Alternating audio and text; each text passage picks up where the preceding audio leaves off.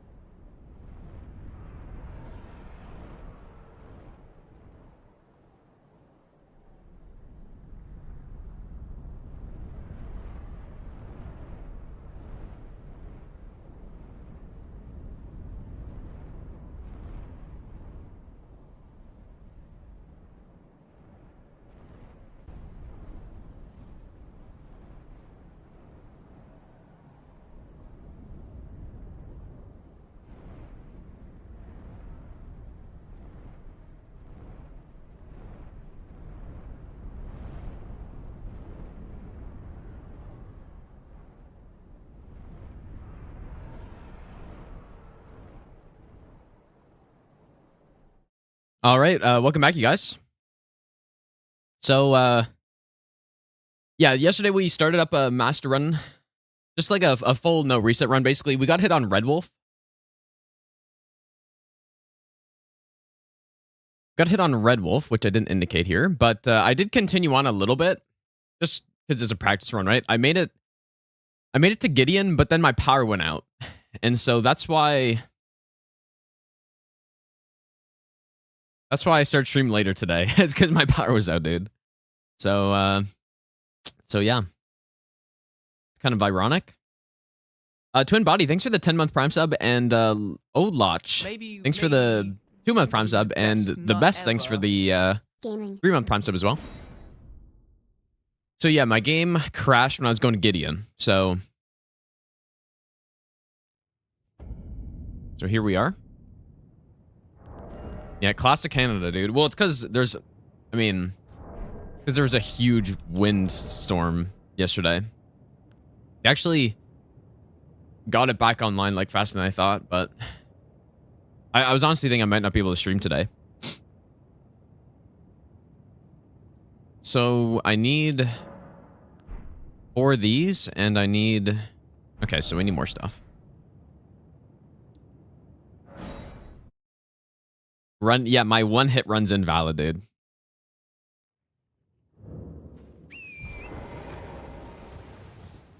Unfortunate. Been working so hard for this one hit run to be invalid.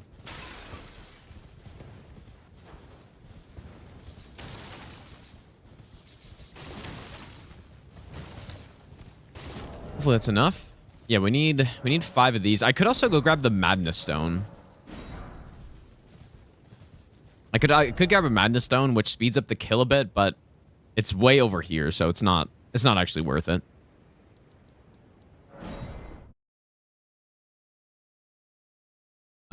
Yeah, if I got it today, Peaches, it would be, but no, like, no one's ever tried this, so like, not like that means anything, really. How's it going, Spencer? So yeah, let's see if if I could get the rest of this with one hit, that'd be pretty solid. Honestly, I doubt I will, because I still need to practice a lot more, but...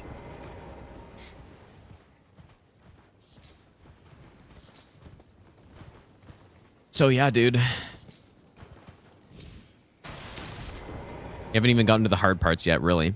Like, the hard parts are Elden Beast, and then we have Malenia, who's pretty tricky. And then Moog is pretty tricky, too. All at the end.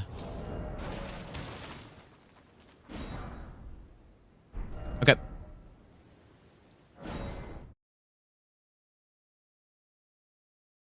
One hit PB curse incoming. Yeah, that's not really a thing, though.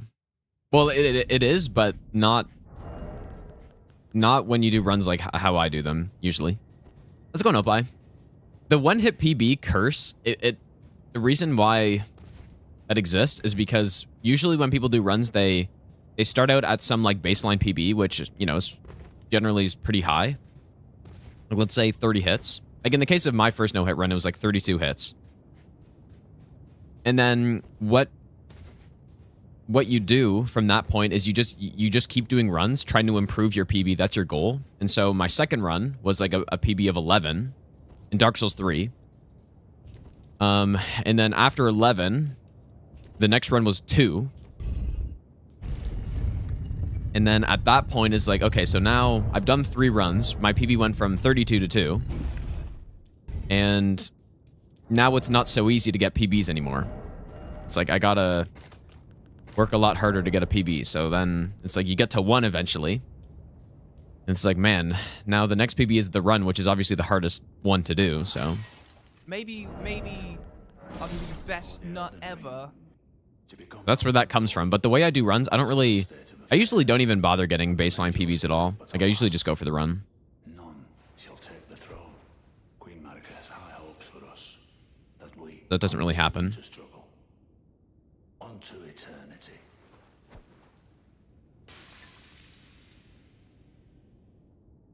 Reap, thanks for the 3-month resub, dude.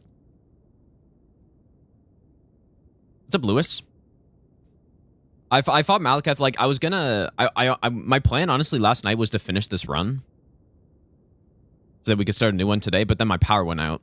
And so I ended up getting to Gideon, basically. So I had a really clean Godskin. I think we did Fire Giant on stream. Malekith, obviously. Like, Malekith's pretty straightforward on this, so... So, yeah.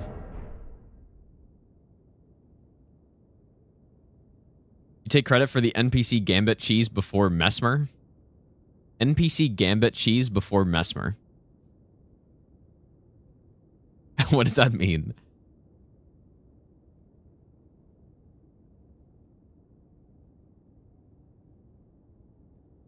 Like, are you saying there's going to be another Gideon or something, or another, I don't know.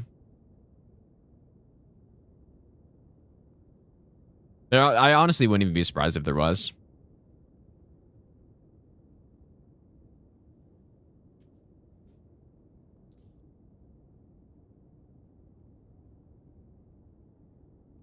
Would not be surprised in the slightest.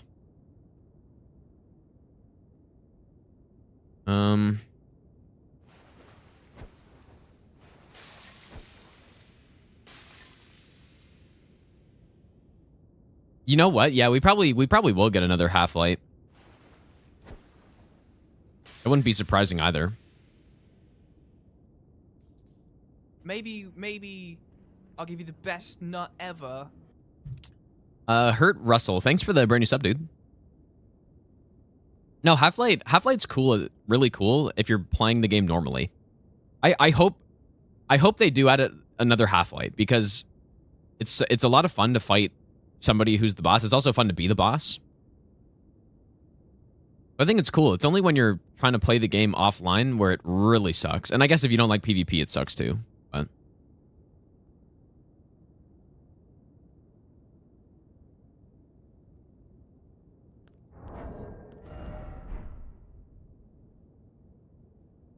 Half-Light Trio?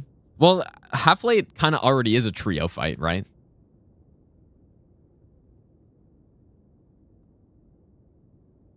There are 3 NPCs in the Half-Light fight.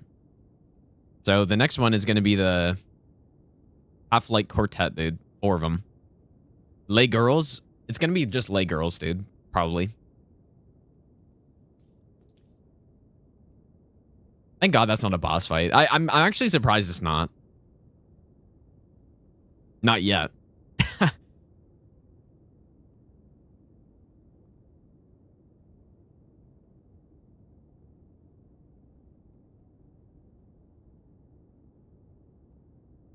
Yeah, 3 Half-Lights at once. Yeah, I kind of, yeah.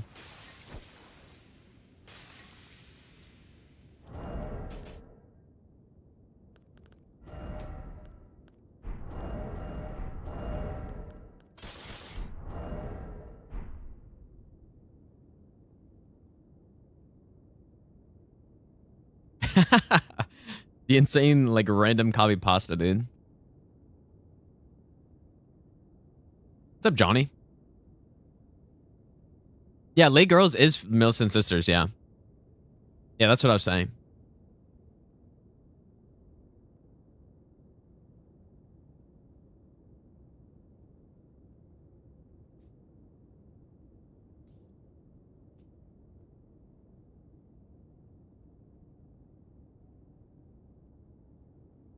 Honestly, though, I really hope they don't add NPC bosses. They will. There's no doubt they will, but I hope they don't. Because what they could do is make Half-Light an online boss, but then make it an actual boss fight if you're offline. Like, so it's a PvP if you're online, and an actual boss if you're offline. But obviously they won't do that, but... They have a 0% success rate with making NPC bosses good. Except maybe the Mimic. The Mimic's for sure the best one.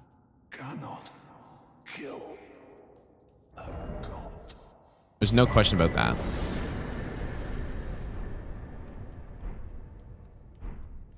I actually like the Mimic. So they're like, I guess 2 or however many other NPC bosses they've made.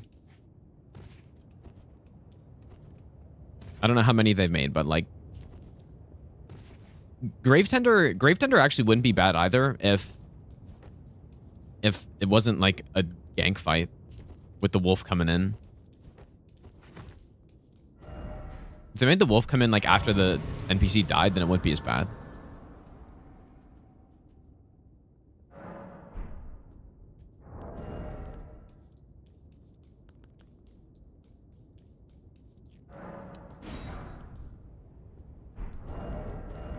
I need some more of these eventually.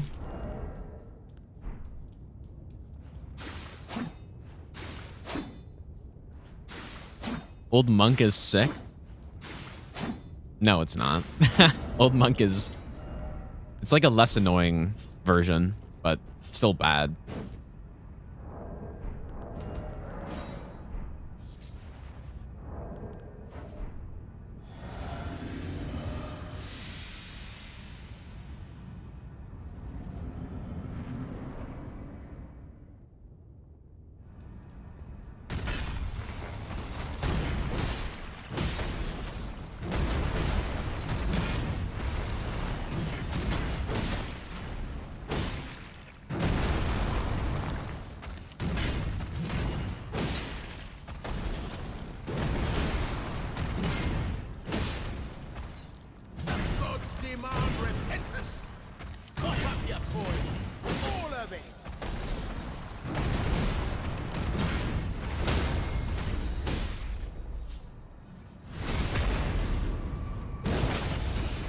Uh, 41, thanks for the donation, dude.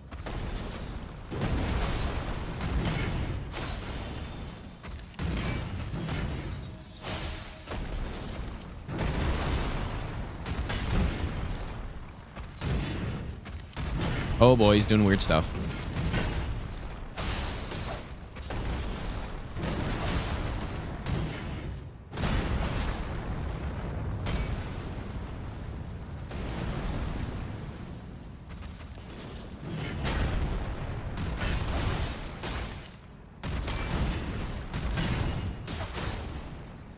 Maybe I'll give you the best nut ever.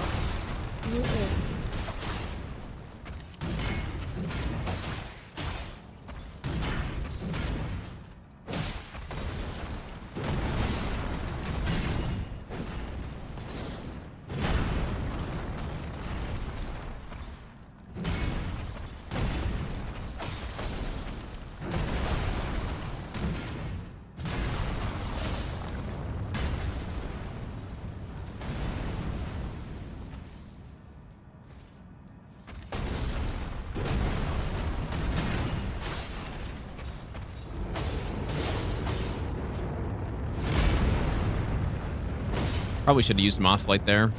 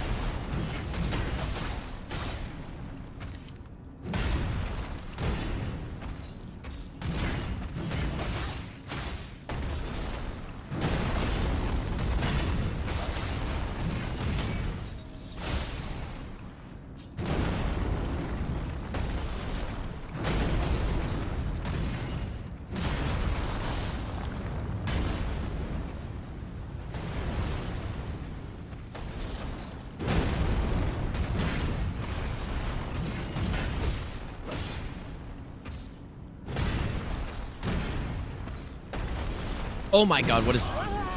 I did not mean to do that, dude. Whoops. Maybe I'll give you the best nut ever. I couldn't remember what 3. the status cycle was, and then I was gonna swap to my my Starfist, and I don't know. I don't think I made a save there.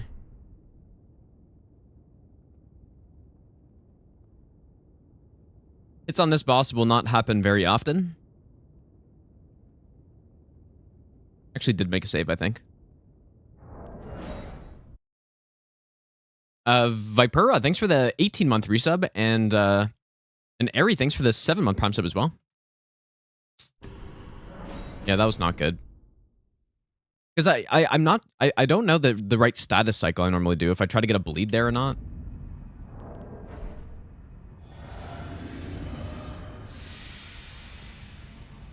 And I was thinking about it too much, and then I just jumped by accident.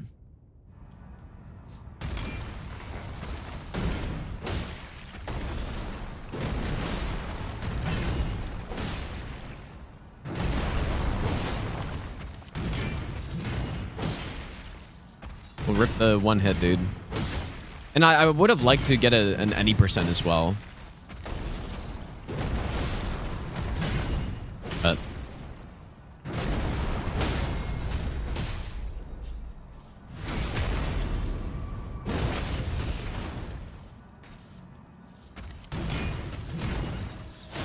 because the only thing I've gotten hit so far on, at least before right there, was Red Wolf,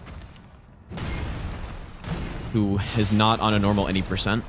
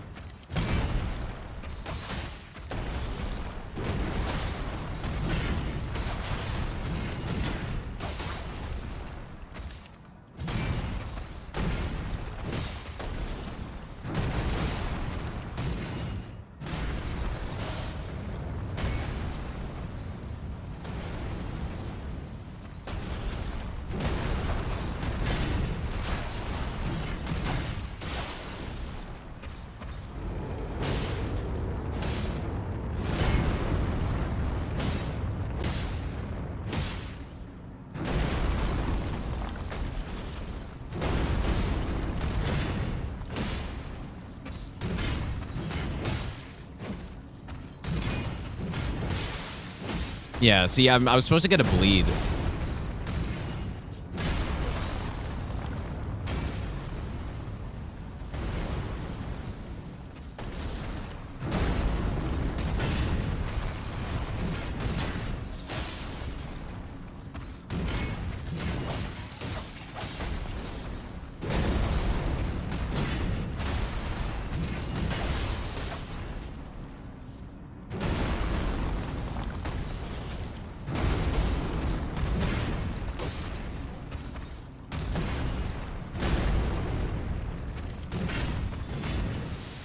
Yeah, that's how it's meant to go right there.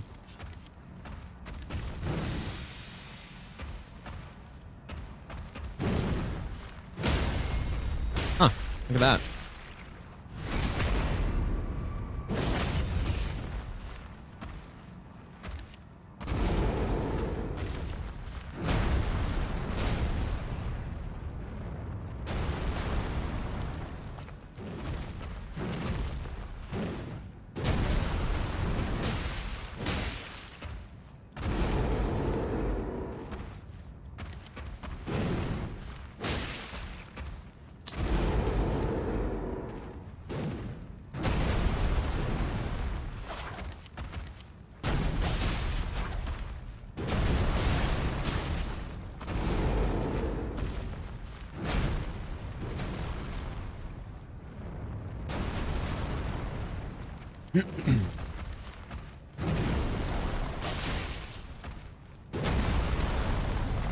Oh my god, bro.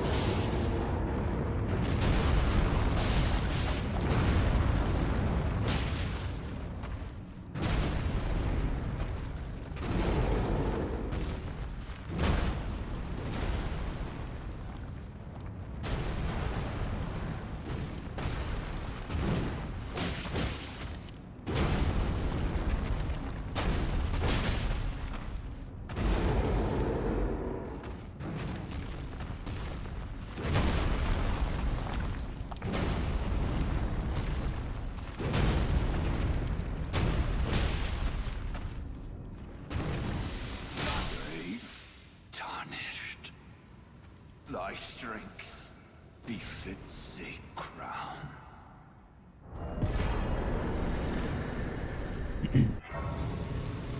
Definitely have never gotten hit on him before on this. Just I kind of I was thinking too much is how I got hit, and then I don't know. That's why I gotta practice this stuff more and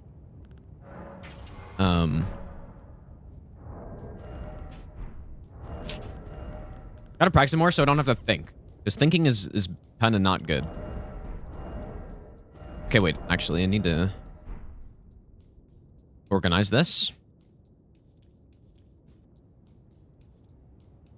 Seen how you can use Endure to poise through the roar? I haven't seen it, but it definitely makes sense.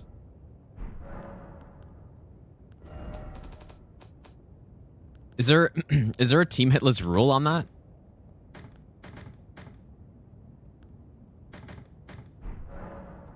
Because that's one of those things that's always been a gray area for no hit, because it's like using Perseverance to go through Yorm Stomp. It's the same thing. But I don't know. Some people think it's a hit, some people don't. Not sure if there's an official team hitless thing on that. Did I just put away my... Oh my god, dude.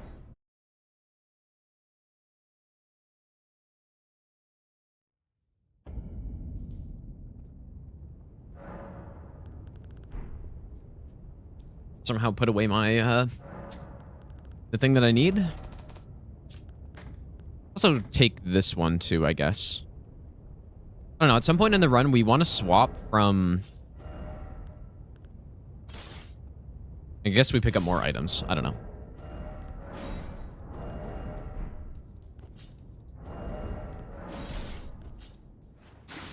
For Moog, we want to be able to have a swap from the spear to...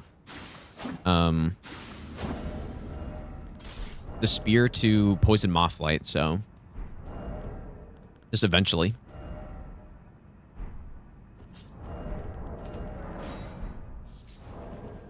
Whoops, actually I shouldn't use that here, dude. Whoops. Let's go into Z's. I know, Axe Talisman. It's because when I swap to this, if I have Axe Talisman on, which I don't even... Oh. Oh, no, it's because I have the wrong thing. Because I go to mid-load, and I don't want it. And we don't really use any fully charged R2s here. And the damage, the actual damage increase... Like, Axe Talisman is almost useless here.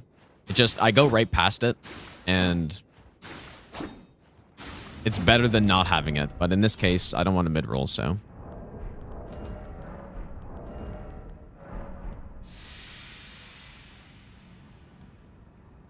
Let's go on Bender as well, dude.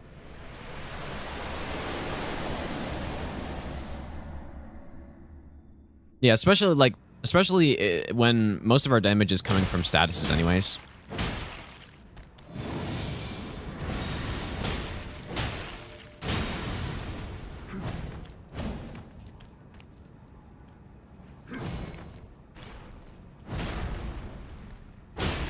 I do still use Charge R2s though for like staggering mostly. The staggers are still actually good.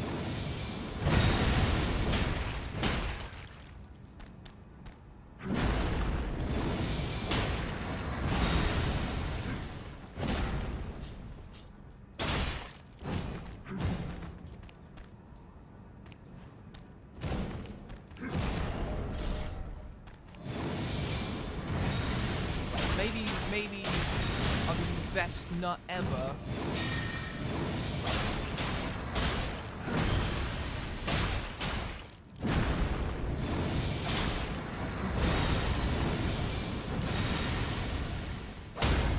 Wish it was easier to tell when I had both statuses proc.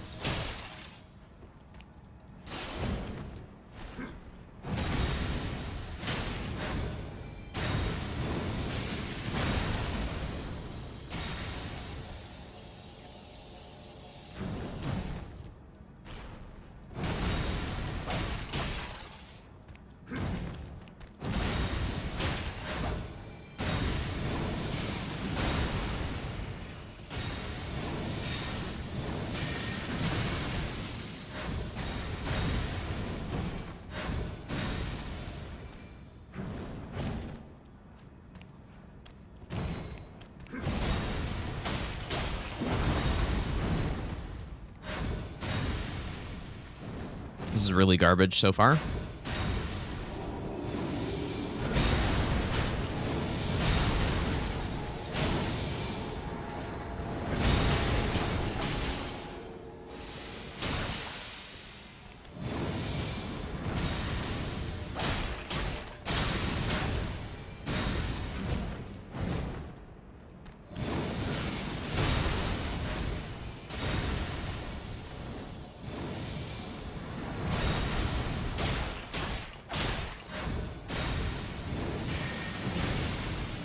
Maybe I'll give you the best nut ever.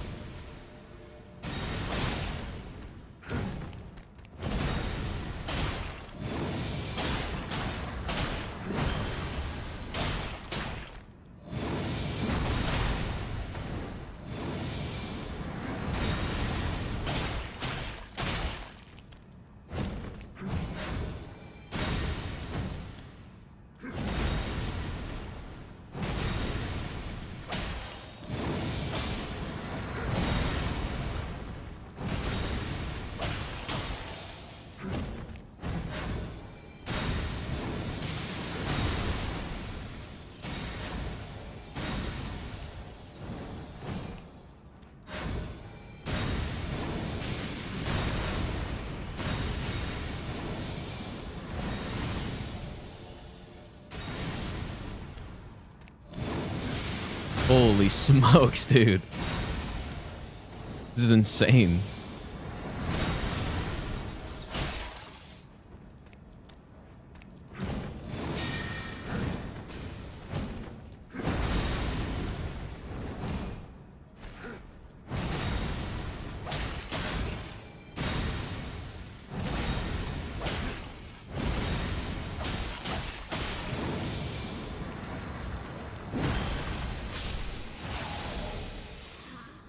That's probably the worst Radagon RNG I've ever seen.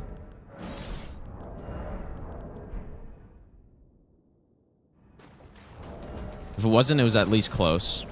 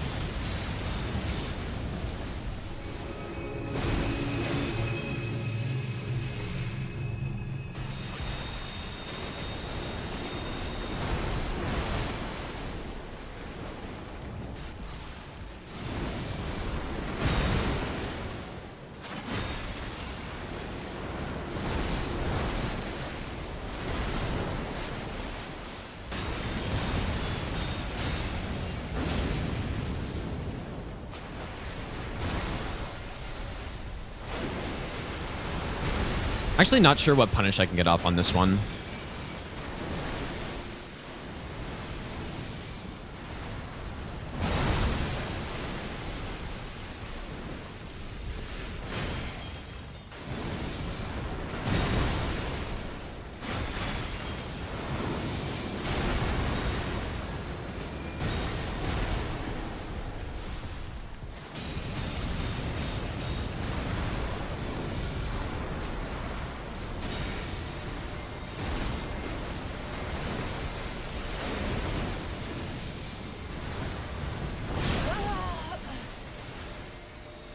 That's tough. What I've done before on that one is like I've gone to the right, but then it makes Elden Stars really close. I'm actually not sure what I should be doing on that one.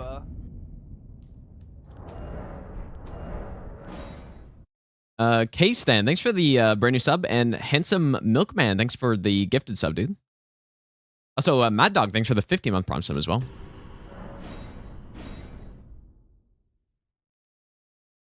Like I should just go to the right, I guess, but it's so awkward. Maybe, So I just wanted to try going to the left this time to see. Ever. But then I'm not sure if I just rolled late. Like I must have, or if it like hits earlier if he flies into you.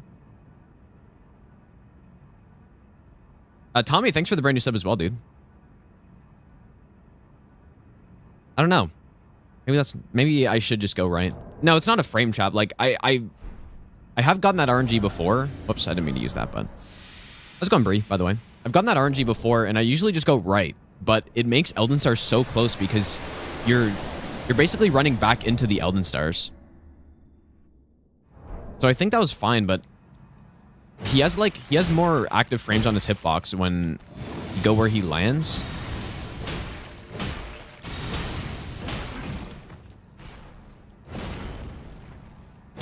So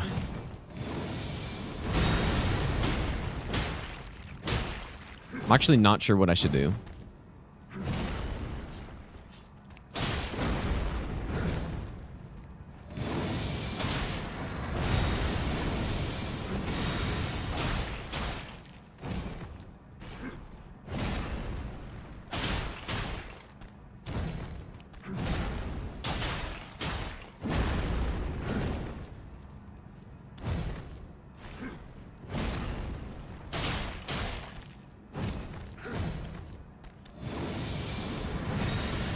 Only I didn't have to look at the HP bar to see if I procced him.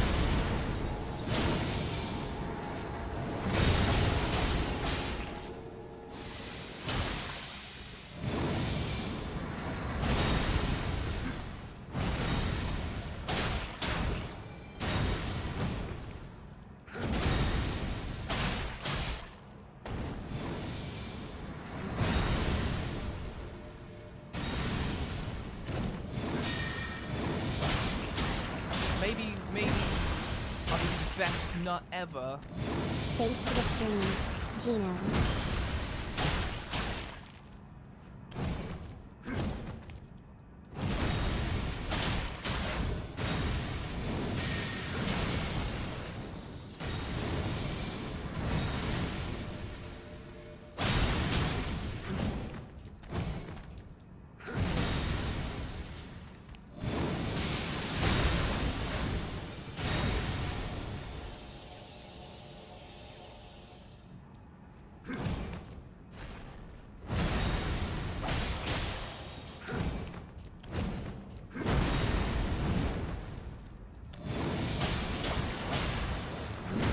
I remember if it's quick enough to do the chilling mist on that one.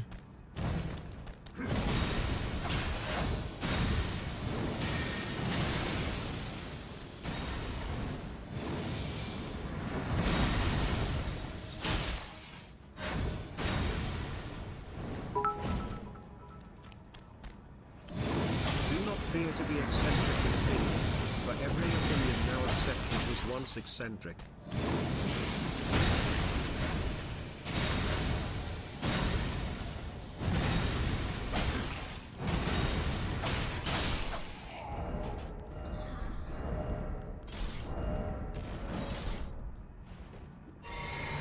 Amazing Blanket, thanks for the 13-month resub. And Elfman, thanks for the 1,000 bits again, dude. What should I have done on that attack, man? It's really annoying practicing Elden Beast because there's so many possible combos that he can do. Because the problem isn't Elden Stars itself, right? It's the combos that comes with it.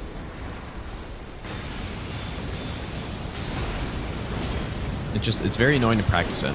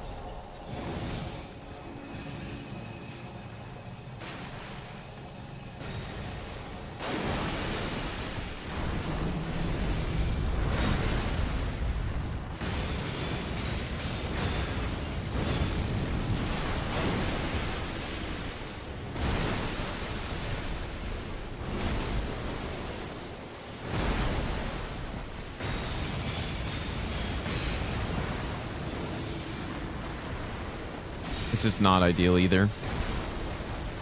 Oh my god. Okay, so I'm just gonna go... Yeah, this is so fucked up.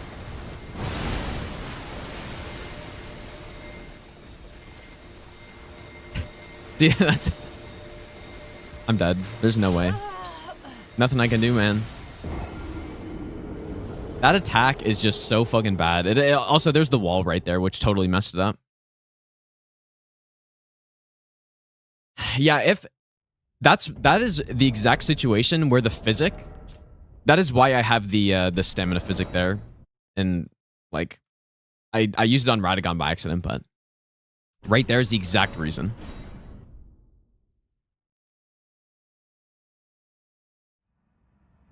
Oh, my stamina was consumed.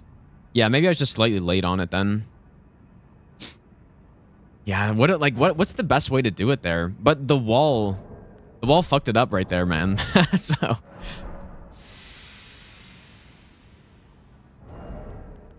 yeah, that is probably the worst attack to get with it, or flying needles, I guess, but I would honestly rather flying needles than that one.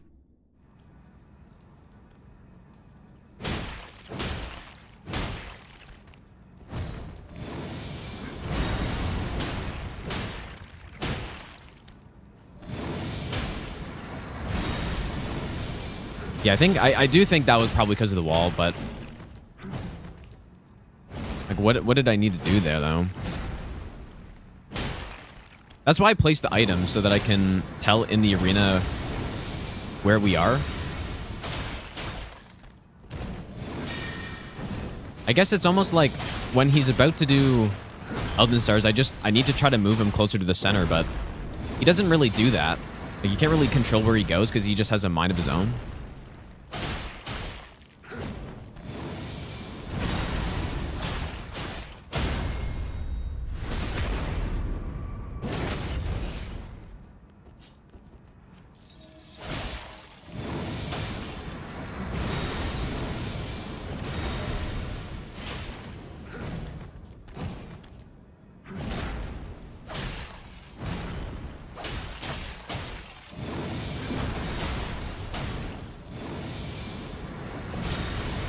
Yeah, I mean, this is why I say, like, Elden Beast is the toughest boss in this run, probably.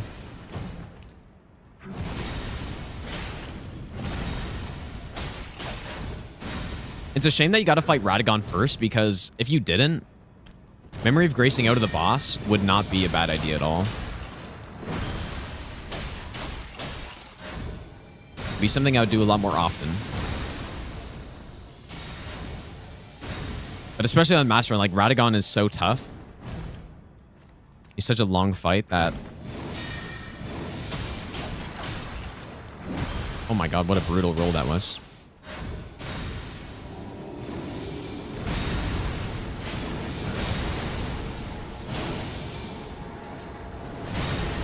Oops, that was not what I meant to do.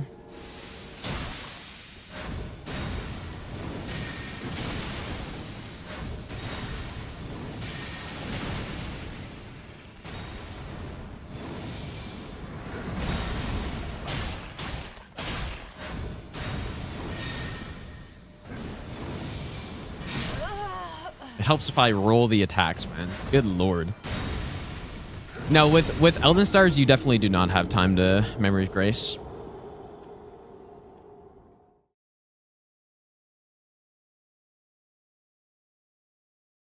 No, but it's more just like for Flying Needles, if my positioning was bad, I would probably Memory of Grace.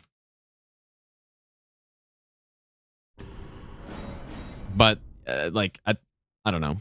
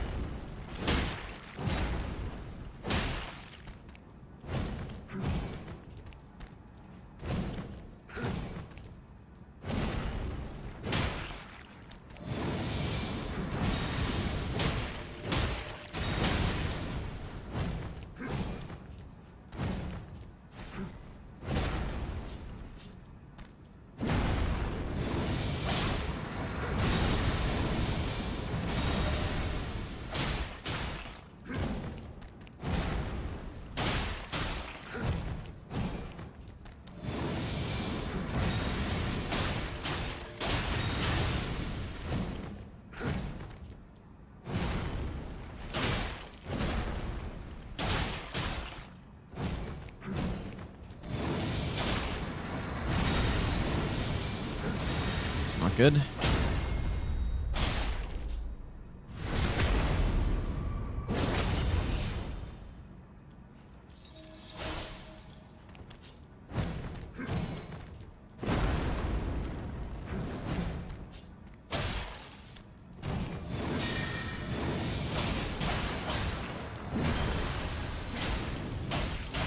Oh, wow.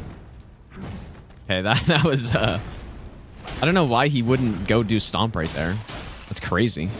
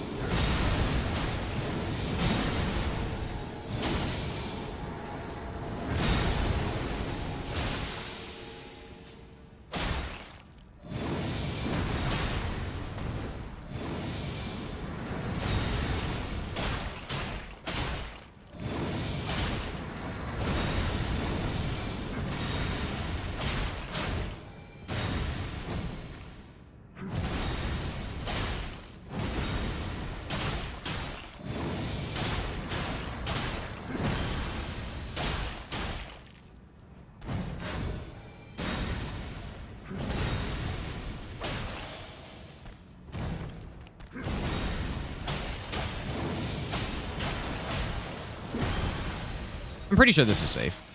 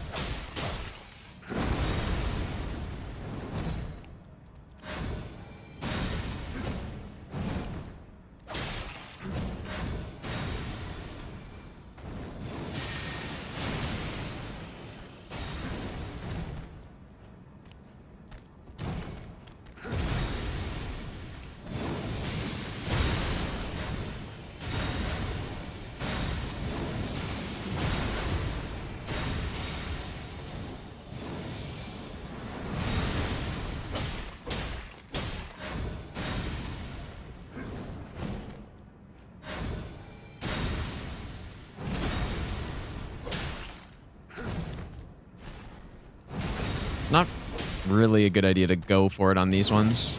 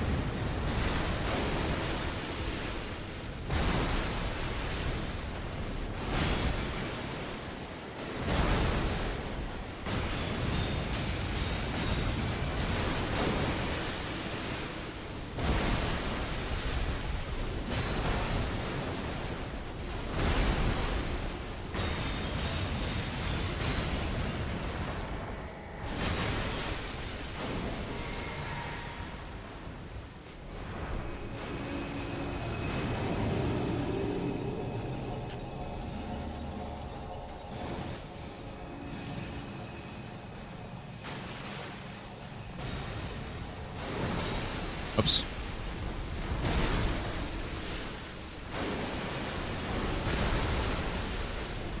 Maybe fucking best nut ever.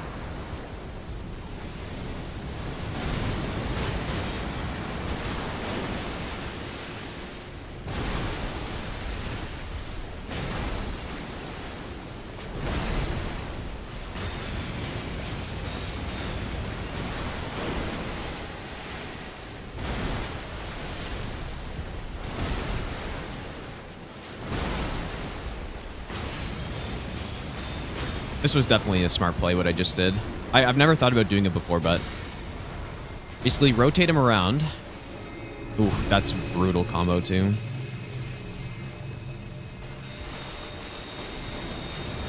Yeah, that's fine.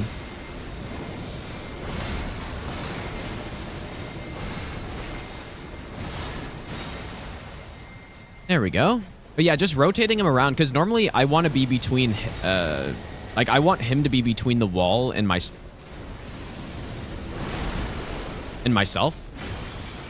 Usually, but...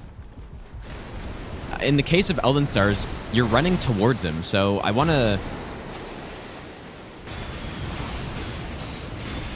So I actually want to do the opposite. I want to be between him and the wall when Elden Stars is about to happen. I've never thought about that, but...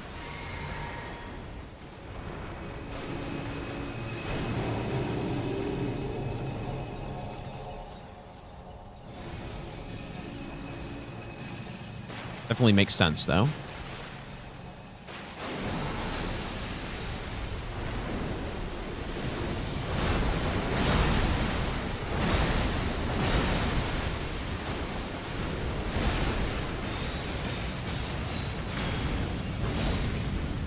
Also helps that I actually use the physic at the correct time.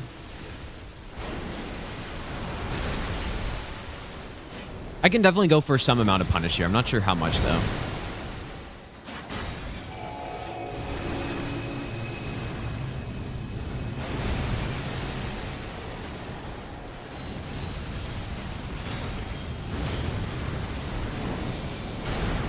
There we go. Finally, a clean fight. Obviously, you have to practice this one more. But yeah, like I said, it's very tough to practice it because there's so many possibilities with Elden Stars. And you can't just, like, you know, you can't just lock in the attack because it's the attacks that come after that are the concern, not the Elden Stars itself. Anyways, I guess let's finish up this run, dude. Hopefully I don't get hit again. Yeah, Elden Beast is for sure the hardest boss on this run. Like, it's just because of Elden Stars and the combination. That's basically it. And obviously there's like flying needles and stuff. What do you need? Goldwap, thanks for the 1 year resub, dude. Welcome back. I appreciate that. Done?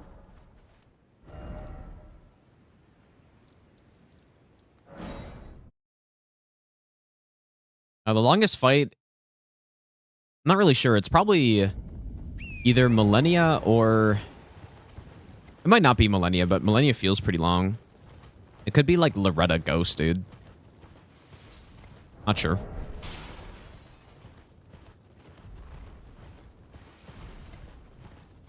Godfrey's pretty long too, I guess. Yeah, you can just immediately kill Radagon, AMS. That's what I usually do.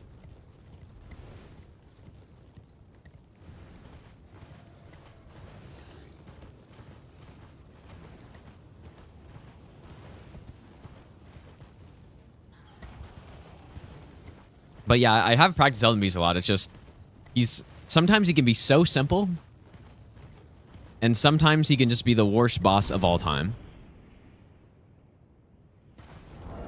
You know, like if he just gives you all the big punishable attacks with Tornado and doesn't do any needle attacks and gives you, you know, when he does Elden Stars, gives you maybe that like pursuing slam attack he does or something that's really simple. That, like, that's probably the easiest one because that attack takes up the entire duration of the Elden Stars basically. And the way to dodge that attack normally is just to run away. It can be so easy sometimes, but when, you know, he does Elden Stars into like flying needles or into that flying spin attack, it's so bad, dude. And then it depends on the positioning in the arena as well.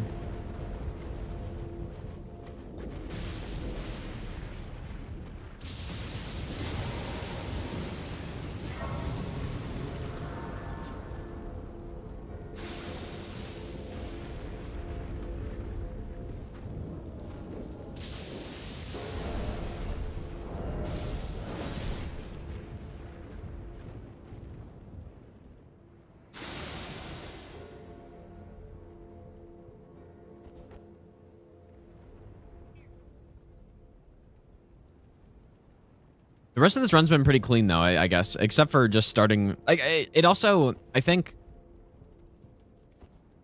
starting a run like midway through is also kind of trickier for me. This run's not that long, so it probably shouldn't have to happen when we eventually get it, but.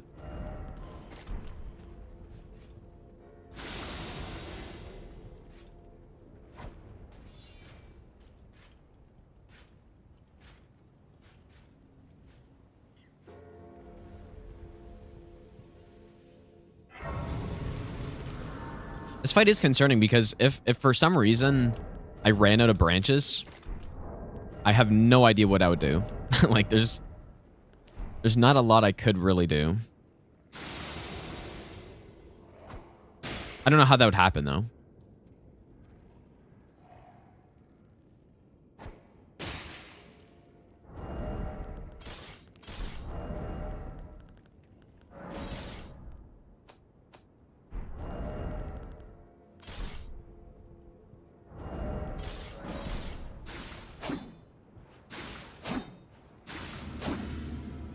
Yeah, I could just craft more. That's true. Oh, bro. Whoops.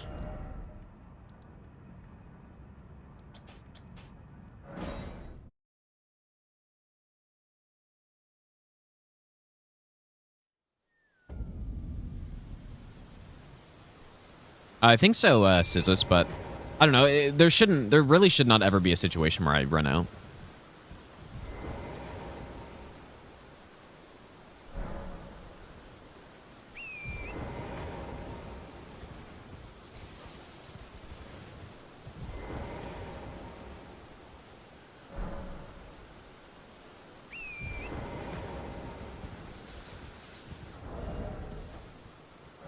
Probably enough for a bit.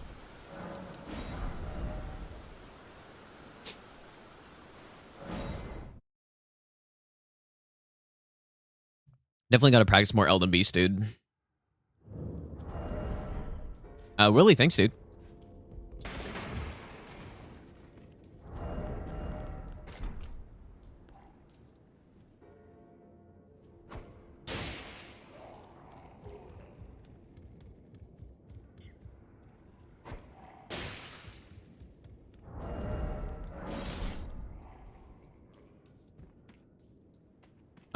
Ours on kill. What's up, dude?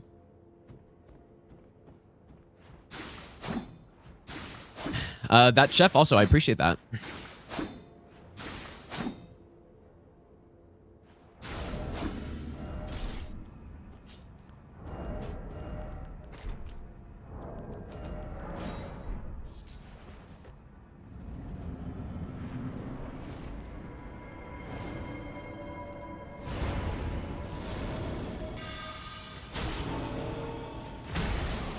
My god, he almost got me with that. Come here.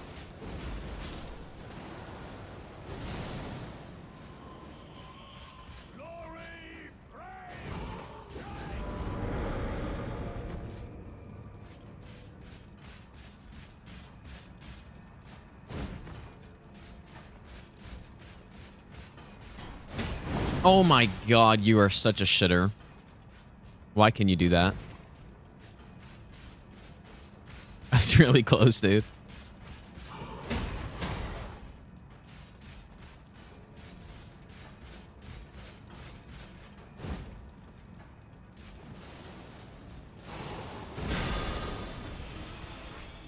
No way that was out of range. Oh my god.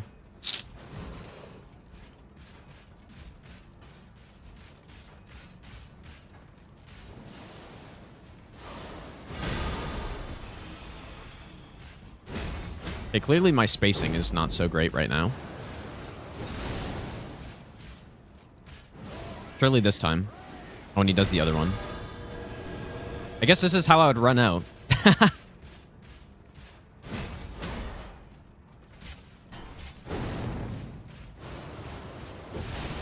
Because, yeah, I don't know if there's actually a way to tell which one he's doing before he starts it up. So, like, every time he does it, I just start casting.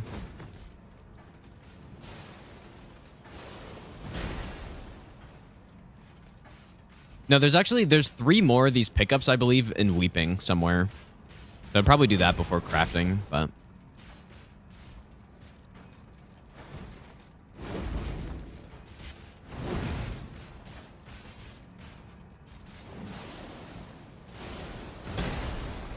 maybe there is a way to tell. I don't know. I haven't really looked at it very closely. But it would be nice to know.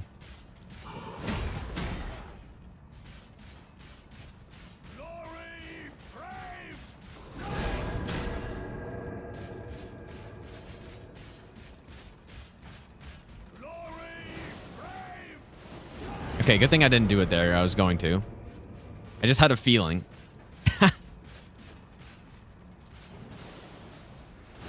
Here we go. Yeah, I think there definitely looks like there's a difference. I just need to do this more so I can see it.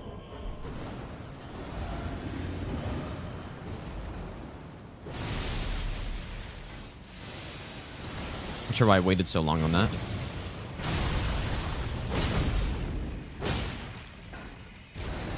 Well then.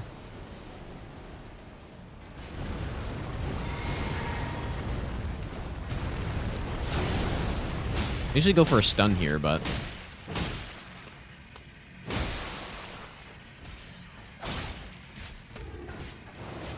kind of trolling.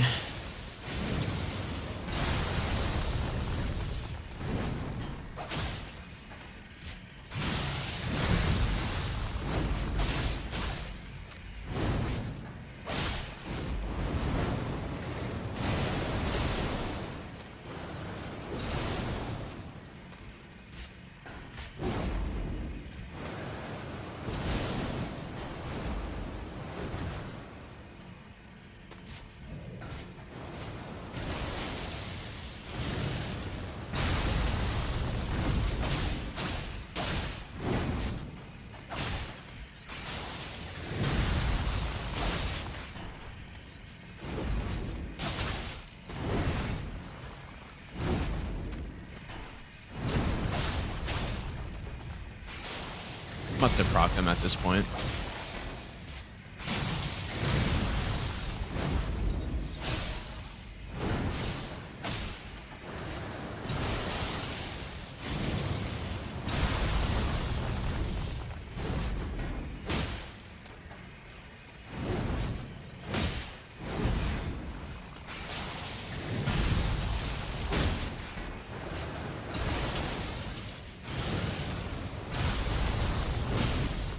Oops.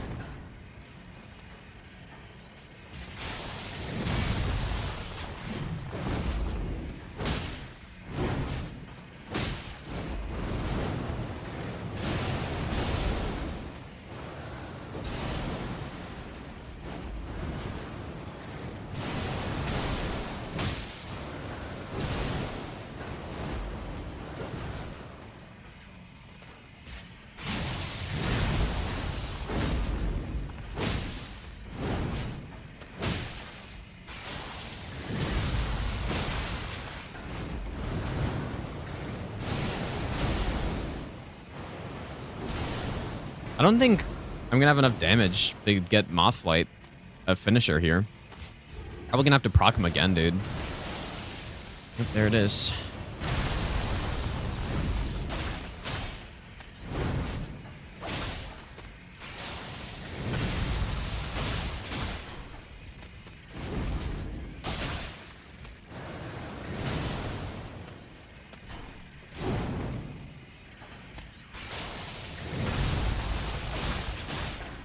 Yeah, usually I don't have to proc statuses more than once here, or like the damage over time ones.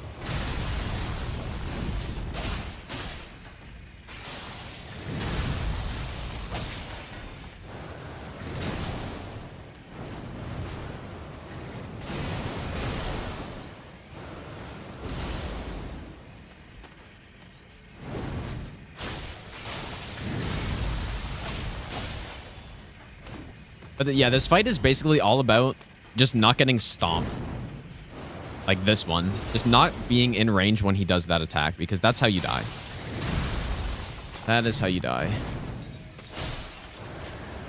Oh, bro. Just as I say that. Maybe it wasn't such a good idea to use it there.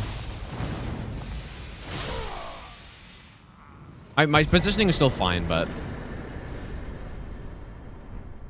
Like that was safe. It was just a little close.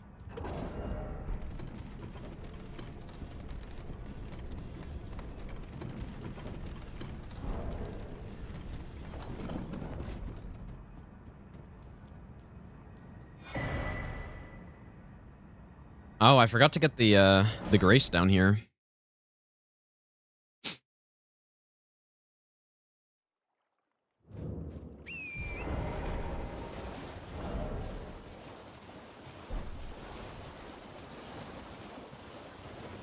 Oh, and I also didn't get Golden Parry yet. I guess I will on the way to Malenia.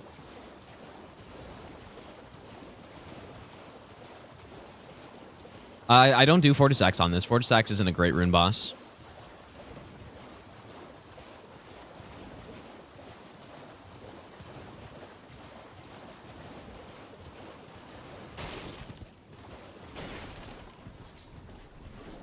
Seek less. Thanks, dude. How many hours? I have like 2,900 or so. I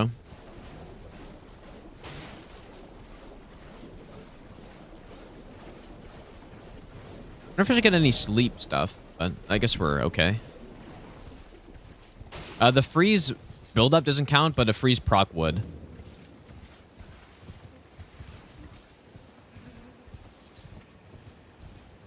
Says, yeah, that is the plan. Routing master on all bosses. I actually might start routing it before I even finish this, but we'll see. Like once I actually start doing this run every day, I'll get it very fast. It shouldn't take too long. It's a tough run, but I don't know.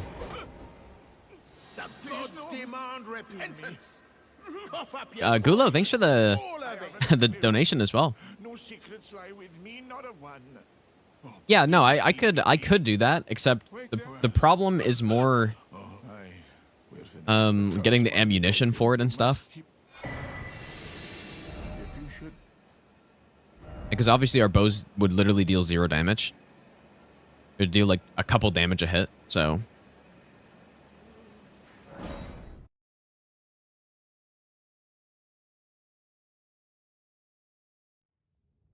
What do I do to deal with Mohg's Blood Flame? You just simply don't go into it. That's it. Yeah, all Remembrances run sucks, man. Like, it's not a fun run to do in this game at all. Mainly because the bosses you're adding, the only one that is, like, okay is Placidusax. That's the only one who's okay. He's not even that good of a boss, though, to be fair. But you're adding Estelle, who's just a huge running section away. I guess on this run, though, we do go down a Lake of Rot, so it wouldn't be that big of a deal, but Estelle's not the most amazing boss either. You're also adding in... The main one is Fortisax. The amount of effort that is required to get to Fortisax is just... Like... It's brutal, man. For a literal garbage boss, too. the worst remembrance boss in the game, and you have to fight a 5 NPC boss beforehand. And you also need to do this huge quest line that requires you to just run around all day long. It's just not... All Remembrances is not a fun run, dude. Especially not with these restrictions, I guess, right? So I'd rather just jump straight into all bosses instead of, like, doing an extra run just to add in those fights. Like, and you're adding Moose as well, right? None of them are really good bosses at all. Yeah, and you would fight another Moog on the run too, which, like, I don't know. We already fight Moog, so. Zone, how's it going, QI? And Kamopoli, thanks for the 10-month resub. I appreciate that. So yeah, doing all Remembrances, all Grey Runes is definitely a better run. I guess the only thing about it, though, is that you're not actually adding that much content doing all Great Runes, because you're only adding, like, I don't know, maybe like 8 bosses or something, or probably even less. No, maybe around it, like 8.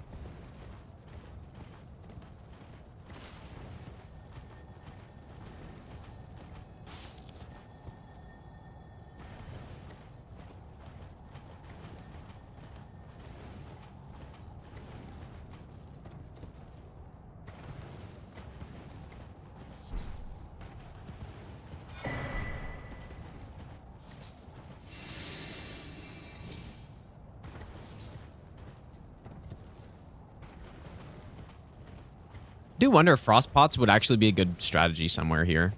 I'm not sure if on NG+7 you can frost pot Malenia in a single one. You probably can. They do a ton of frost buildup.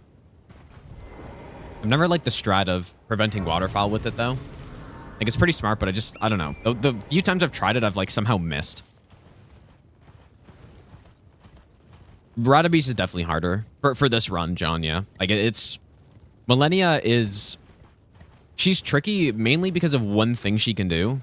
Or maybe it's a few things, but... It's mostly revolving around her quick slash attack. Like, when she does it out of idle... I parry every attack, basically. When she does it out of, like... When she, like, idles for a second and then does it, it's very quick to react to. And then... She can also do a rushing flurry from idle, which... I basically parry too early. Not every time, but a good percentage of the time I end up parrying too early, so I need to practice her more. Guess I should have rested or something, but... So, yeah. But Elden Beast is certainly harder for this run. Like, if he gives you good RNG, he's for sure easier. But if he doesn't, which most of the time he doesn't, then he's way harder. Practice on the screen. Well, the hit counter pretty clearly shows that I've gotten hit on this, so...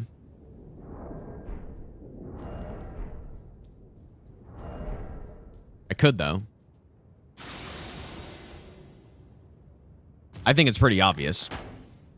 Though, that, like, it's a run, but we're continuing... We're not doing a no reset run.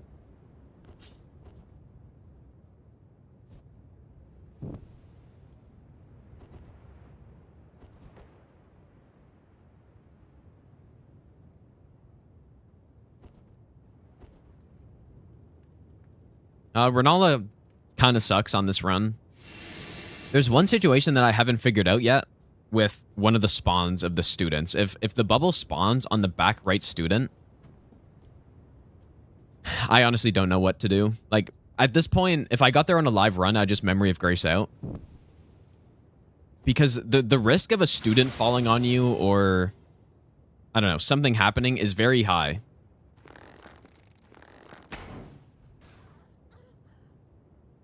So,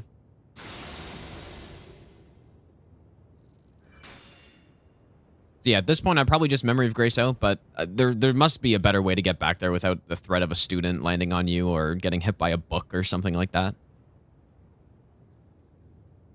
Yeah, you can use Sentry Torch, but you don't need it if you know where the assassins are.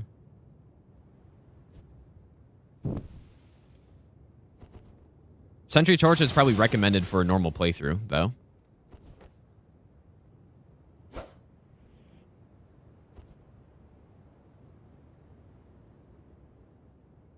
Yeah, what I think, I just haven't tested it yet, but probably what I think is the best thing is to run around the left side. Maybe. Because I don't think any I'll be students best spawn nut ever. on the perimeters of the arena, but I haven't tested any of this, so. Like, the only time I've seen them fall is near the center ring. So you wouldn't want to run through there. But then, like, getting back would be a problem also if it... I don't know. I haven't really tested it enough yet. That's why we're not actually attempting the run yet, because there's still too many things I gotta figure out and just get better at. Wilkerson, thanks for the Brady Prime sub. Thanks, dude. Yeah, there's a reason for everything. The reason I do Redan is to get the black wet blade to get access to it, so that I can poison infuse the venomous fang. And Rykard's an obvious choice because it's obvious because he is just the easiest Great Rune boss on a run like this, because our damage is very solid on him, because the Serpent Hunter +0 Serpent Hunter will do basically the same damage regardless. But then it also gives me, yeah, Assassin's Gambit. If I wanted to, I could do Noble Skip. I don't at this point, but I easily could. And that would make it even easier to get there, but... But yeah, those two are the obvious choice. Like, it wouldn't make any sense to do any other bosses, really. At least for an any percent. Obviously, on this one, we have to do all of them anyways, but... Rennala makes no sense because fighting Red Wolf willingly is not a good idea, and going to Godric, you could do that. But you just don't get anything from it because there's no Godric's Great Rune that you have access to on this run. And, like, both of the other bosses give you something. Or give you access to something where Godric does not. Let's go in pork.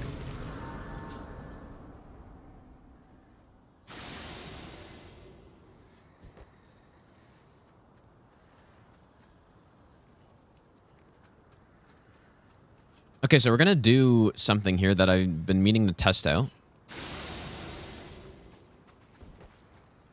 I'm just getting the Viridian Amber Medallion. Or whatever it is. Talisman.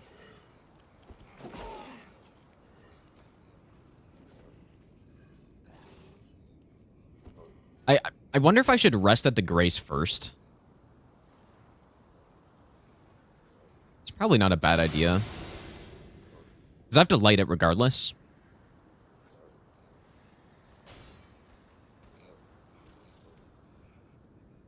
Well, Noble Skip isn't a glitch.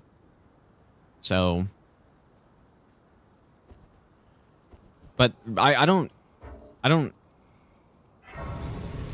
Glitchless doesn't really matter also. So, like... You could easily argue that the shred I do for Rykard with the Power Stance Lance is a glitch as well. You could easily argue it is. It's probably more of a glitch than the Noble thing. With the Noble Skip. Because the Noble Skip, you're just jumping around stuff. Obviously, it's unintended, but you're not really...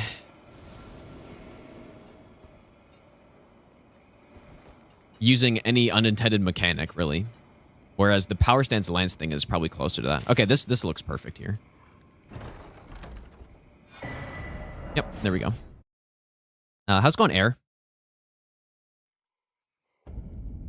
But yeah, it just depends how you define it. But that's not really what I think of as a glitch, though.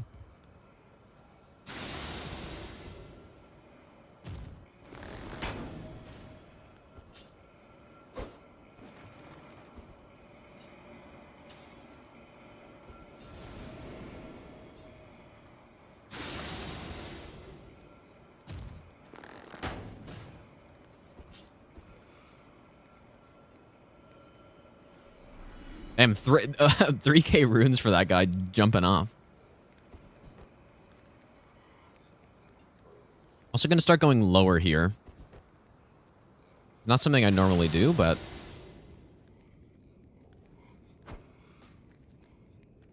think it's better.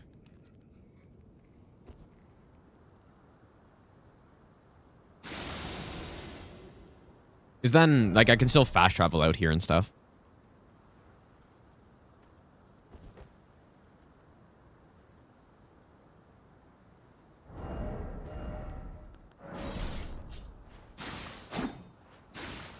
I don't think noble skip is lame either. I think it makes a lot of sense. The main reason why I'm not doing it is just because I need to get better at noble anyways, and then if we're transitioning to all bosses, then like I'm gonna be fighting noble anyways, so.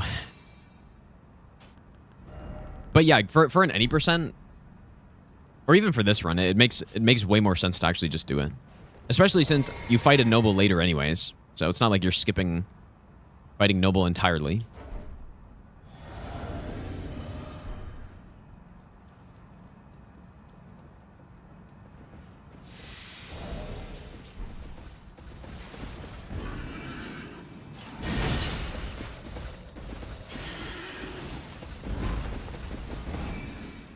Time for spam meta number 2.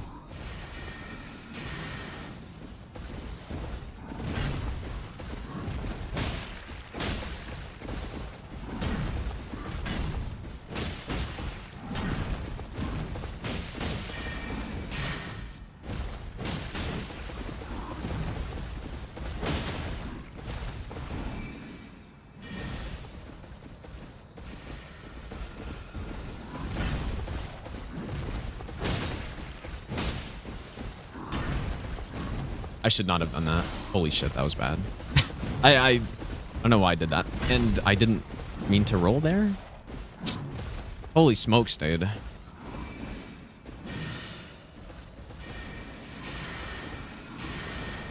Three consecutive mistakes and I didn't get hit somehow. That's pretty funny.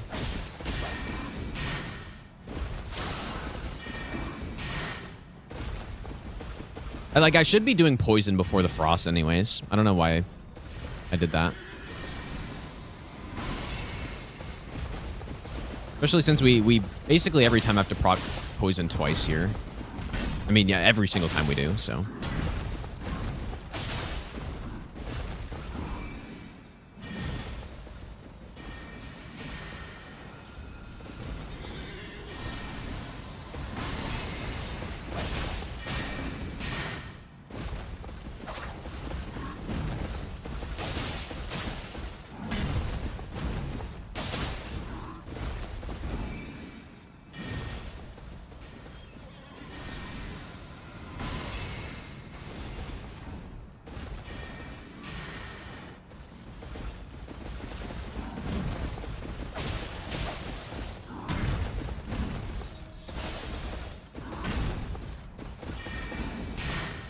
That's what I meant to do earlier.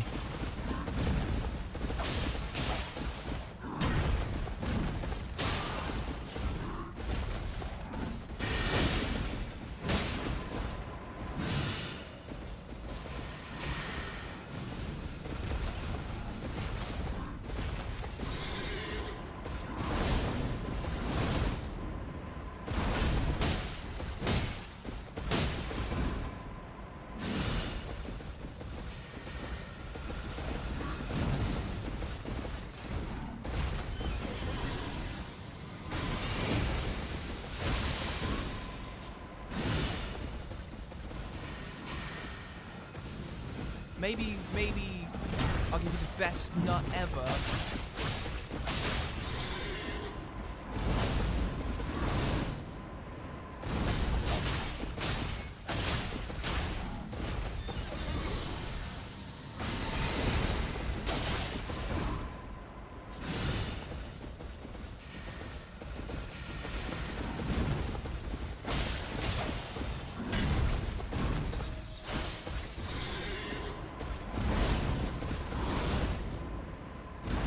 Maybe I'll give you the best nut ever.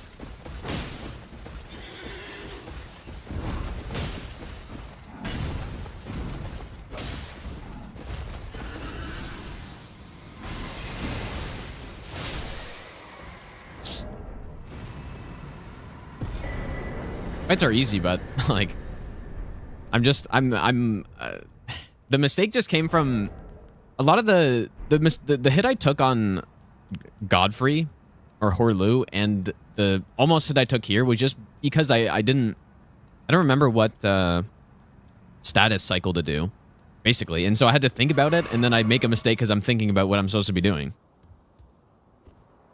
So that's why I also need to practice the bosses more so that I can remember that. I should also probably write it down.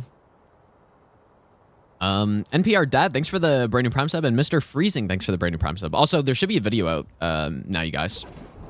The dagger only run if you missed that. I'm not sure if it's pinned in the Twitch chat or not, but...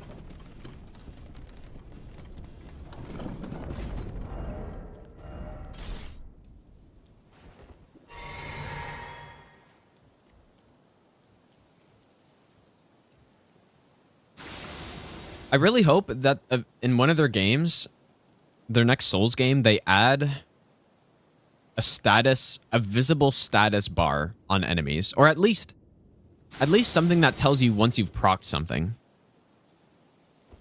I think it's a huge miss, and it's not. Some people said it would be like too cluttered or something. You could literally just have a bar, or not even a bar, like an icon that shows up. Like, I'm trying to think of what game does this. I guess Minecraft does this. When you have a status on your character, you just see an icon in the top right. I'll give you the best nut ever. Now, in this case, probably for a boss, it'd be just like above the top right of the HP bar, and you just see an icon. It's like, okay, you're poison, and when it's about to end, maybe with 10 seconds left, it'll start flashing, just like in Minecraft, dude. You could just do that, and it'd be so nice. And that way, it's not, you're not like guessing if you're trying to do a double status build. Yeah, I've never played Neo, but I mean, it's not a crazy idea. I'm sure it's been done a million times. But that way, if you're doing a status build with damage over time effects, you don't have to guess when you have your statuses procced. It's actually really annoying that they don't do that. Very unnecessary. Yeah, and it would make Mothflight a lot better, because then... you could kind of wait for the flashing to start of the 10-second remaining, and then it's like, okay, I need to use a Mothlight now. I would almost be willing to use a mod on this run that shows me that stuff. Gulo, thanks for the donation again, dude. Any way to dodge explosion on the ground by right card? Like the earthquake? There is, yeah. Easiest way is to use either Raptors of the Mist or Vow the Indomitable. I think Raptors of the Mist work. I've never actually tried it, though. That's the simplest way. The other way is to, basically, as soon as you see the attack, you want to be kind of close-ish range, and you just gun it to the side, basically, and then you got to roll it when it happens. But the idea with that one is you can roll out of the hitbox of it. So yeah, there's two ways to do it. By far the easiest. I just use Vow the Indomitable on this, though. It's definitely the easiest way.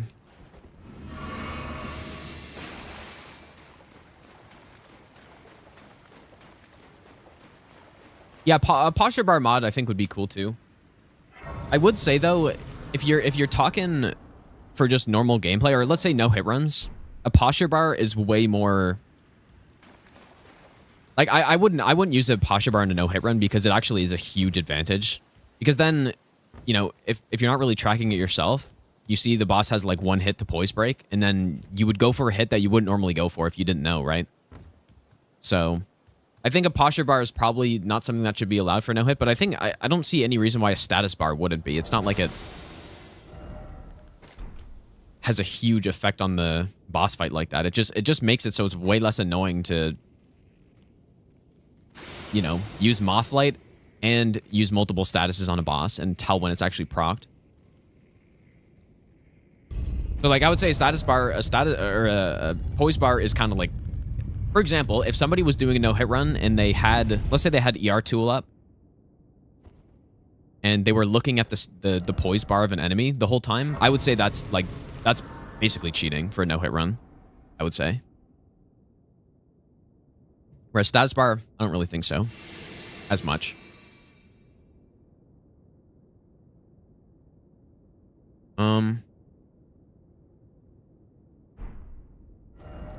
Okay, so we need golden parry. Isn't status basically a mini stun? I mean, I guess in some cases it is sorta, yeah, but not. It's not the same though.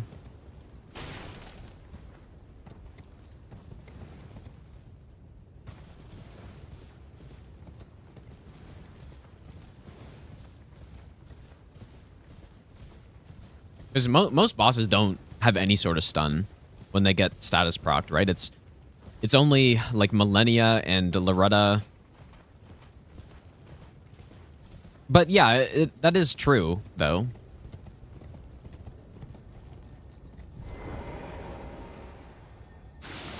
Okay, this is something I need to test out more, I think. I wonder if this guy disappears if I just jump up here. Because I probably just want to sit here and bow him down.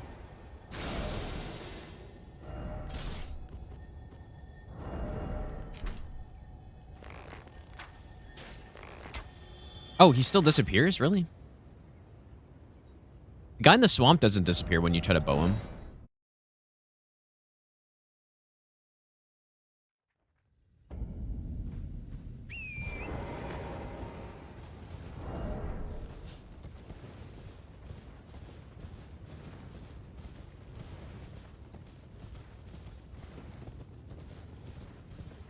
No, you don't have to one-shot him, but... I guess I actually do have to do this the super slow way.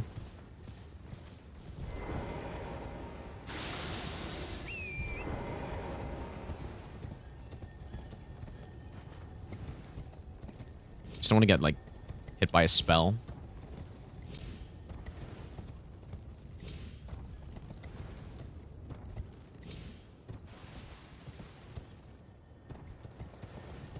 But, yeah, I think if you actually are talking about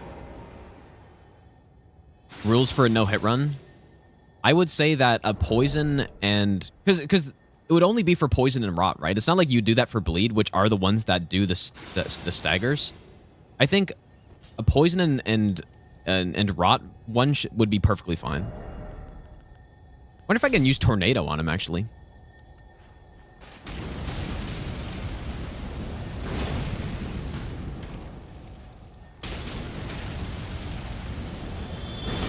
What the... Dude, that's crazy. I think I made a save here. Let me check. Yeah, I would agree that a bleed and a frost one would be... Like, first of all, my idea for this implementation into the game has nothing to do with actually seeing the buildup of a status. It's not about seeing the buildup. It's about seeing when something procced on an enemy. And so I don't think that is something that gives enough of an advantage that shouldn't be allowed for an official, like, team hitless run. Whereas I think a poise bar 100% is too much. But yeah, seeing the buildup, like, let's say you bleed. Let's say bleed buildup is happening. It's like, yeah, okay, the next hit I proc bleed.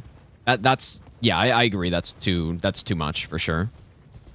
It's more just about seeing the cooldown of a status or when something is proc. Like, that's what I've considered actually, like, adding into this. I'm not sure if there's a mod that exists for that, but wouldn't be too hard to make one, probably.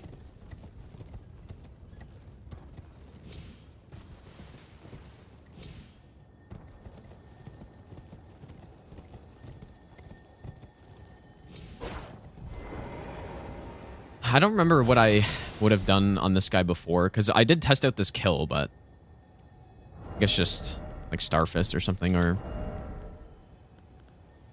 Lightning Battle Axe. I don't want him to get knocked off, though. Can I jump up here?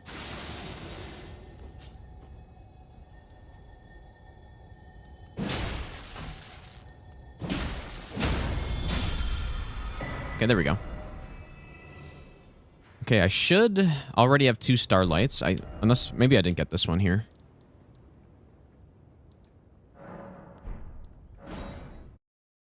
Do they really need that when the HP just ticks down? Well, who's they? I'm talking about myself. But the problem is that... I guess I already did get it. The problem is that when you're doing a multi... basically poison and rot build, you can't tell when you have your second status proc. It's very easy to tell when the first one's proc because you see the numbers going down when you're not attacking. But it's when the second status procs, then it's very hard to tell. And it's actually, I don't know, like it's just very annoying. Because I have to constantly be paying attention to the health bar when I'm trying to get a status to see if there's a double proc. And then sometimes the procs align. And so you only see one tick of damage, but you have two statuses and then you can't even tell. The only way you'd be able to tell in that case is by actually looking at the numbers and calculating whether or not that's two procs of damage or not. So it's really stupid. Okay,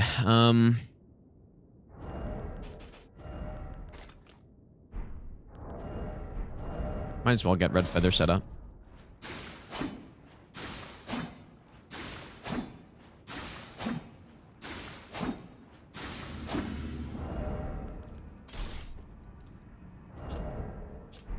Surely this will go well.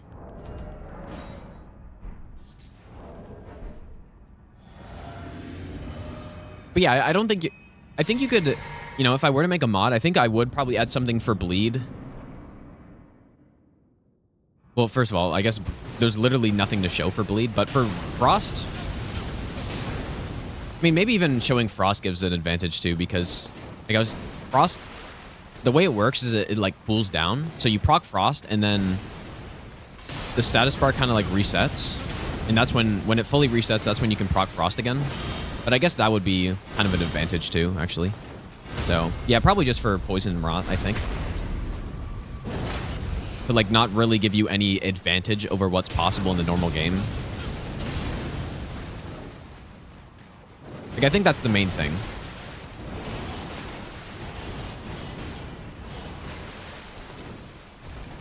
Not having an advantage.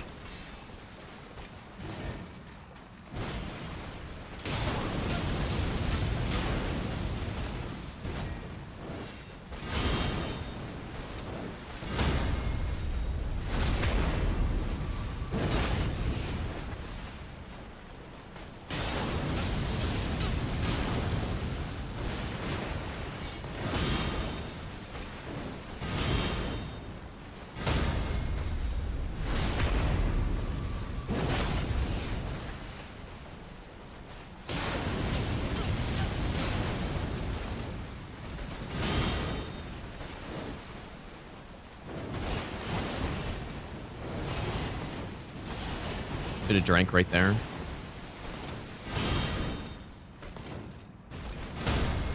Like, I kind of forgot I even can.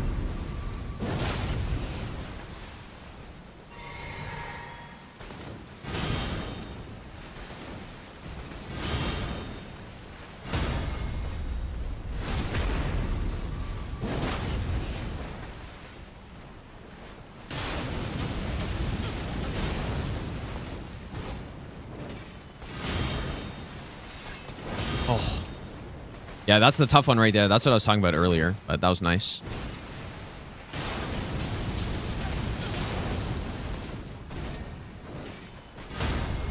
That was nice.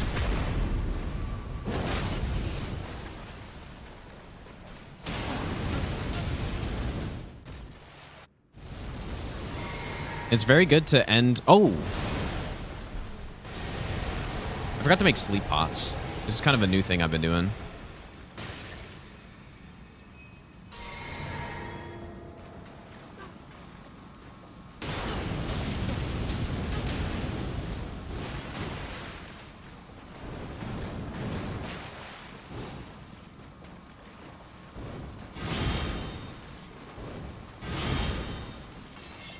Nice, dude. That was really nice.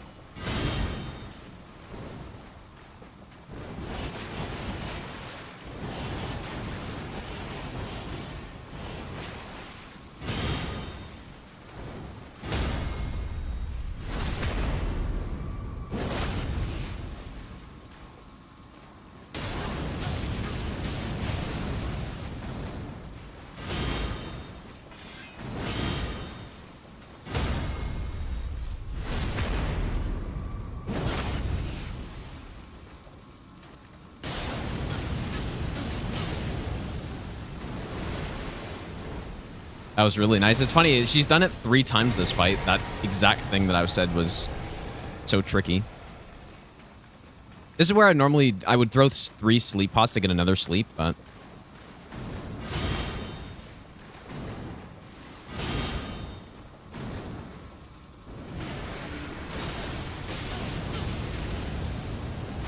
Dude, oh, what was I doing?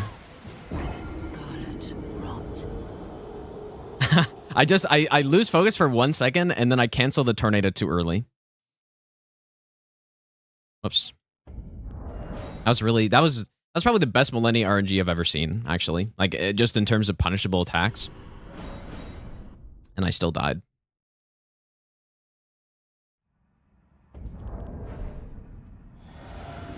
I think I make sleep pots this time.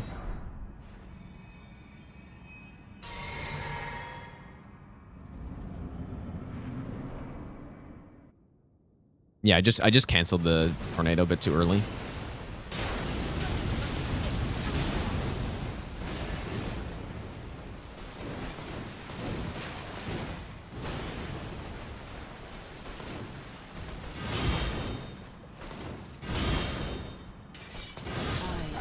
Yep, and that's the one.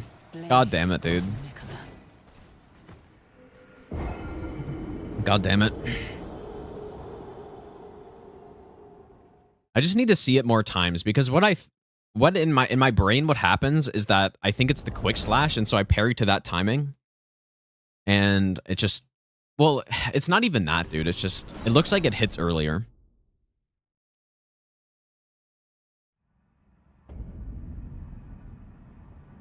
That is true, David, actually. Yeah, that is something that happens.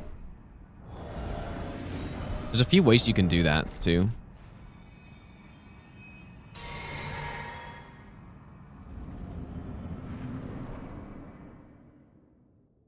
Except that's definitely a glitch, though. That's more of a glitch than a lot of things we were talking about earlier.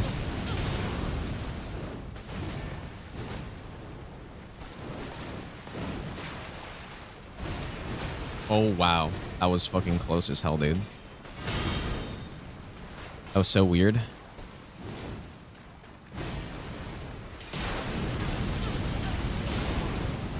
can't believe I canceled a tornado too early. I think that's the first time I've done that on this fight. Even like practicing, I've never done that.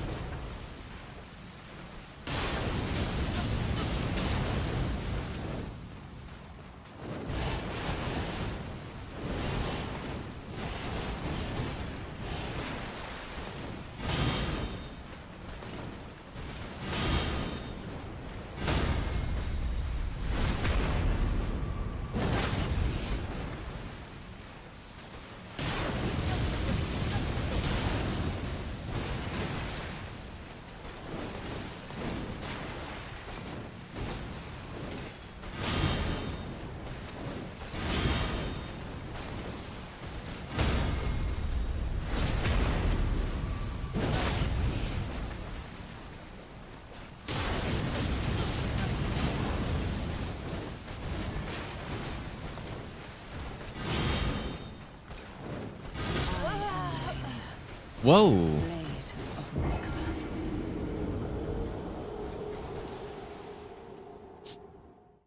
Was I really too close? Or what happened there? Actually, I wasn't even looking at her. I should see that one again, because I don't know what got messed up. I'm not, like, there's no way I mistimed that, so...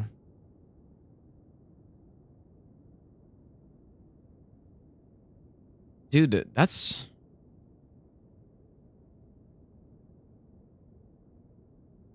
crazy. That must be like right at the limit of how far you can be or how close you can be, because the parry timing is perfectly fine. That's why that attack is so annoying, man. Yeah, I was too close. No, it wasn't too late. It was perfectly timed. It was, yeah, it was too close. Best nut ever. But, like, it didn't look like I was at all, though.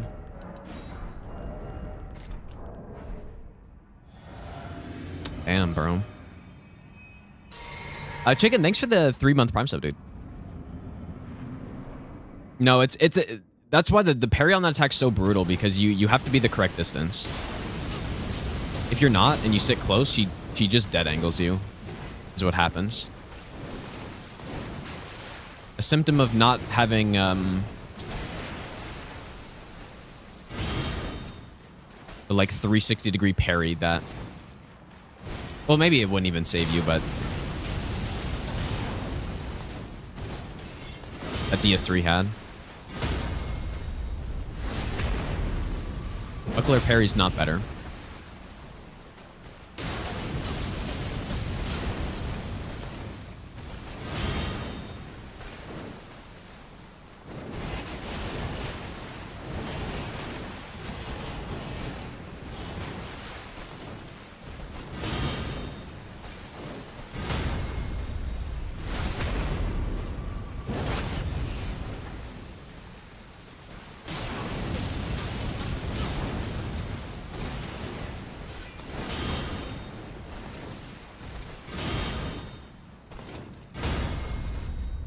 I think part of the reason why this is tough for me right now is because I've never fought her with parries before routing for this run.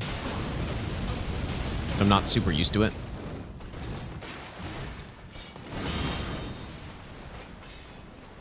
Guess I'll drink here.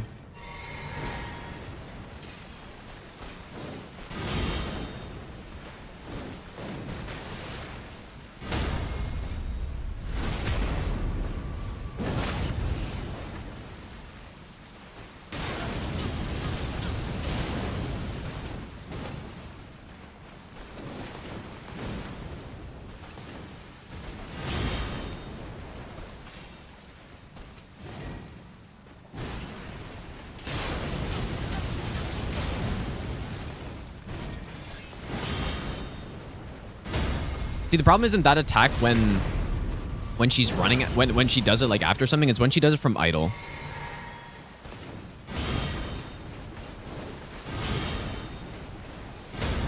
That's when it's tough.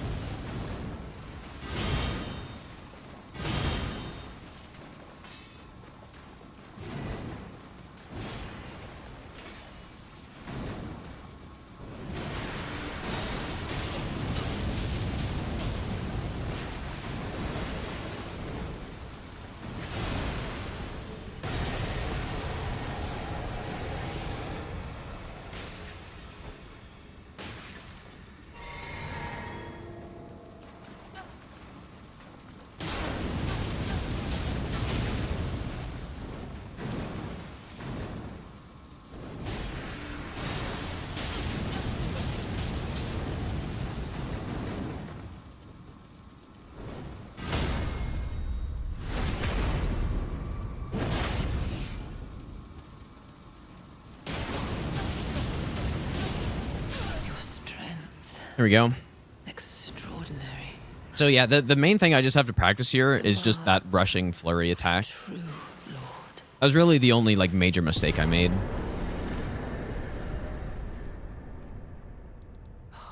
The other one's like just a tiny bit of distance. I was just a slightly too close, and then we should do Rennala first. I don't know why I do Godric first.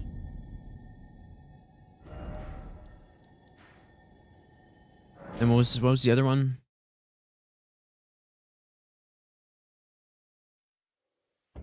Oh, I just canceled. Yeah, canceling too early. That's not a big deal either. It is, but that's not like a mistake I'm worried about making multiple times.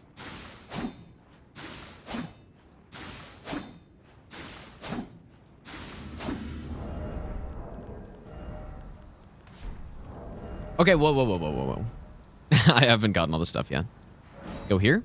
Oh, wait, actually, no, we already have Poisonous Mist, I think. We grabbed it earlier. Poisonous Mist, spread out. Yeah, so we've actually got everything. So let's put Mothlight on this one. And then I'll put Poisonous Mist on this one. Let's just put it with an occult so I... Actually, wait. Let's put it with a standard so I can just see that it's different.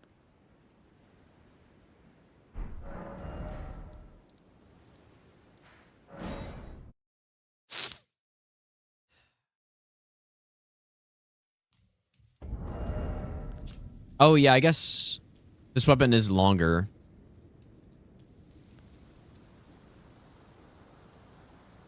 It's fine.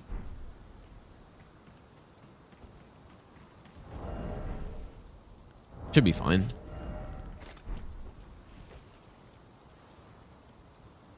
Yeah, this is a pretty tough run though, man. Like, it's pretty tricky.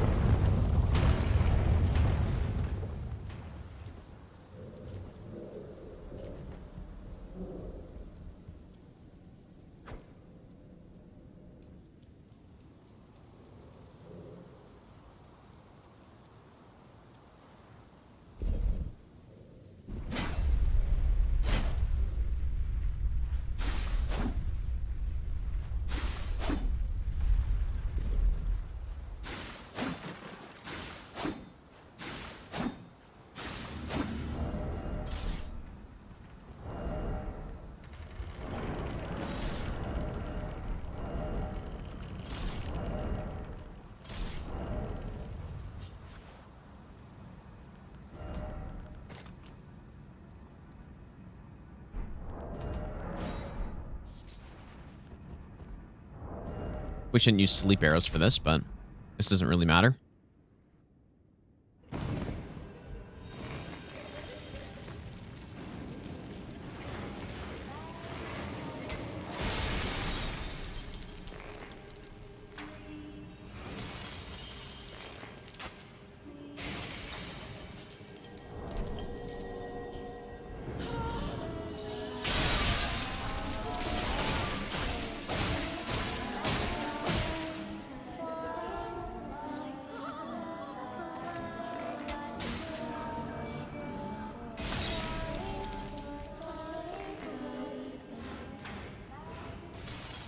Come, sweetings. Time to be born anew.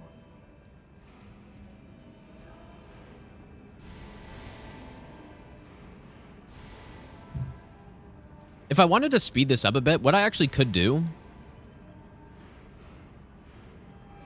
is go with Rot at some point here, but... Because right now the Frost is probably reset, so what I could do... Or even before it resets, I could just... go in with the Rot.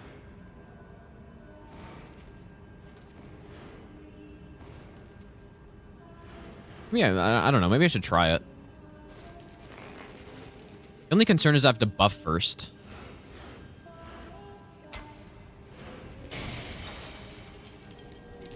Let's see if I can get it off in time.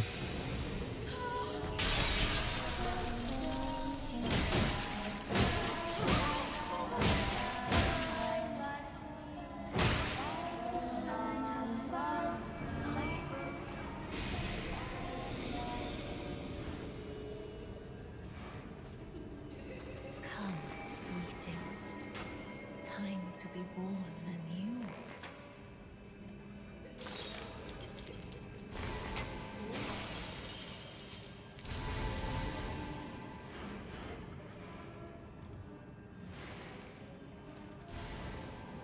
Actually, does this make any sense? Maybe this makes no sense. Let's just see how much damage the rot ends up doing here if I could go in for a tornado, because as far as I'm aware, I don't think she can go to phase 2 when she's in the bubble. So, like, let's say right now I went and did the frost and poison combo again. It would take her to 1 HP, but I don't think she'd be able to go into phase 2, unfortunately. Because that would be a great strat if I could, but... See how much this takes her down. Let's go on Mr. Zoom.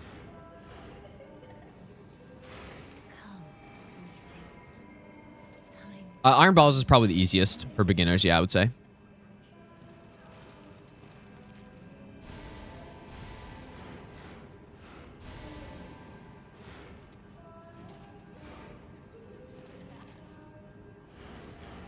So what I'm just trying to see is if this will get us into tornado range. We can try it, but... the thing is, tornado kind of takes a while.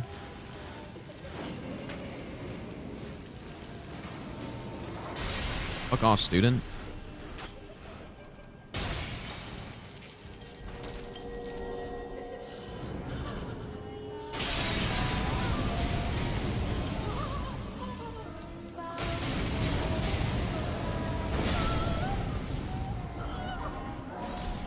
Really won't get landed on one day.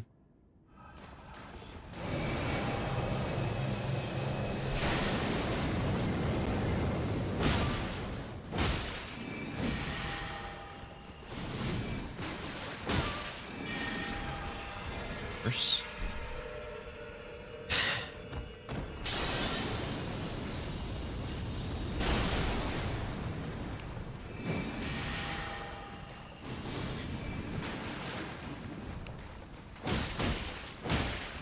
Oh my god, bro.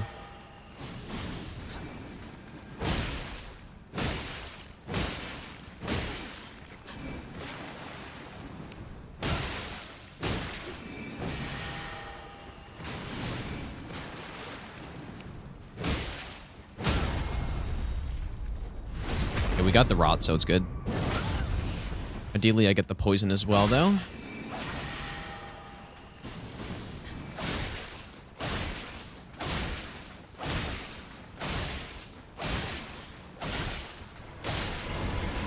That's the great part about using this weapon, is that I have enough time to roll. Like, if I do an extra attack, I have time to roll still.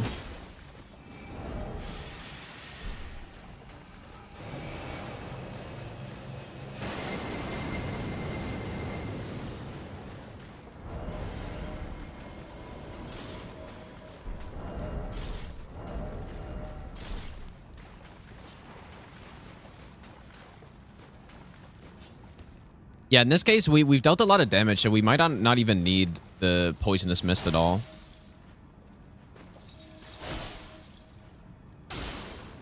We'll see.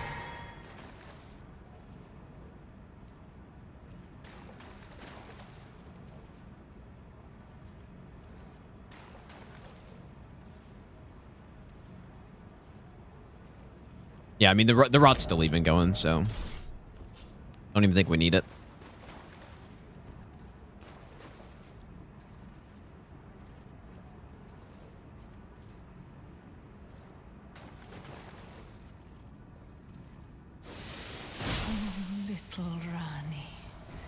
Nice, very clean fight. Especially, like, getting the moon before you proc a status is just very bad RNG. But I guess in some ways it could actually be good. It's obviously best if you don't get any, but if she does moon, she goes into iframes and she doesn't take damage from statuses that are procced while she's in the moon, so I guess you lose out on some damage that way.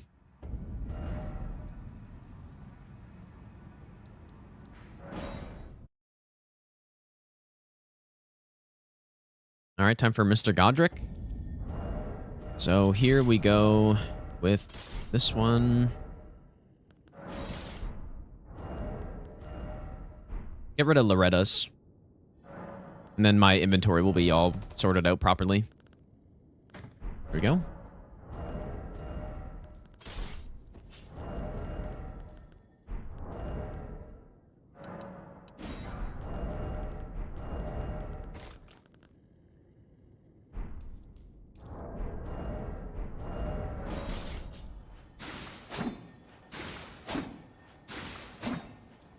She wasn't attacking because during her, I think, what is it? During her dragon, during the wolves, and during the bloodhound, she just doesn't attack you. Like, I think during the troll she does, though. Yeah, so when she summons, though, she doesn't attack you. And we have the beast torch. So she doesn't attack you unless you either attack her or the wolves all despawn. But the wolves need to do, like, every single one of those summons needs to do a specific attack before they can despawn, or you kill them. But we have the beast torch, and so the wolves don't attack us because we have the beast torch out, so they can never do the attack that causes them to despawn, meaning Rennala can't start attacking you unless you attack her, basically. Right? So we just pick her down with poison and frost, while not actually attacking her, so that she just sits there and does nothing forever. And that's right, like, you could sit there for, like, hours and she wouldn't do anything. So yeah, we're just trying to get her into phase 2 and then just wait for those attacks. It's just, like, it's kind of just a bonus if we proc the statuses, I guess. Speeds it up a bit.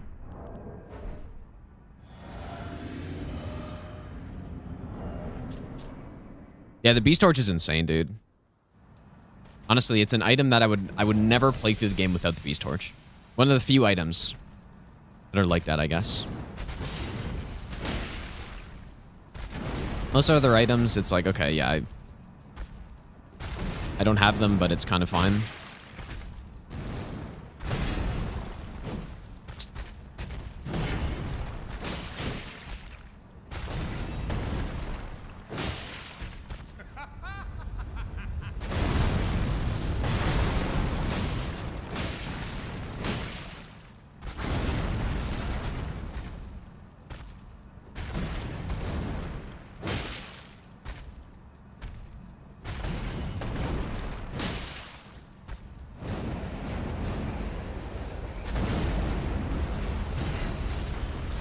Holy smokes, this RNG is terrible.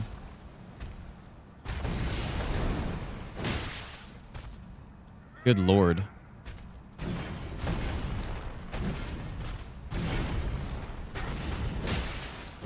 There we go, finally.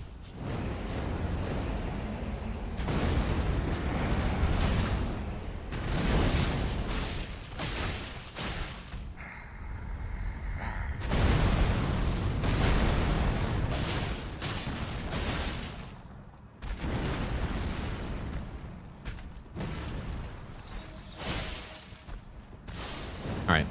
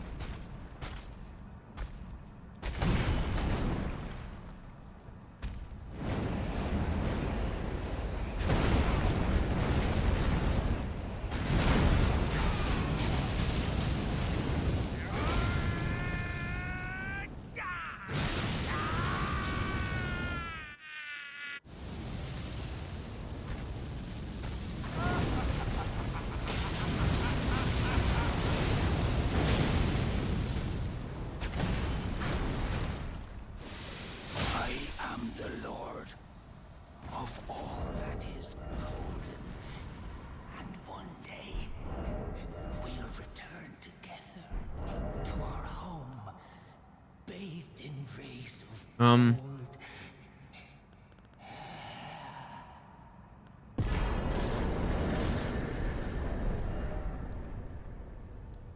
I gotta manage my inventory because to do the swap I want to do for Moog, actually, I guess I need Loretta's sickle back.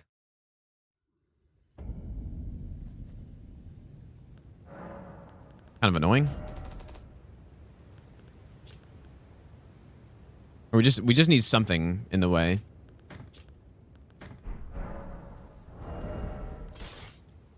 Oh wait. Unless like what I could do is just get rid of. I need something above the spear. Wait, what do I need, dude? obviously put something away that I didn't before. Not the sickle. Maybe... No. There we go.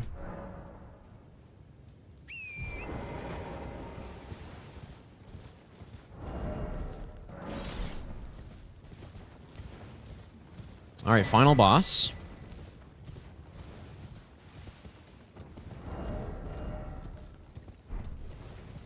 Or an insane 8-hit run.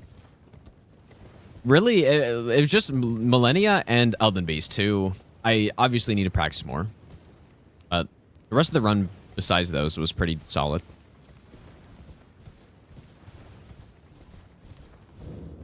I took 6 of the 8 hits on those 2 fights.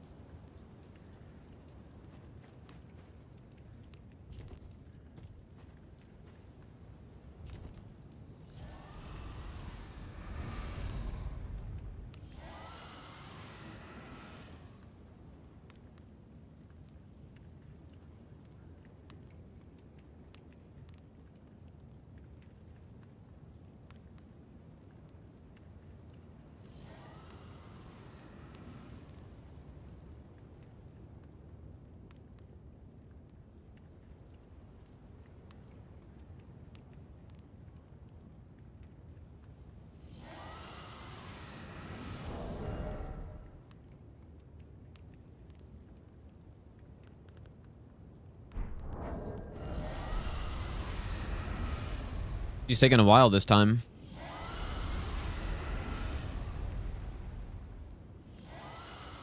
Oh, what did I miss? Oh, Aussie Attack. Thanks for the 6-month reset, by the way, dude.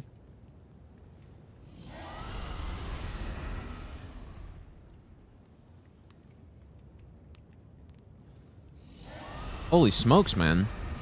This is insane.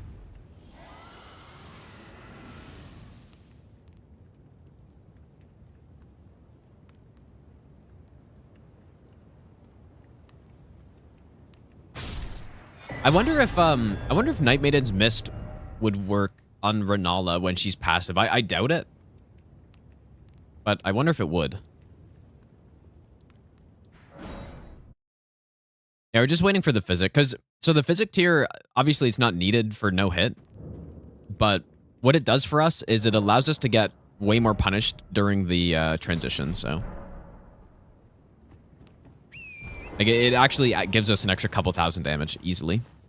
Just because we can actually use a tornado. I'm gonna go into all bosses, Keenan, after this. What's up, Hector? But yeah, all remembrances sucks, man. Like, I was explaining it earlier. It's basically just this run, except you're adding the least fun main bosses onto it. It just adds a shit ton of time. But speaking of time, we're at... Yeah, so what I was saying, I was saying this run's about 4.5 to 5 hours, so I guess that's accurate. Pretty long run, considering the number of bosses we're doing. But it may actually... I mean, maybe it's not. Master run all bosses in DS3 was probably about like 5 hours for me, so... And when you think of the number of bosses, this run is the exact same... Or it's like... It's 2 bosses less than that, I think. 2 bosses less.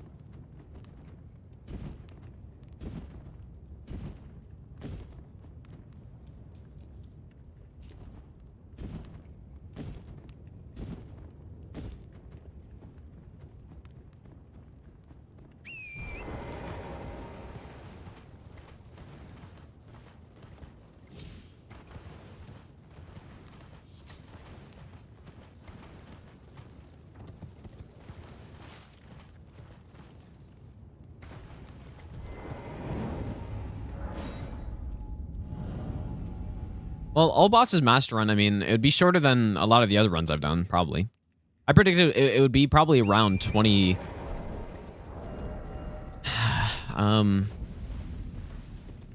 probably around like 25 hours, I think.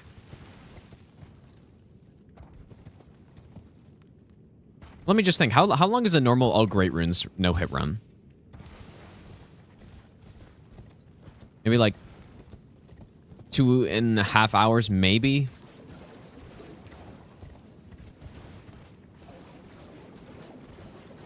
Maybe like 2.5 hours?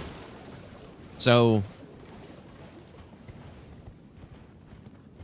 if a normal run for that is basically half the length, and like it's probably safe to assume that 25 hours for all bosses, where normal all bosses like 8 to 9 hours, is probably reasonable. But it doesn't, obviously it doesn't work exactly like that, but...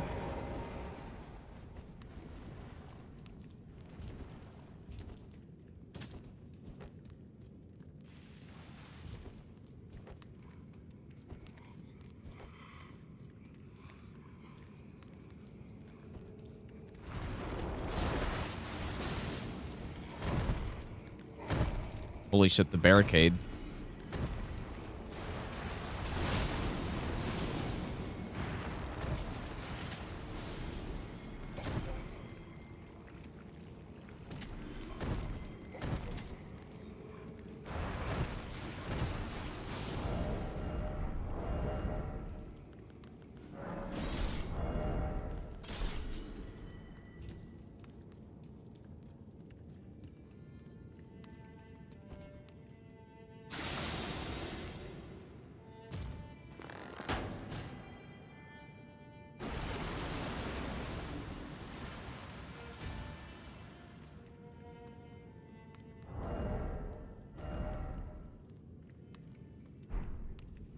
Maybe I'll give you the best nut ever. Wait, why is the swap wrong now? Oh, because I have the pull blade. Oh. Whoops. I forgot we got another weapon. So I guess it does work out. Your Dream, thanks for the brand new Prime sub, dude. All right, simply one more thing we gotta go get. Where do you find Malenia easier than Beast? Probably. It depends what you're doing, though. Because I would say Malenia on this run is easier than Beast. But for normal playthroughs, that's pretty unusual, I think.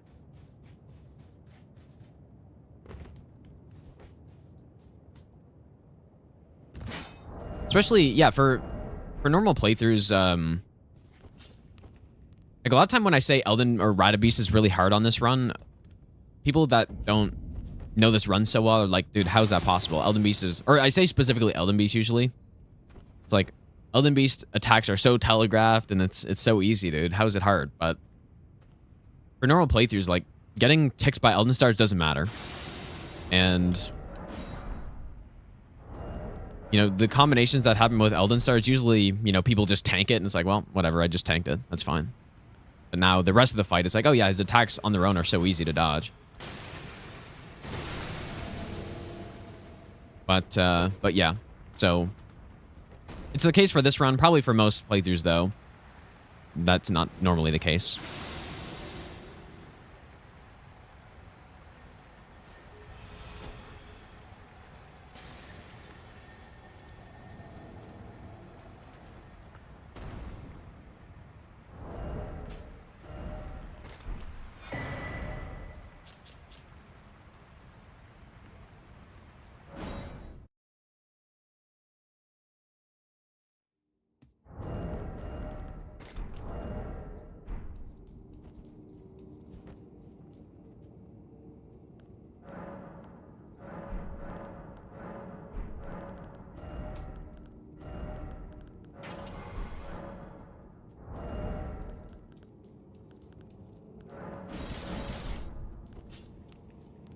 Equip the tier. We have the shackle. Everything should be good.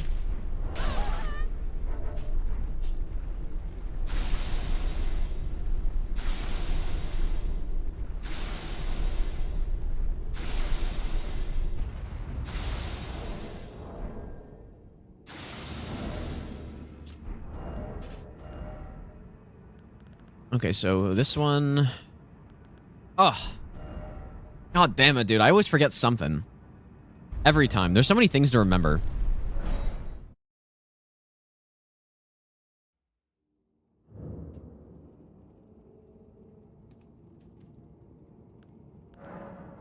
Every time.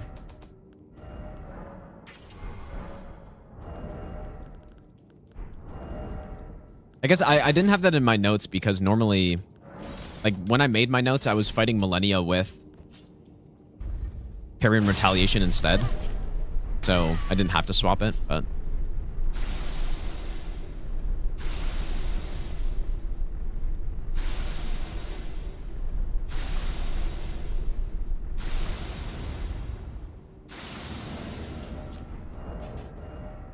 So this one, this one, this one.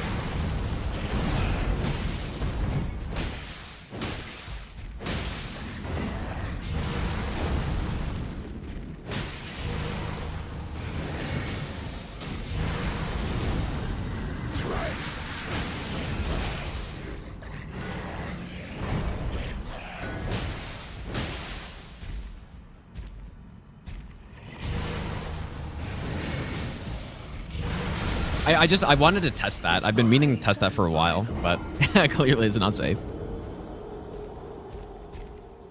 Oops. Because I've done that before when I've been practicing the fight. I like parry and then immediately shackle. But I just had to test it.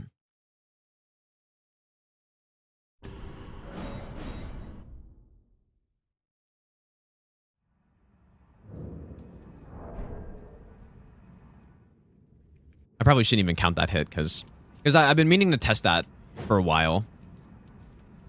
So I guess it doesn't matter.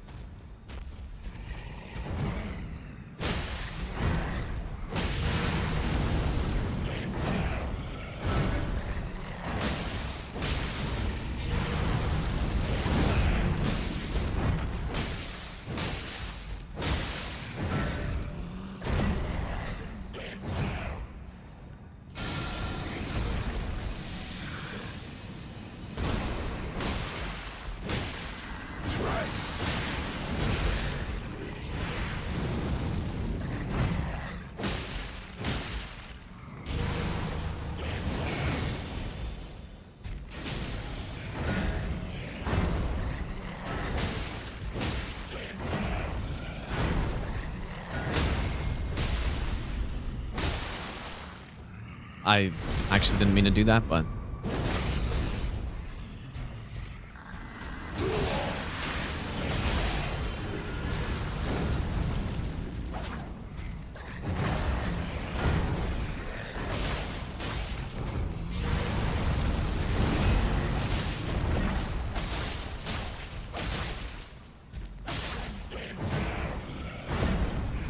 We got both?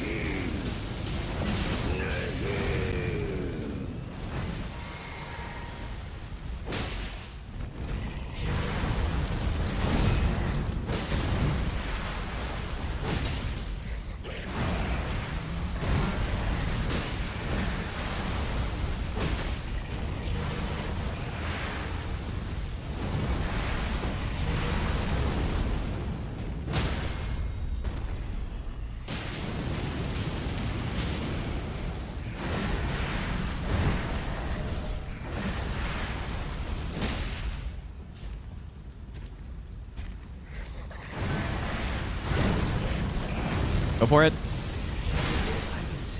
That was a little risky, but it worked out.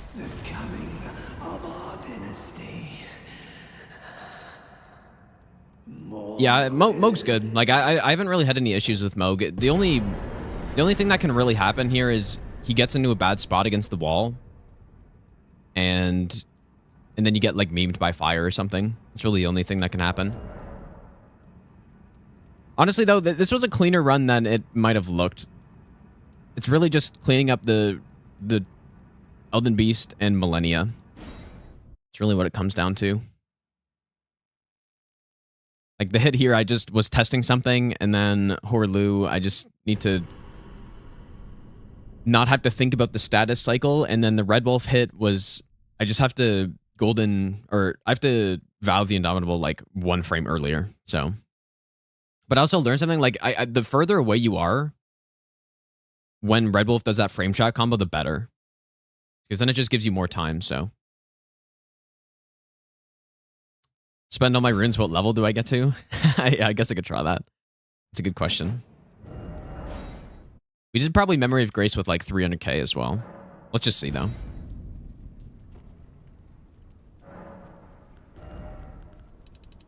I mean, you have to imagine I get to at least level like fucking 200.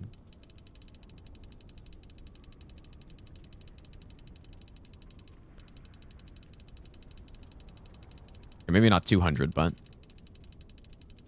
160. Pretty high level.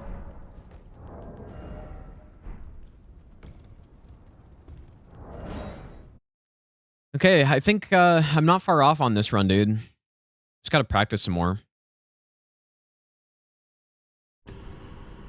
Which I guess for the end of today, I guess we can continue the casual playthrough, but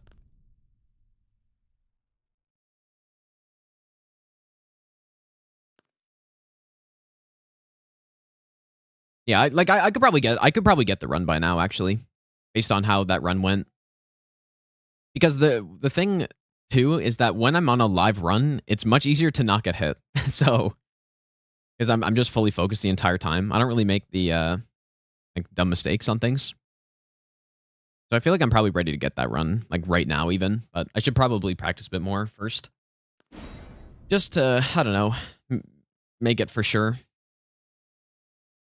Okay, hopefully I have a save file for that character.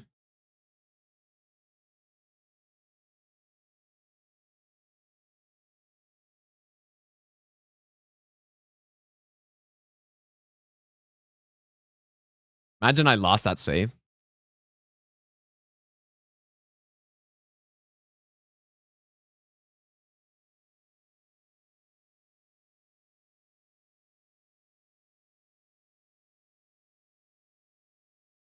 What was the last... Does anybody remember the last thing we did on this casual playthrough?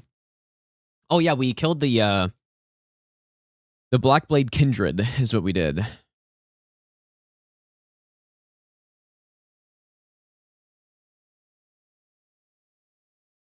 Yeah, that was the last thing.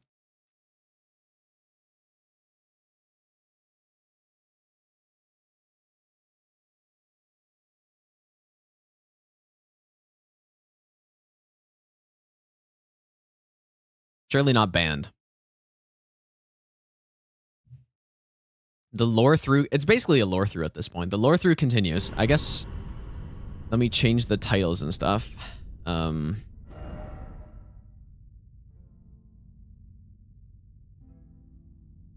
Guess I should change the YouTube thumbnail also. There we go. I will also turn off the music. For people on Twitch. At least.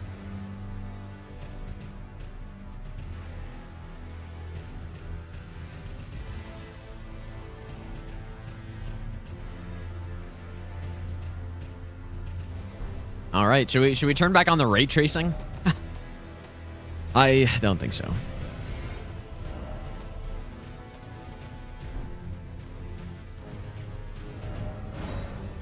We are at 10.5 hours.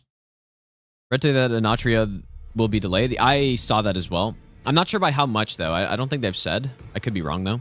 Last thing I saw was that they were going to delay it. And it's funny because on today's video, it's sponsored by Anatria, but like I say, the release date's the 21st, even though I guess it's going to not be. Yeah, that's some bad timing, dude. Okay, so we just killed the Blackblade Kindred. And so we have 92k runes. And now let's read all this stuff and buy it up. I'll buy all of it up.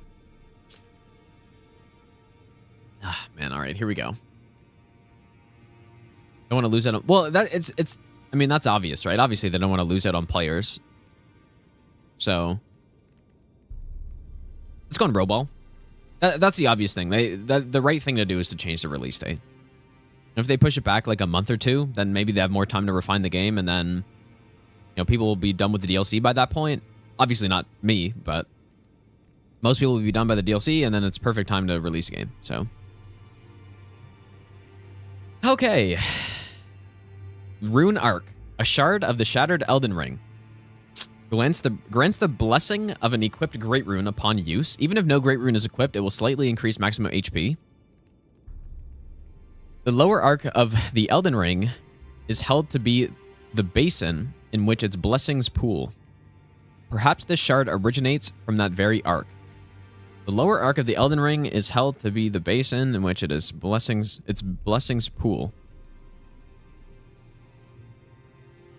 Okay. The White Cipher Ring. Allows you to automatically... Okay. One of the lost mystic codes said to have been bestowed by the Two Fingers. Thanks. During Hunter multiplayer, your objective will be... Okay. Then Beast Bones. I think I've read these ones. Okay, our first memory stone.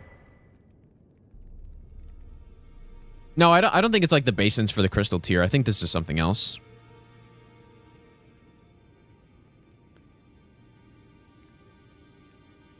Volcau Lava. How's it going, dude? Memory Stone. A black, lightly beguiling stone. I don't know if I said that right. Prized by the sorcerers who produce them. Said to be a fragment of the Black Moon that once hung above the Eternal City. Okay. I know what that means, I think. Fragment of the Black Moon. Oh, beguiling. Okay, well, there you go. Stone Circuit we already read, but I should probably buy these up. That's why I killed the Kindred, because things cost... When you're buying everything, it's very expensive. Okay, we already have a dagger, I think. Longsword, a straight sword with a double-edged blade. In addition to its reliable standard damage, this weapon also boasts powerful piercing attacks. Superbly balanced armament. Rapier. What does it say about square off? Nah. Rapier. A piercing sword with a sharp, slender blade. In addition to this weapon's thrusting attack prowess, it also boasts the ability to be used while guarding with a shield. As one of the smaller piercing swords, quick successive thrusts are easy to perform, but without a cutting edge, it cannot be used for slashing attacks. Scimitar, a curved sword with a single-sided blade. Delivers slashing attacks with its sharp blade, but it's ineffective against thick armor and hides covered in tough scales. Smaller in size than most curved swords. Carves into enemies with quick, sharp cuts. Battle Axe. A thick, heavy blade attached to a handle, a versatile standard weapon, capable of powerful attacks thanks to its weighty blade. These weapons are also regarded for their powerful charged attacks. That is definitely true. Mace. An iron bludgeon with sharp protrusions. Striking attacks have few drawbacks, potent as they are at breaking through guards and stances. Most suited to head-on slugging matches. Yeah, I guess so. It does have, oh, it doesn't even have Endure on it in this game. Wow. A short spear. An exceedingly plain spear of modest weight, simple to wield compared to many of its peers. Its strong attack unleashes a series of successive piercing thrusts. I do think we already have a longbow. Finger Seal. I already have that too. Heater shield. Medium-sized metal shield, comparatively easy to handle. Metal shields reliably negate physical damage when guarding, a trait which made them highly trusted on the battlefield. Most of these shields just say the same thing, man. Knight helm. Iron helm of an unknown knight. It's made of thin iron plate. Such metal armor is heavy but provides considerable damage negation. Curled Fingers Trick Mirror. A small clouded mirror that reflects an image of a golden figure. One of the ritual implements created by the Tarnished to deceive invaders. Small clouded mirror that reflects a flesh and blood figure. Okay. There we go. We already have a big arsenal of weapons here, dude. I guess, how do I have 2 broadswords? Oh, I started with 1, I guess.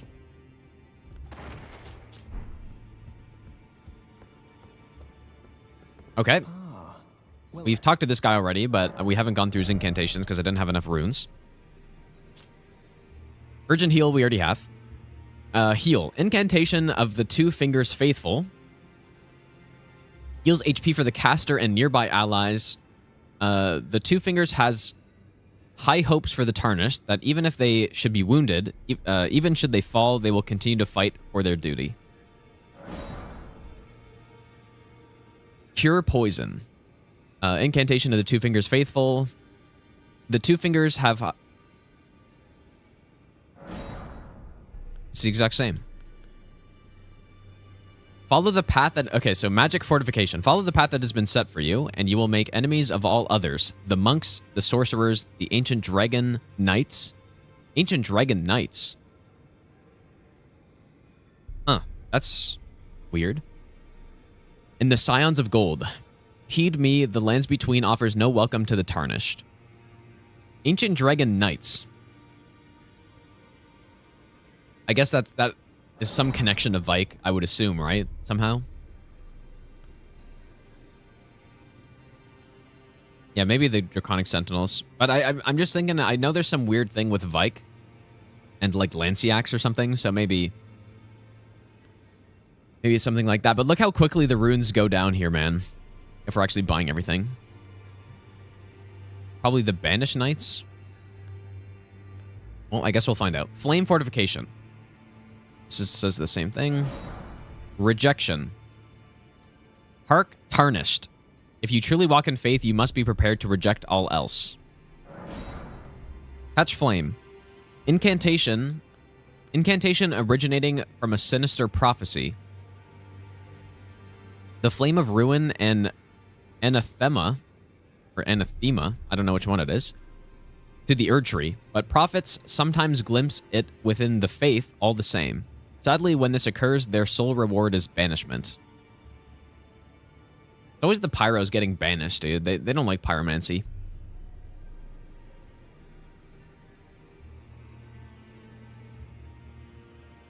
What does that word mean? Anathema. Or anathema? Anathema? I don't know. What does that mean? This one's the same too. Kristoff text. Spirit of Kristoff, an honorable knight of Leyndell who was a devout worshipper of the ancient dragons. We'll read everything eventually, you guys. So we'll put it together. Slowly but surely. Basically means as opposed as you can possibly be. Oh, okay. I guess it makes sense.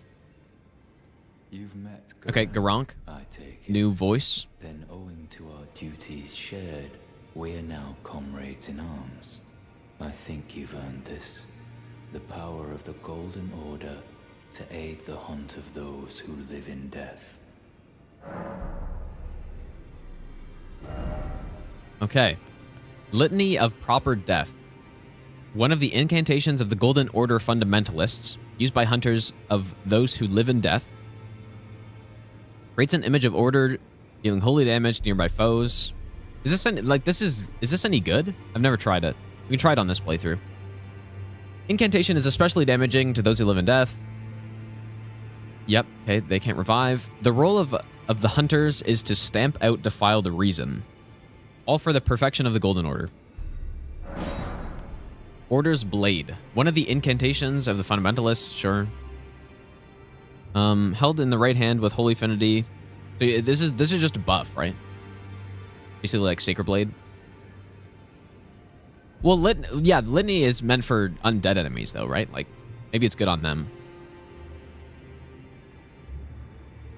Unless, like, yeah, it just deals damage. The role of... Okay. Is it the same?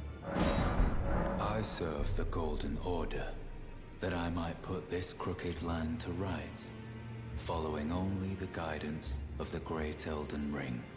Those who live in death fall outside the principles of the Golden Order. Okay.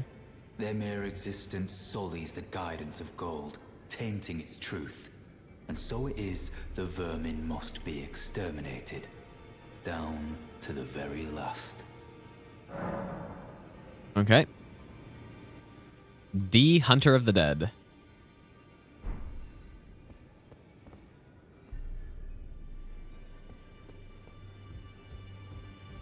Now, I guess we should kill this invader at some point, too. Roro Gamer, how's it going, dude? All right. This guy, Oslo or whatever his name is. Hello. You must be new here. Well, just call me Dion. Or I guess that's not him. The honor of one's house holds little import in these lands. By the way, have you met a young woman named Lanya on your travels? Lanya She's my nuts? servant, Lanya D's but nuts? fickle as the wind. Take your eyes off her for but a moment and she's good as gone. Actually, don't know who that is. Please be sure to tell me. Be sure to tell me if you meet a young woman named Lanya.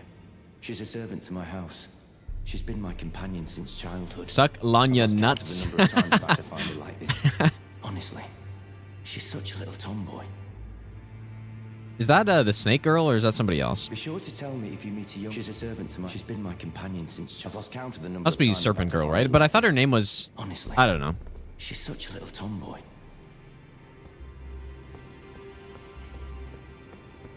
Unless it's actually somebody else.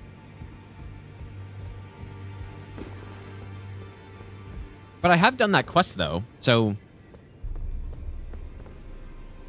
Oh, right. Okay, yeah. It's the girl who's dead, right? Because, yeah, I've definitely done that quest. Or I've done part of it.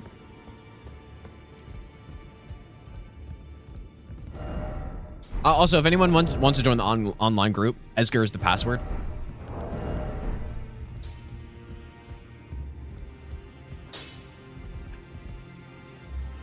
You're a new face. No matter. It's all the same. Lay out your arms. Let's get smithing. If you do bleed build, you level Arcane or Dex. Well, Dex is more suited towards being like generally good on stuff, whereas Arcane is better for the bleed, but as soon as you hit a boss that can't bleed or status, you are toast. So I would probably go like a mix of both, but prioritize Dex, but you can just do whatever you want. If you're going pure bleed, then Arcane is better, depending on the infusions you put on and stuff. Like, you can go... Well, what you can do is go Arcane and go, like, Occult. So... Okay, so... I see you've noticed the chains. Nothing special. I'm a prisoner and these are my chains. You get for being a... Trapped by the hold. It's like a... Dying, smithing for you An omen fools. guy, I guess, right? That's all there is to it.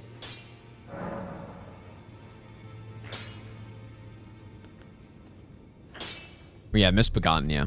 No, don't read too much into it. I've no grudge against you. My being a prisoner is no fault of yours. Besides, Barnacle I boy. don't mind smithing. Despite my differences, the weapons get stronger all the same. Given time, technique never fails. Besides, it helps me forget It'd be cool if he actually worked on different weapons. the sheer terror of her. Who the hell is he talking about? Too bad I can't see that dialogue ever again. Classic Souls game.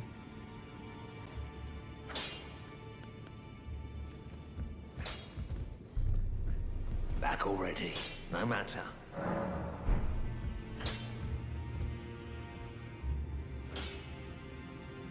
Actually, that's one of the most annoying things about these games is the dialogue. Just all the stuff relating to dialogue is brutal. I should have a log where I can just go back and read what an NPC said. Simple. Greetings, great champion called by grace. I am Fear. Circumstances have compelled my stay at the Roundtable Hold. Great champion, would you allow me to hold you? But briefly, perhaps you might share with me some of your lively vigor and your stout-heartedness. Doing so will grant me the warmth of a champion, and you, I am sure, will bear a Baldakin's blessing. Do you think it vulgar, perhaps? Where I come from, it is a sacred act. I understand. Your disdain is only natural, but should you change your mind, come pay me another visit. Oh, had a change of... Ah, my thanks, great champion.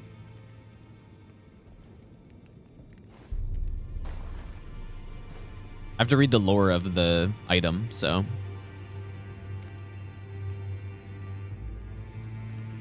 You are very warm.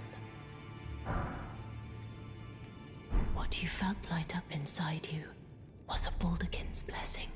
Though it is but a fleeting thing, I am afraid. Come back to me, should you require another. I will take you in my arms as often as you... I feel like that's actually a really strong item. We should probably try it somewhere. How long does it last for? I've never, like, actually used one of those before. I am pleased to see. Would you like the blessing? Would you like... Now... You don't get another one, right?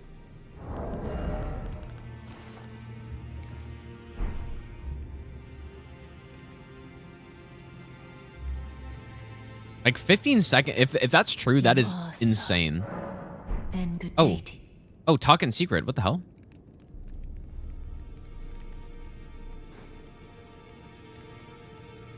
Okay, let's read the lore first, I guess, on it. Also, let me know if I'm breaking a quest somehow, please, because it might happen. Favor bestowed by a deathbed companion, protection of a hidden temple in the guise of a bedchamber.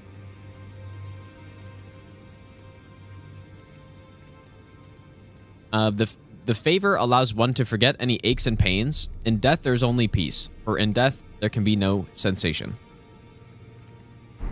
I am pleased to see. Would you like me to hold the blessing is still a... Would you Yeah, like you do to get be another held? version eventually, yeah. Come closer.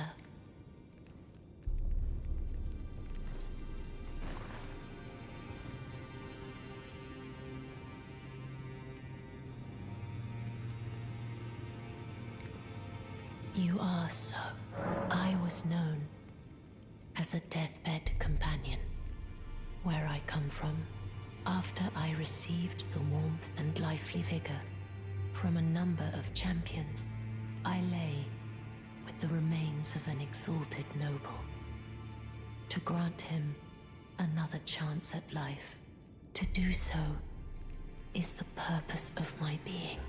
But before I could bear the noble into new life, I was awakened by the guidance of grace and chased from my birthplace. Pray, be kind. Despite all that, I still wish to be a deathbed companion. So please, let me hold you like this, as often as Whoa. it takes. Then good day to you, my dear. Does Baldakin's Blessing and Endure stack? Anybody know? Or how does it compare to Endure? I am pleased. Would you like the blessing? Would you like now? Let me just see if she says anything different now.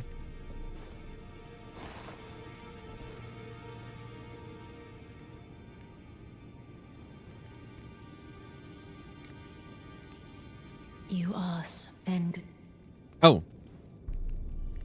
Okay, I guess not.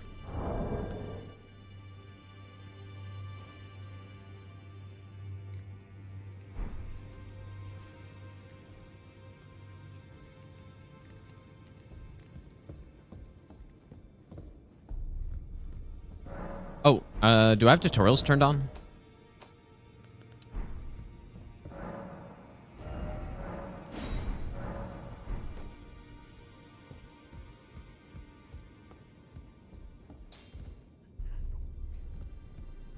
Okay, so 6 of these.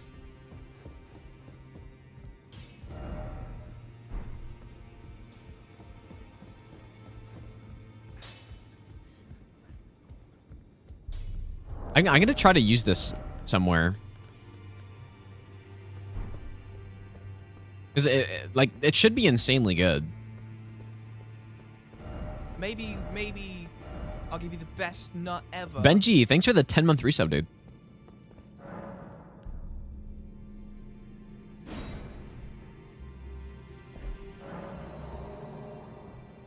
I'll use one of them.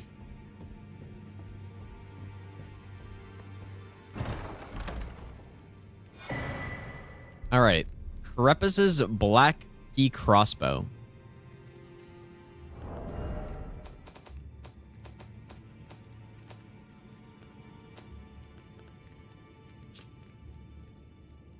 Black crossbow featuring a long stock used for sniping. It has very long range. Weapon of Crepus, who served the two fingers from the shadows of the round table as the head confessor. So that's basically like me. That's like the lead guy.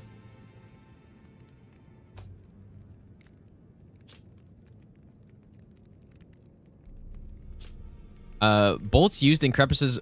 It's weird how they spell Crepus's like this here, but then for the crossbow, it's with an extra S on it. Like usually you don't have the extra S, I'm pretty sure, but... Bolts used in Crepus's Black Key Crossbow. Yeah, like it's a mistake. It must be. An assassin's tool of exquisite craftsmanship. The intricate spiral tip bores deep, injecting scarlet rot far into the flesh of its target. I mean, we could try to use this thing. It seems kind of cool.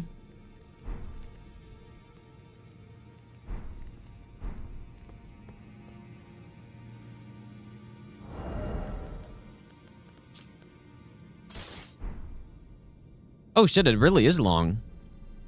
Bang.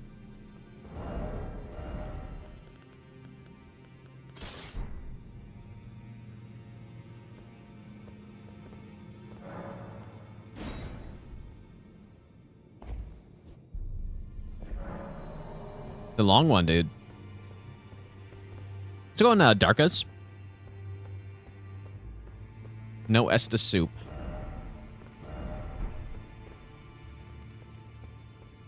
This thing looks crazy, man.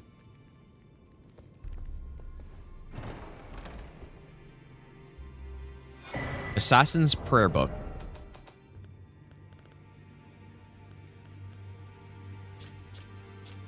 Prayer Book of the Round Table Holds Assassins. And that's it. I mean, maybe we're going with like an assassin build on this one. The Confessor Assassin build.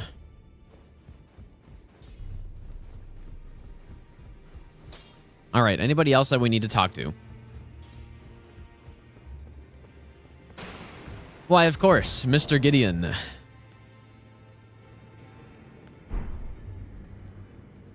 Oh, this is a rare occasion. I can't remember the last time a new tarnished made their way to the round table. Very well. As your senior, I bid you welcome. It is safe here. You may let down your guard. Allow me a word of advice. As your senior, you are a mere visitor to the round table. Nothing more. A house guest.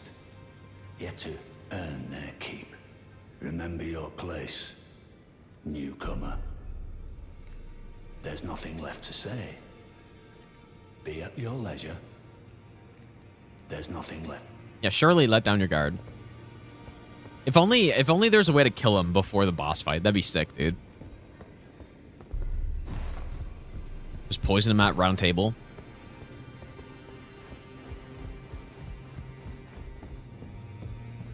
Okay, I do think that is everything. Edge Lord. Edge Lord.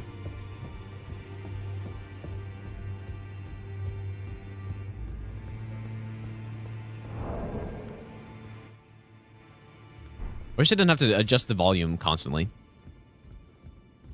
That's because the voice dialogue's so low in this game. Again, I have it maxed out. Okay, what should I use against this guy?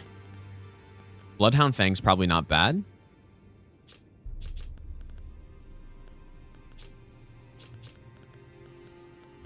We don't have any really good NPC killer at this point in time. Guess we have Stamp Sweep.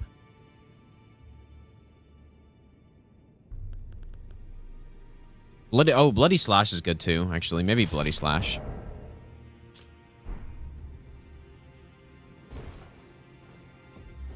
I really want to try... Like, this thing looks so cool. Is there... How many of these Black Key bolts exist in the game?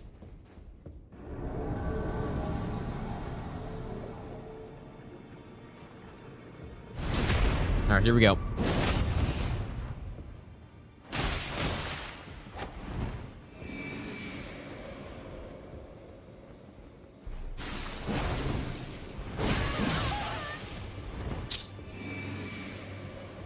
God, this guy's fucking crazy.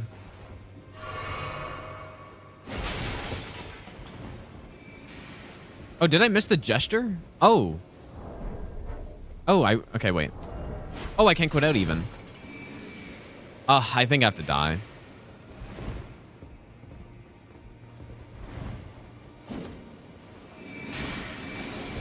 I'll just die.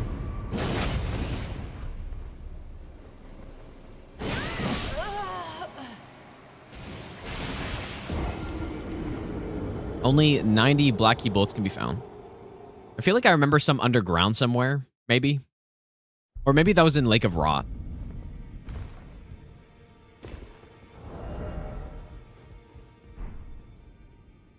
No, you can't Memory of Grace in Invasion either.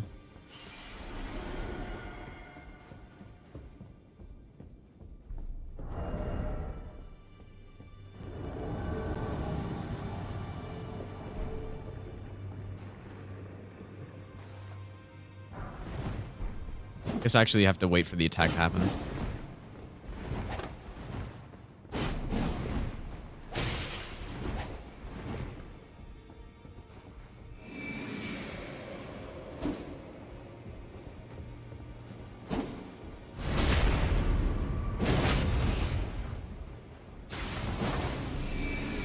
Nice iframes.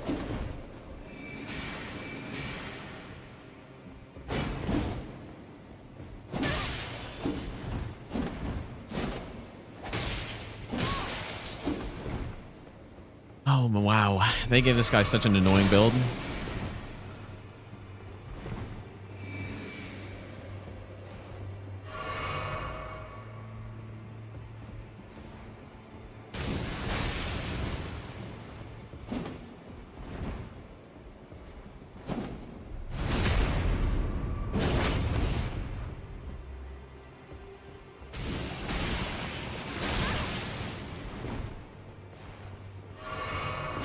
Damn, I actually got hit by that.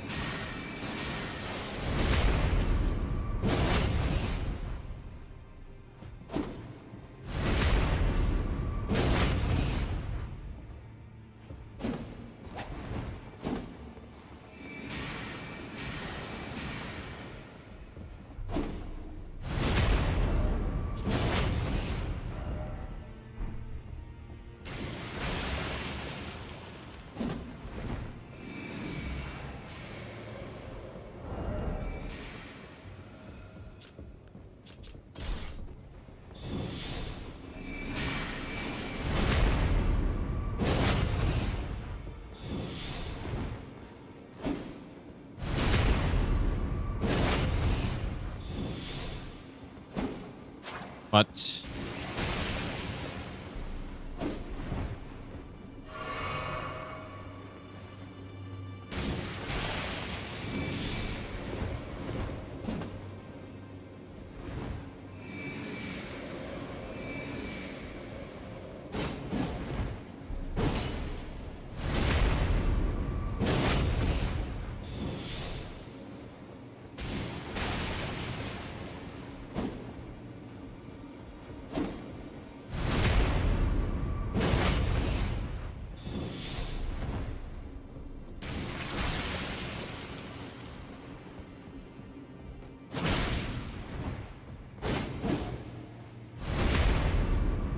this is just like in Dark Souls 3 PvP. When someone's using a scythe, simply walk around them.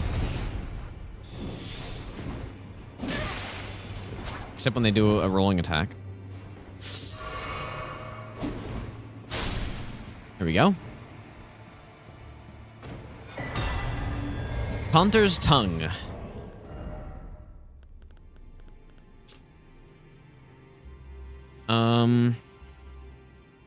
Okay, there's no lore on this, I guess.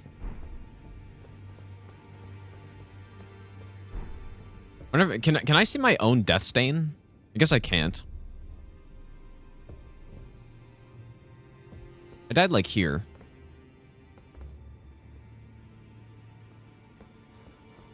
Actually, I practiced fighting this guy a lot because of like back in Bingo Season 1.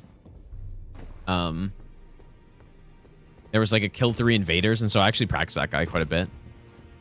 The gods demand repentance. Cough up your coin. Cough, thanks for the donation, dude. What do I expect from DLC? Everything. I don't expect anything more than what's been said by Miyazaki himself, so you can just go like read his interview on it. Cypher Pada.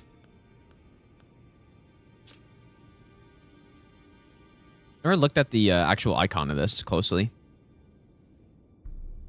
It kind of just looks like lightning unless you zoom in. One of the weapons originating from the two fingers, a formless sequence of ciphers comprised its blade. And as such, no shield can repel it. Deals holy damage. The furtive inscription appears to hang in the air, the language of light spoken by the two fingers. Huh. Interesting. Kind of cool. Why is it down here, though? And who's this?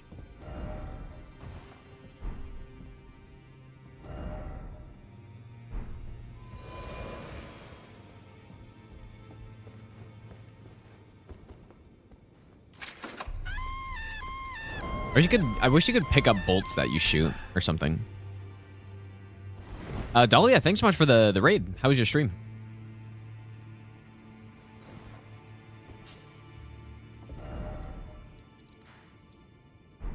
Okay, I believe we have done everything in Roundtable. Use the buff to gain health? Which buff? Which buff do you mean?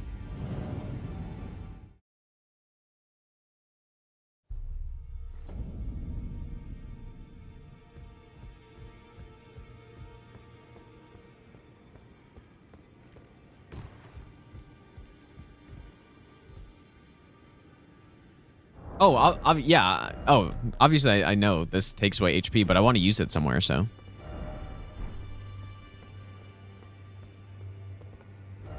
It's not actually, it's not a buff. It's more just removing a debuff, but.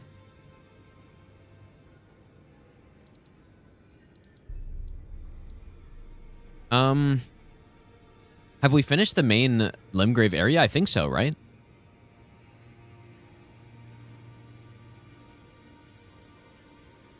How's it going, Andrea?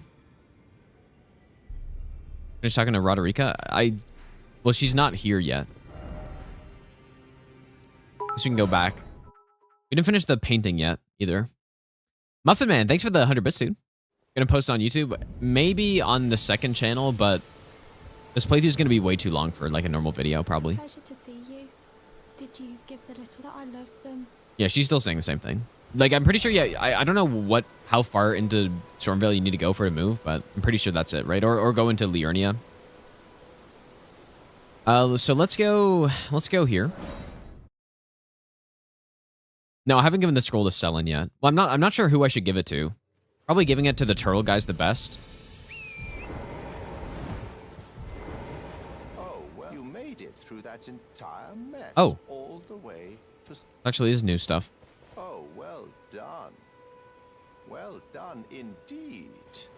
You made it through that entire mess all the way to Stormvale. And off you trotted to the Roundtable Hold. My sincerest congratulations. But how did you find the Round Table? Oh, you don't have to say it. Before, the Round Table was chock full of venerated warriors. Maybe But I'll give you now the best nut it's ever. home Muffin Man, thanks for the brand new sub as well, dude. has-beens. I fear you've been terribly disappointed. I don't blame you. But still, Gaslight the God Round as well. Table has its perks. Why not earn a seat? Fly straight and true, so to speak. What the hell does this mean?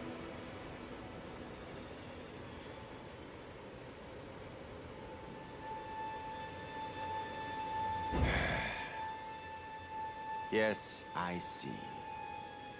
Perhaps it's just as well. Besides, you are maidenless. One can only do so much with the materials provided. But then again, if you should realize the error of your ways, I'm always willing to hear you out. Okay, let's say the other one now. Have you decided to have a go after all? At joining the Round Table proper? Ah, then you're interested. A wise choice indeed.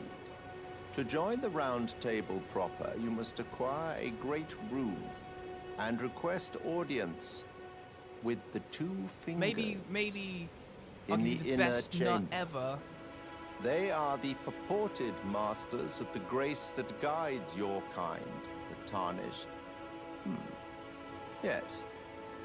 Pay them a visit, so that you may see for yourself. Hovercraft, thanks for the burning prime sub as well. Oh. Whoops. Challenge Godric the Grafted, I think I didn't shoot him. Lord of Stormvale, to acquire a great room. Decrepit he may be, but a demigod he remains. And of course, an inheritor of a great rune. Worse yet, I hear old Godric's acquired a ferocious new toy to graft. So, prepare for A the new worst. toy to graft. What's the matter? Aren't you supposed to be Then you must face go without a great rune with the two fingers. Oh, it is the dragon. Yeah, true. Oh, interesting.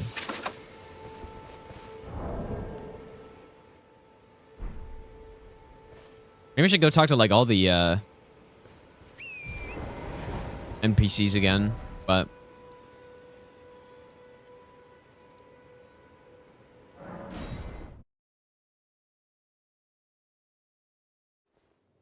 yeah, it definitely is the dragon. Maybe I'll give you the Steak best housing. nut Thanks for the ever. burning prime sub as well. You must not forget, though, those who put their hunger for...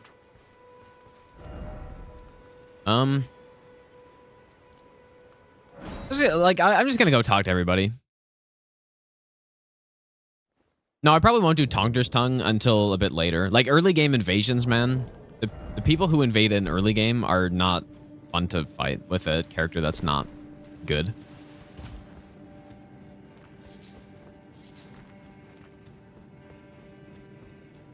You just simply get rotted and you get poisoned and you have no heals. You have less heals than they do. I'm saying goodbye to the old cave. Okay. I'm untethered by nature, and it's about time that I moved on. No worries. The old gang will inherit the shop. They may not speak a word, but they never forget a face. Spare them some coin after I'm gone, eh?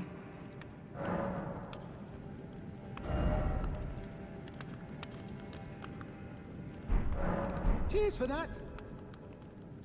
Forgot something on your shopping. No trouble. So he's leaving. So does that mean if I reload this now that he's going to be gone? Yeah, I've never heard that dialogue from Vare either before. It's so annoying that I have to change the volume every time I talk to an NPC. I guess I could just do it in the game. But honestly, slower to do it that way. Let's see if he's gone now.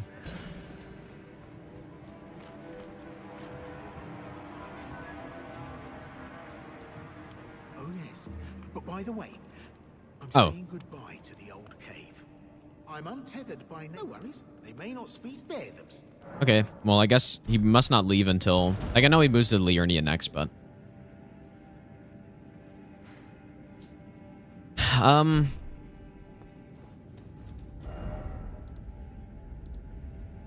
don't think I should give any spell tome to Selen, but let's go talk to her. Increase master volume. Wow, that's too five head of an idea for me. That is way too 5 head for me. There you are. Oh my god, you're a goddamn genius, dude. That's so funny. Not ever. Fox, thanks for the 20-month resub, dude. How's the rest of the volume? Is it about normal?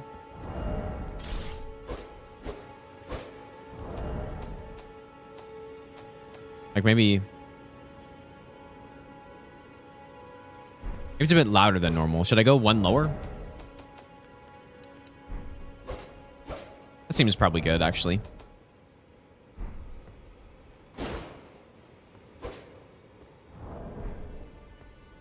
There you are. Oh, you're a genius. Why didn't I think of that? Shall we commence the lesson? That's so funny, dude. I don't think I want to give her a scroll. Oh, and how have I not bought these yet? Okay. Bought music to a 4.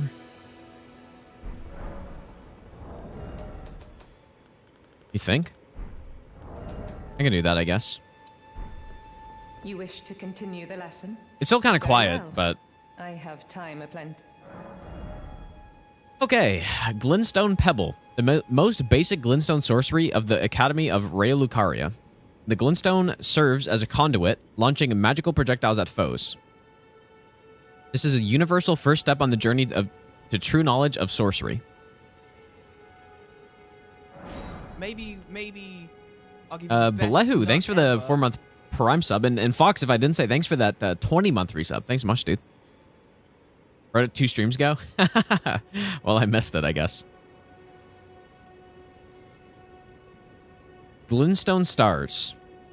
One of the glintstone sorceries of the Academy of Raylucaria. A sorcery of the Alivinus Conspectus. Alivinus Conspectus, which attracts sorcerers from Celia, town of sorcery. Sorcery of the... What the hell is this? Alivinus Conspectus.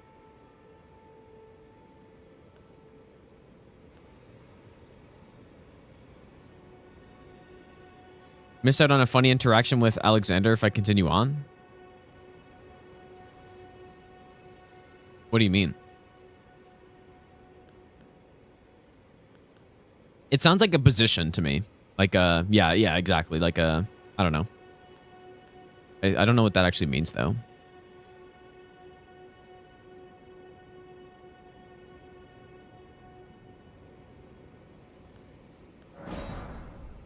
Glintstone Arc. Granted to sorcerers who depart from the academy to embark on journeys in order to fend off large group of would-be adversaries. Fools often roam in packs.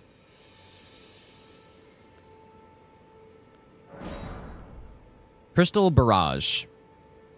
The sorcery of the Crystal Potter. Is that how you say that? A group of sorcerers who pursue the wisdom of stone. The secrets locked in the faint conjutation of the Crystallians. Time for the streams, Gino. Crystal Lions. Kumbo, thanks for the 3-month Prime sub, dude.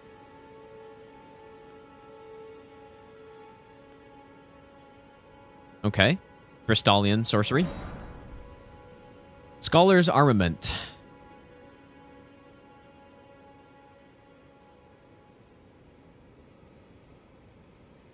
I don't know what you mean, Uxie. He's in a cave north. Yeah, but yeah, that's in Kayla though. Yeah. No, I know about that. But I'm pretty sure. Aren't you supposed to go to Liurnia first in his quest line? Like he gets stuck somewhere in Liurnia, then does he go to Caelid or does he go to Caelid first? I'm not sure. I thought he went Liurnia and then Caelid. Both of those aren't required for his questline, though, but we should do it anyways. There's an entrance. I guess, yeah, I guess we can go there. Okay, yeah, we can do that next. You're right. But he's not even in there, is he? I don't know, man. Okay, so Scholar's Armament. Taught to the Knights of the Cuckoo by the Academy as payment for their contract. Okay.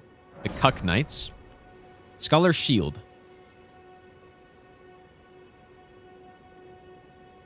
Oh, it's the other way around. Either way, I'll go check it anyways. Taught to the Knights of the Cuckoo by the Academy as payment for their contract. Same thing. Maybe. Okay, here we go. Best nut ever. New dialogue here. Oh, wait, I don't have to turn it up anymore. Cadella, thanks for that Brandon Prime sub as well. Our art draws upon the powers embedded in Glintstone. It's still very quiet. But what is the nature of such power? Glintstone is the amber of the cosmos. Golden amber contains the remnants of ancient life and houses its vitality. Wait, I missed all that. I was thinking about how I could turn up my PC volume and then turn down the other volume here. But You wish to continue the lesson very well. Our art draws upon the powers embedded in Glintstone. But what is the nature of such power? Glintstone is the amber of the cosmos.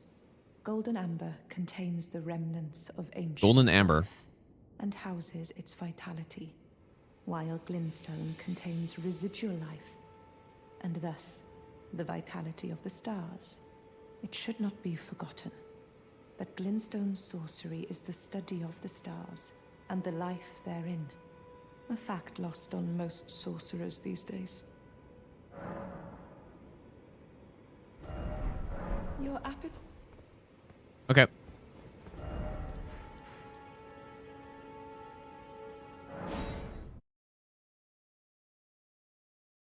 Not wearing headphones, complain about. Well, no, it just is. It's mixed so quietly though. It's not the headphone issue.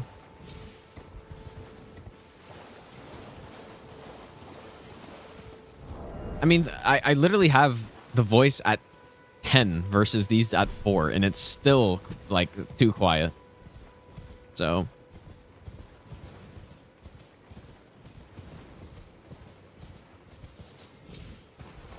No, it is definitely not pronounced cuckoo.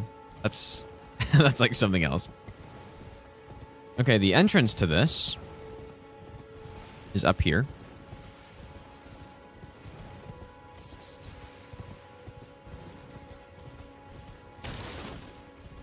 I guess I could have just jumped up, but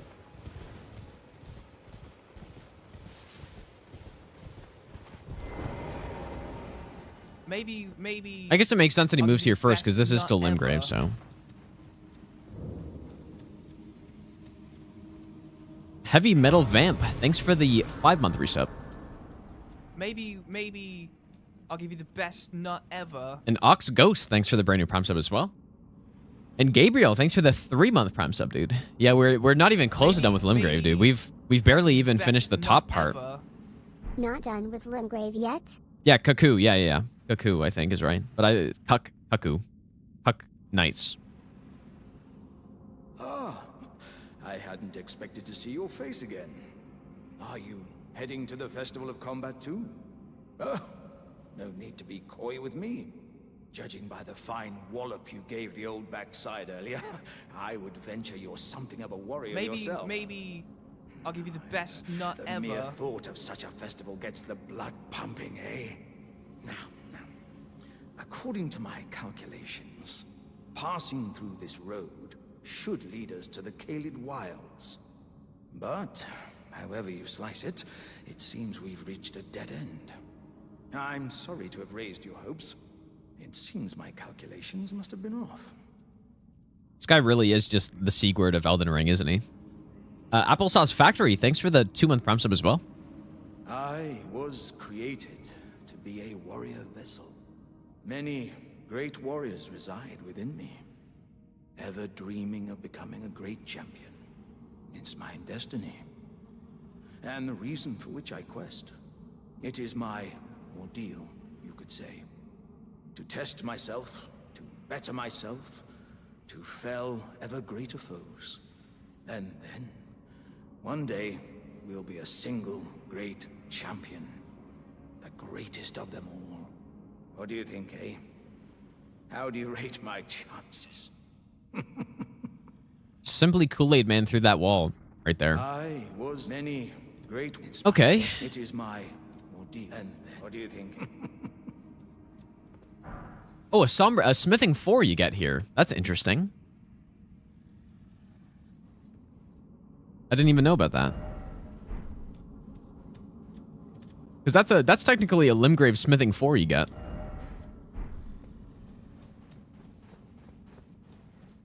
Wouldn't do anything for region locked, I don't think, but...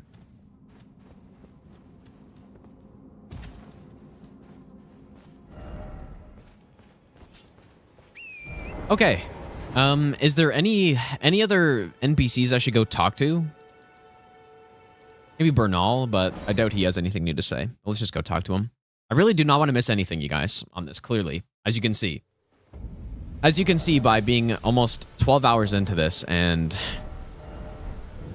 still in the main part of Limgrave. Glad to hear to learn. Okay, he's got nothing new. I think that's it. But of course, I still need to come over here to get the painting.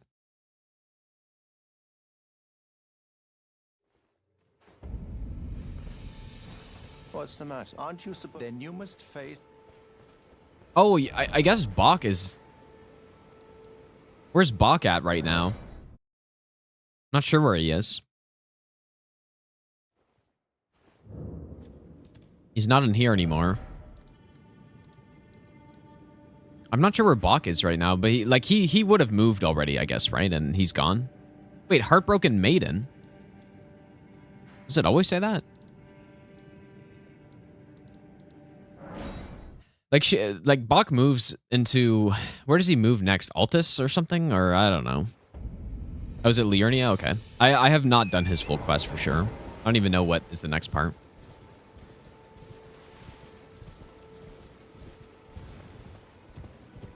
Okay, so we have this painting that we found.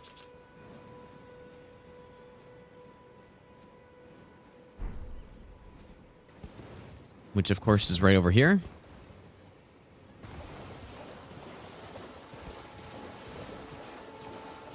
We are fighting every boss, yeah.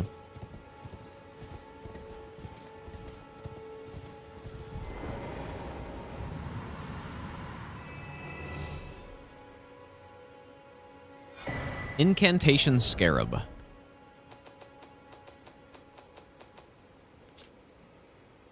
Golden Scarab worn directly on the head.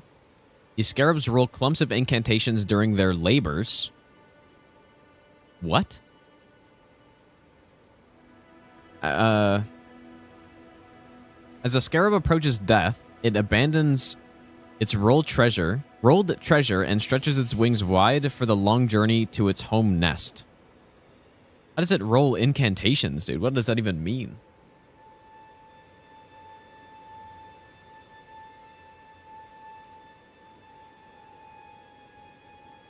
When I think about the scarabs, like, sure, I guess they do roll things.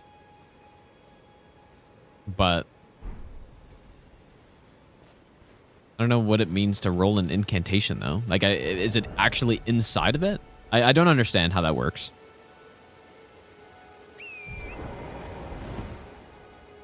Oh, yeah, maybe Zaramore, actually. Maybe. I don't know.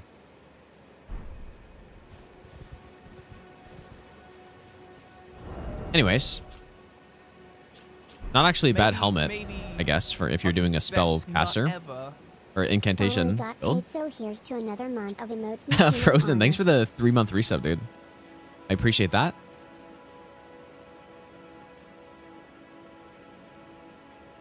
Okay, is there anything else that we should do before weeping? Can anybody think of anything that I should do? Maybe miss some sections over here a little bit. Roll up papers containing incants? I don't know. Oh yeah, we should go to Shofar, but I think that's sort of a... Isn't that sort of a higher level area?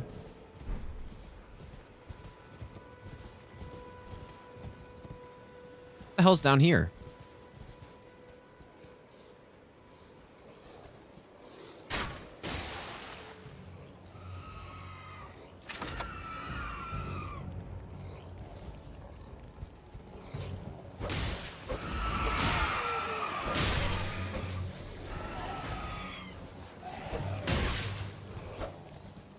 Come on. Let's try this lance that I can now wield. Or I should be able to. Plus the huge lance talisman.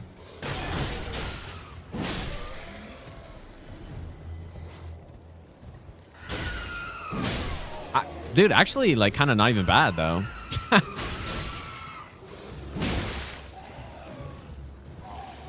Think like a knight's cavalry.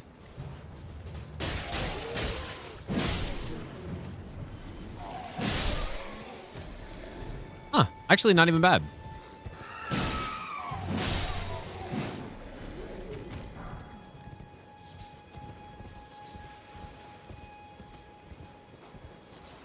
Crab eggs.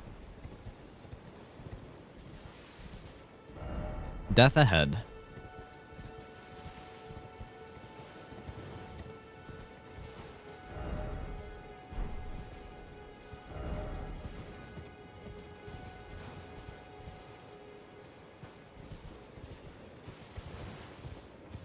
I guess maybe, dude, maybe the Lance Talisman's insane. I just never knew. I don't think so, though. I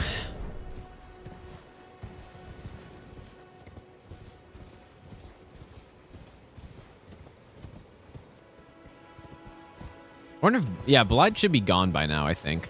If we did do his quest to this point.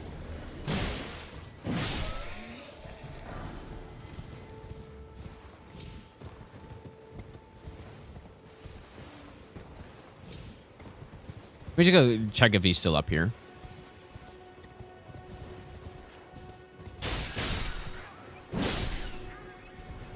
It would be fun. It would be really dumb, but it'd be kind of fun at the same time if there was like a horse arena. Yeah, he's gone.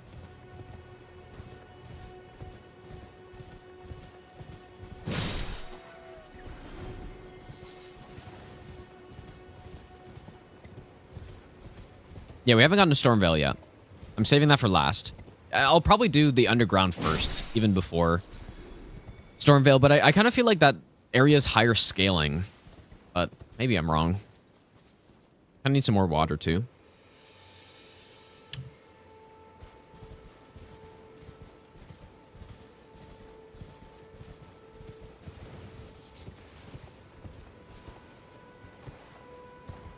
Unless we want to save that area for after we're done Caelid, but... I'm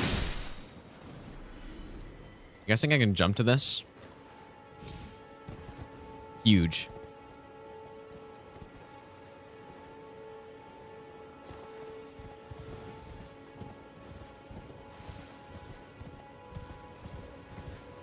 Huge jump. You had to hope that there would be moves or talismans for Torrent. Well, there is the Lance Talisman, but yeah, there's nothing that actually does anything special. have been cool, maybe, if Torrent had more of like a moveset somehow. Like if you could kick. I think that'd be interesting. I streamed probably about half of my first playthrough of Elden Ring. Or maybe even less than that, because I did a lot of it off stream.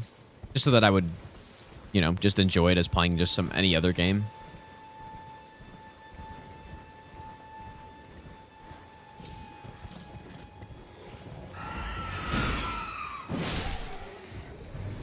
I still think the Lance Talisman should be a 50% increase in your horse damage. As long as it doesn't apply to spells, because spells on horse are already good enough as they are. But like melee weapons should get a huge increase in damage, I think.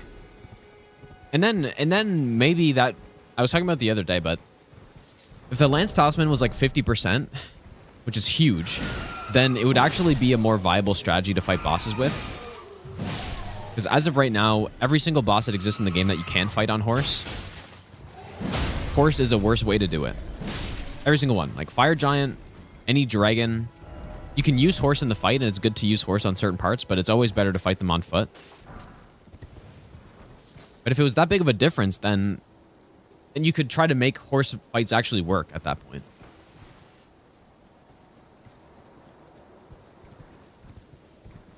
I just did the charge attack. It's that. And it's not bad because it like pushes enemies off, so. Yeah, give the horse a dodge roll.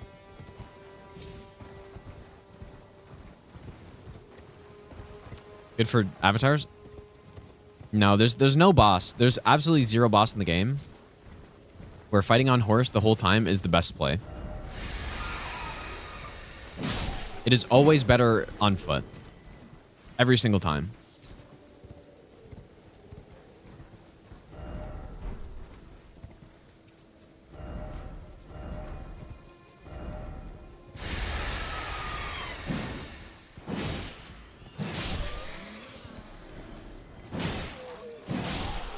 But yeah, there's no question. Horse can be good on certain parts of fights.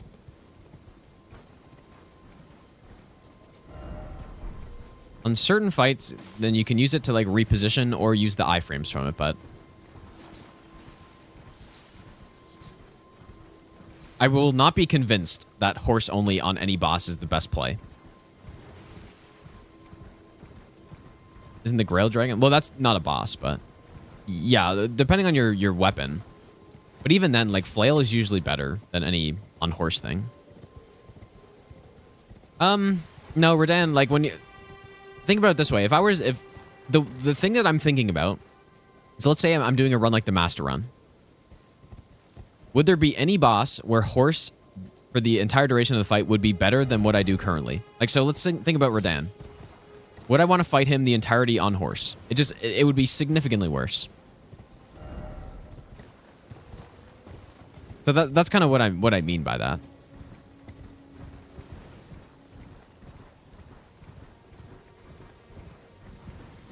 But yeah, there's no question. Again, you can use horse to reposition your character, but it's not good for the actual combat part.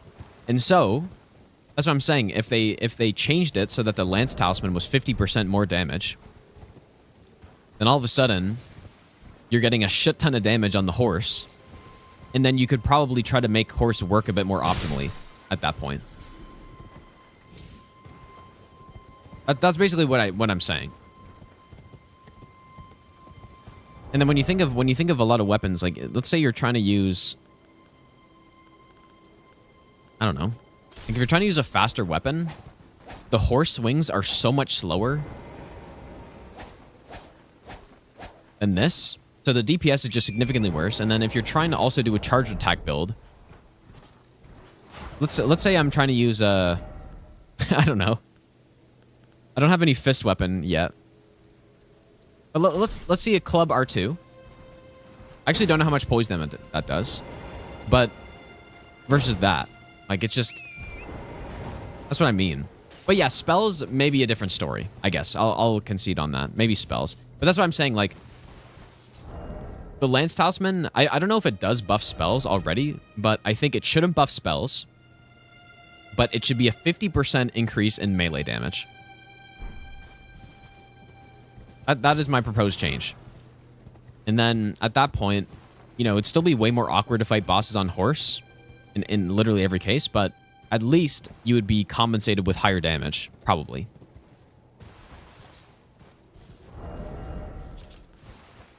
So that's what I'm saying.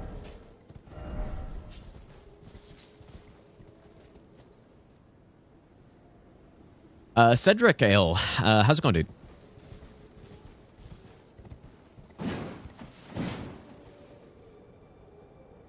I guess you actually are meant to use the Spirit Sprint and get over, right? Like, I do that. I've done that quite often, but...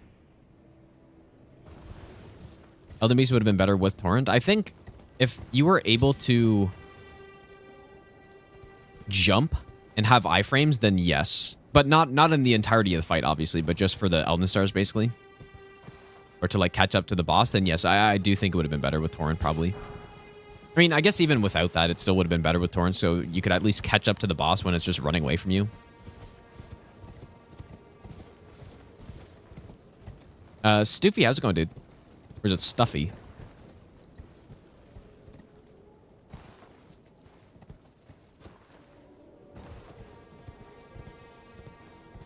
Because, yeah, if you are... Let's say you're fighting Radahn. And you want to go horse the whole time. Using spells, like, that's a legitimately solid setup, especially for a first playthrough or when you don't know the boss's moveset very well.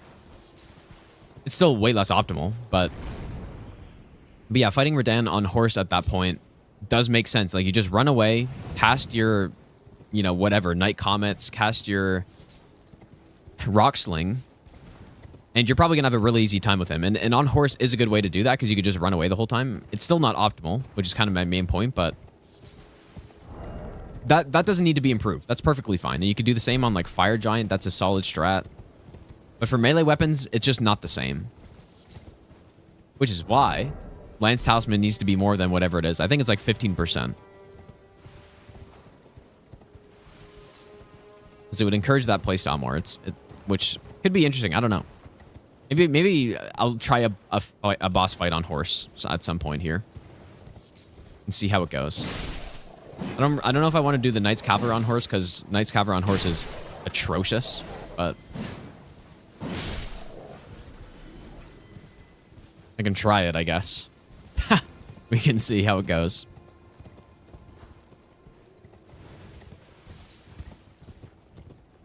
I remember on my first playthrough when I was fighting a Knight's Cavalry for the first time. I think the first one I found was the Weeping one, and I was like, oh, a horseback fight. And I tried on horse for a bit, and I was like, wow, this is so bad, dude. And I just got off my horse, like, on the first attempt, because it was so bad. I guess I didn't actually miss anything over here. Still think Dragonfight is good on horse? No, it's... Well, it might be okay, but it's not nearly as good as just being on foot. Because the dragon fights are all about getting those headshots. I think maybe on Borealis... Maybe on Borealis I could see that. It still would be worse, though, but I could see it being a bit better because the best way to fight him isn't to just only get headshots all the time. There's still no way it would be better, though, realistically, but it could help on the repositioning of the scream attack. But yeah, the dragons are all about hitting the head, so I want to see if I can just, like, smoke this guy off of here.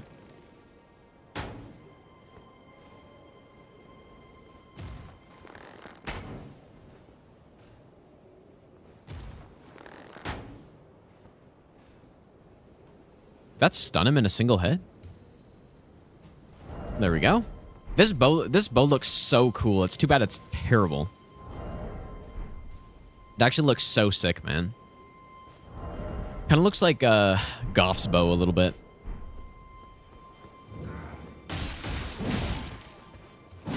And maybe I should stay on horse here, because...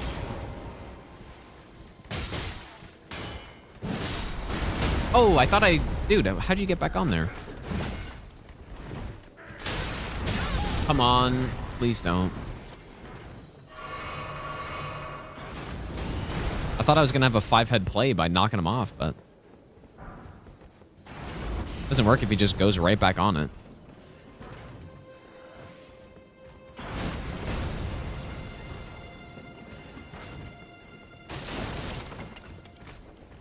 You could probably shoot an arrow behind him or something, and he would...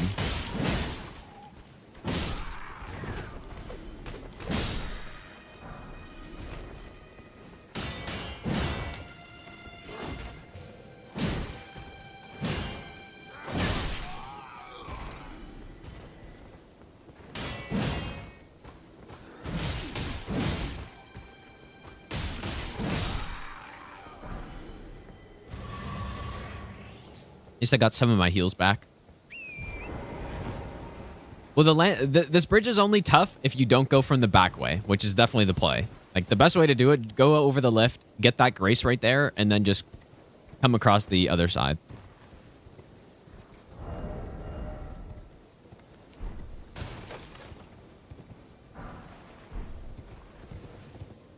That's surely the best way to do it. Did I already get the stone sword key? Or did I pass it? Isn't there a stone sword key here? I might have gotten it and just not paid attention. No, we haven't even gone to Weeping yet. We're taking our sweet time on this one, dude. We've got 4 months until the DLC comes out anyway, so...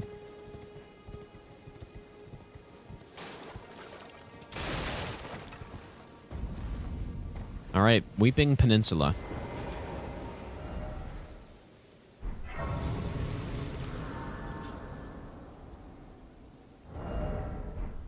I do kind of want to try with the crossbow a bit.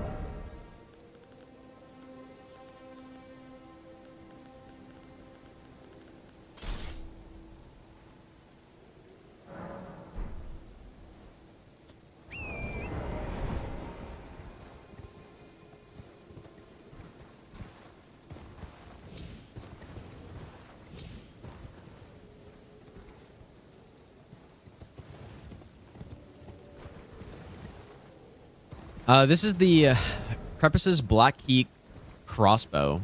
It's very interesting. I'm not sure if it's any good, but like a sniper crossbow.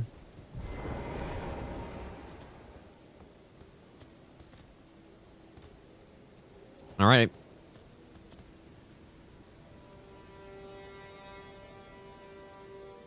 Hello? Is somebody there?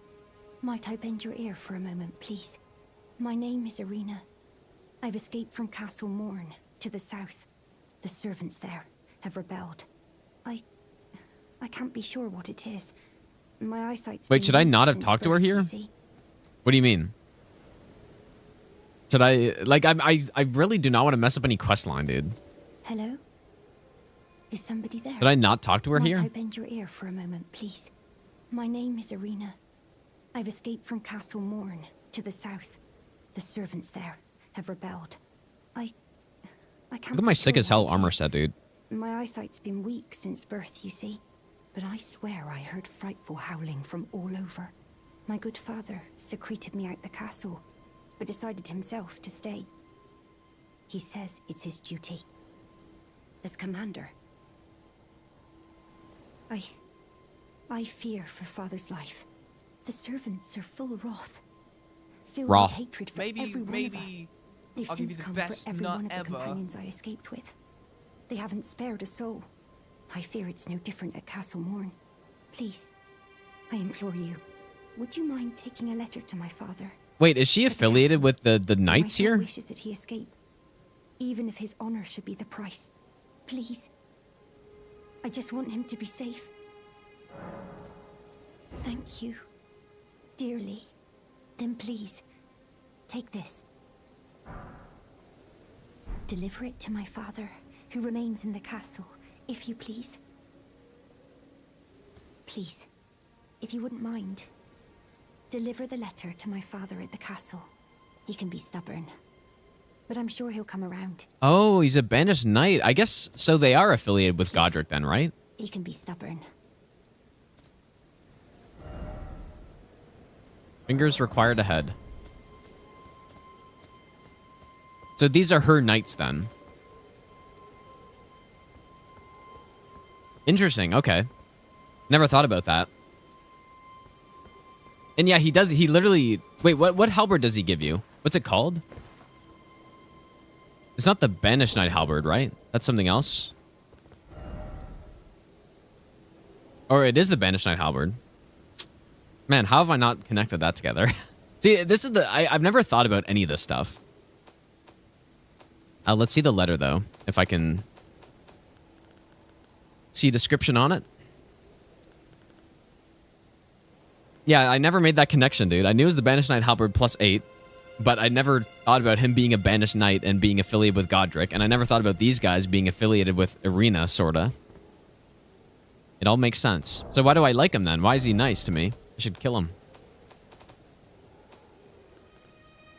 Okay. Irina's letter. Letter given by Irina addressed to her father, the commander of Castle Morne. Gorgeous silken handkerchief. I've realized I've never seen that word in text before. Lightly stained with blood. Words can be made out within. Too bad I can't see what those words are. Handkerchief. I've never seen that word typed out before. That's funny.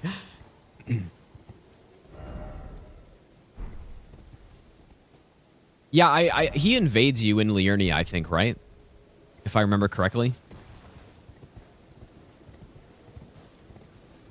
But I'm not sure if you even need to do the questline for that.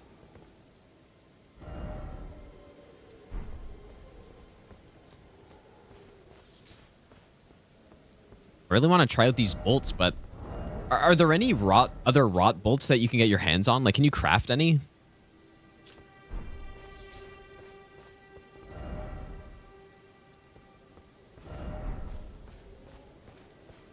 Oh, there are rot bolts, so I shouldn't worry about using them.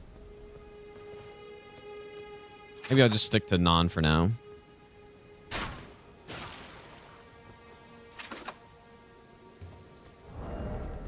I do have the Arrow's Reach talisman as well.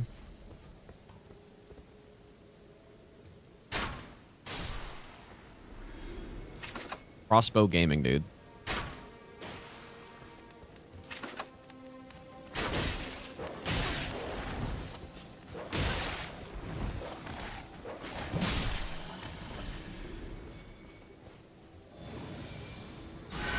Oh, so I guess I have some better heals that I could be using.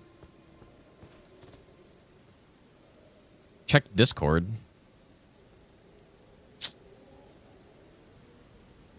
Oh.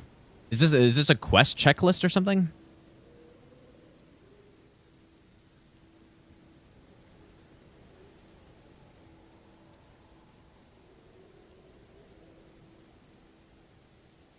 I guess I should turn down my camera brightness too. Might end relatively soon. We finished the master run, like, run through, yeah.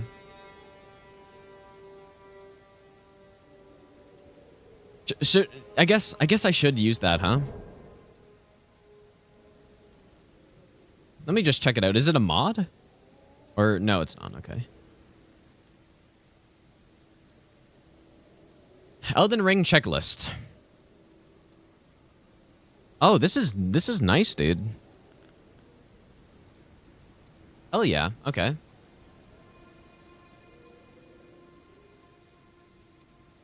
I wonder, like, for quests that are... Oh, this is so good. Okay. Well, I kind of want to... I kind of want to progress them naturally, but I can use this to reference in case I mess anything up. Like, I would assume it tells you if things get messed up, right? Sorta.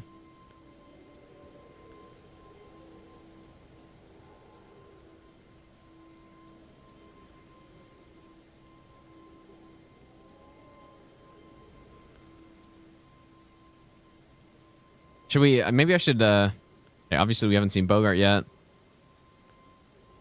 Talk to Yura, defeat a Geel. Talk to Yura again. Nerigis, talk to Yura, Murkwater. Okay.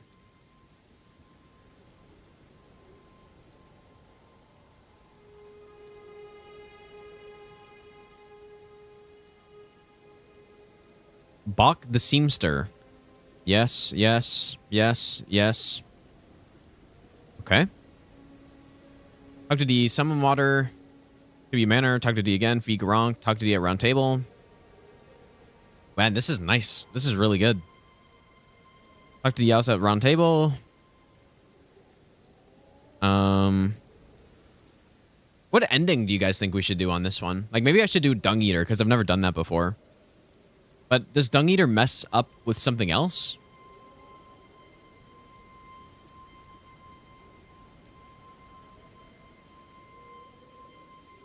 Holy, this is a long one.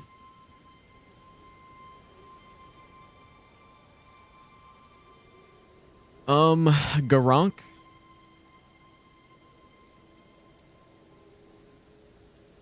I mean, this isn't really anything. You just give him a bunch of death roots.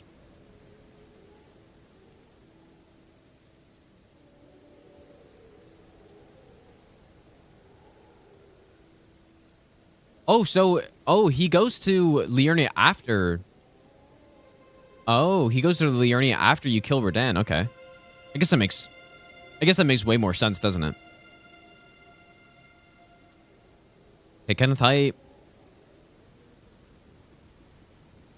Oh, you have to defeat Morgoth first. I didn't even know that. Okay, Bernal. Patches.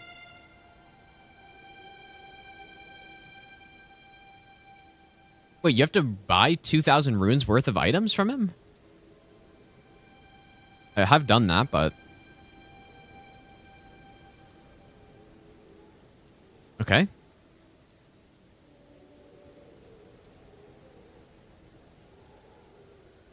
Selling. Tanith, no. Thops, no. Vare.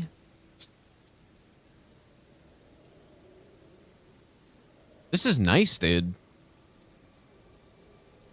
This is really nice.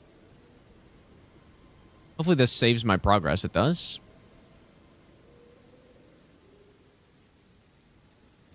This is nice. Okay.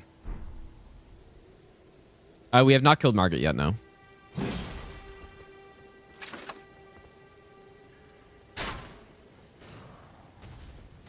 Sniped in the head. This thing really doesn't deal a ton of damage. Not yet, at least.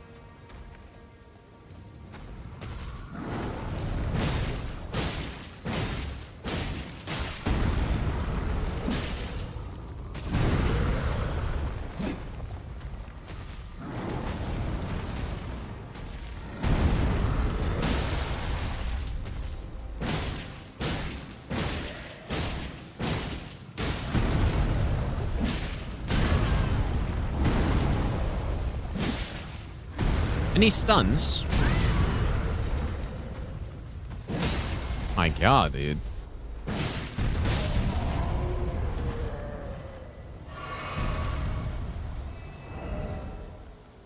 feel like I just want to go Lance again here.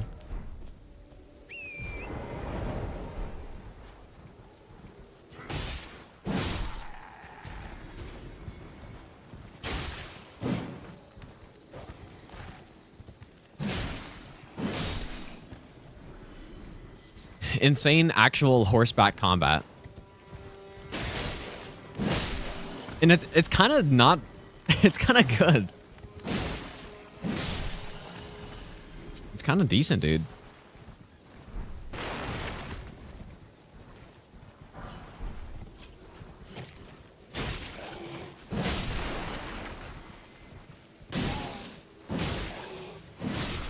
Decent against the small mobs. Yeah, I already said I was going to fight the Knights Cavalry like this just to see what happens. It's going to be terrible, but...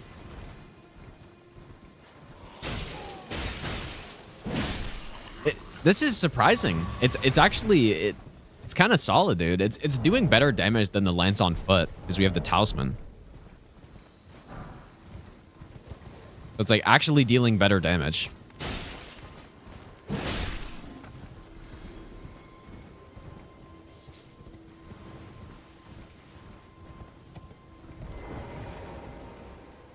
Morning Star. New item. Battle hammer comprised of a globe attached to a handle. Though a bludgeon dealing strike damage. The appellative star, I probably said that wrong, is covered in spikes which cause blood loss. Ironic, given its graceful name, this weapon often reeks of blood.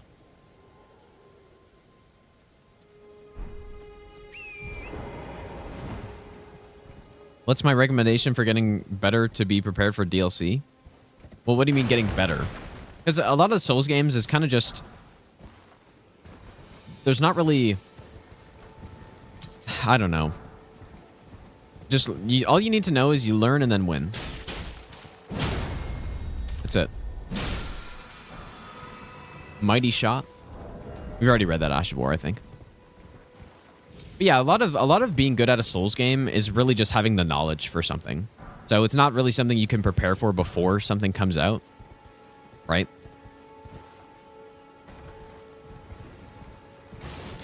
But the main things that make you good at a Souls game are knowing to level health, right?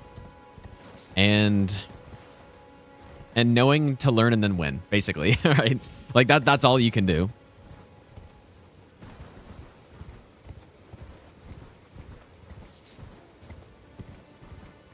Basically those two things.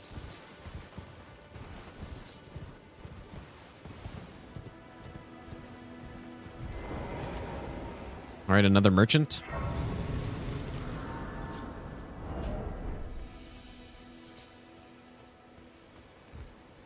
Buying or selling? Straight to the point.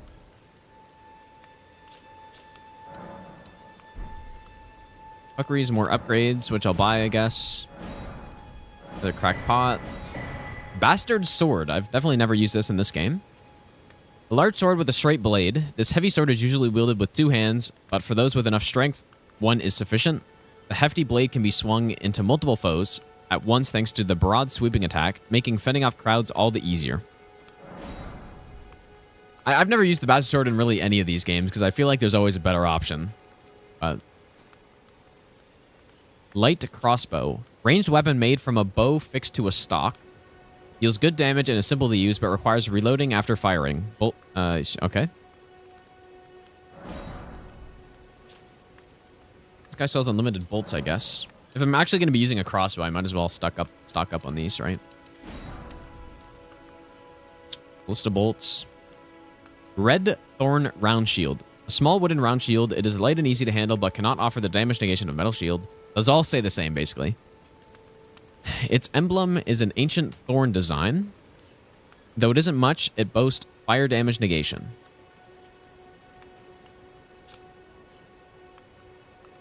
Emblem is an ancient thorn design. Right. Round shield. A wooden round shield that has been reinforced with metal. Comparatively light for its size, the shield is easy to handle but lacks a true metal shield's ability to negate damage. So they're basically all the same.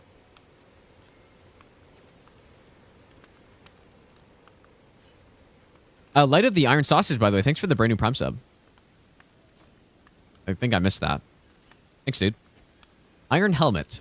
An iron helmet showing rust on its edges. Cloth covering the mouth and neck provides some resistance to poison and other irritants. Okay.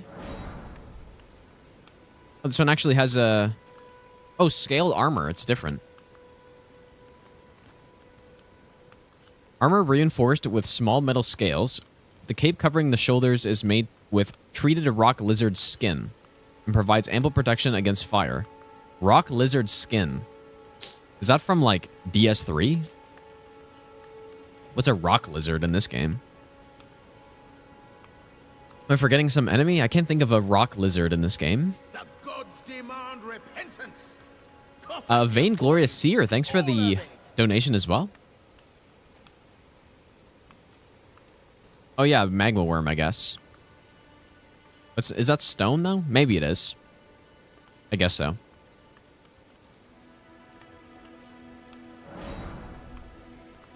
Iron gauntlets. Ordinary iron gauntlets. Nice.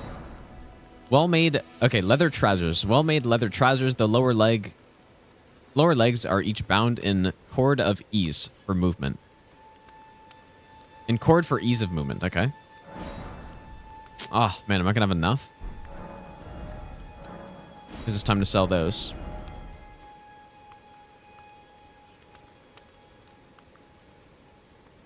Never thought about the magma worms being stone.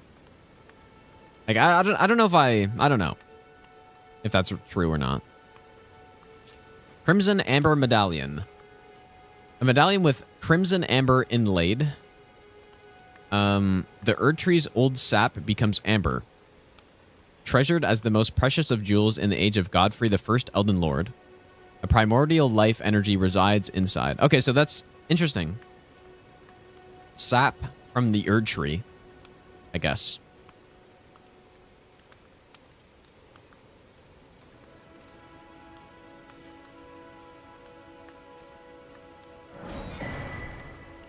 And then a note on the demi-human mobs.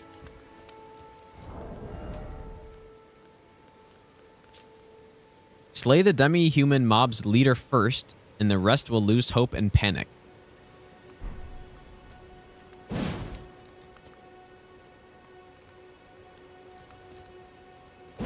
Yeah, ancient, like the dragons we've established are stone. Sorta. Like Placidusax is stone. But I can't remember all the stuff.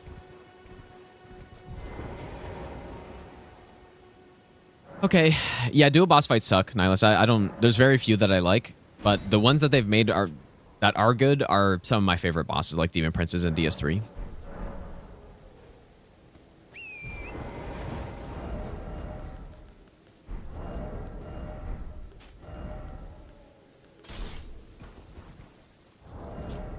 Still heavy load, I guess.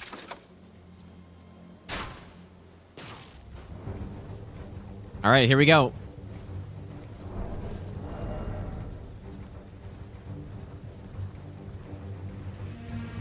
Just like in my first playthrough.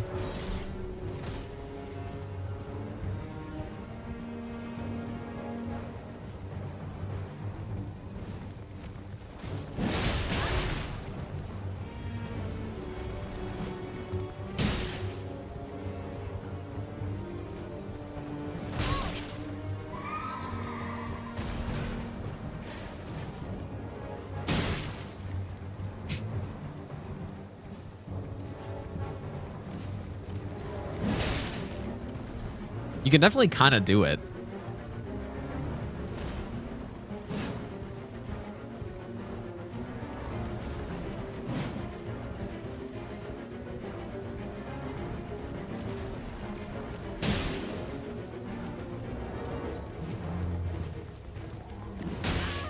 Brother.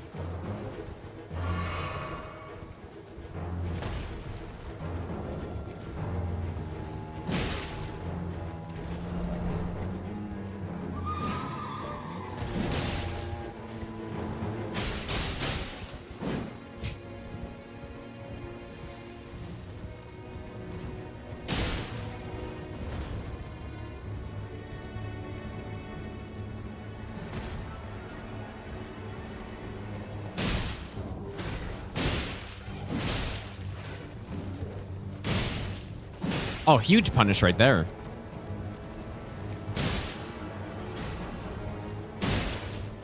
There we go.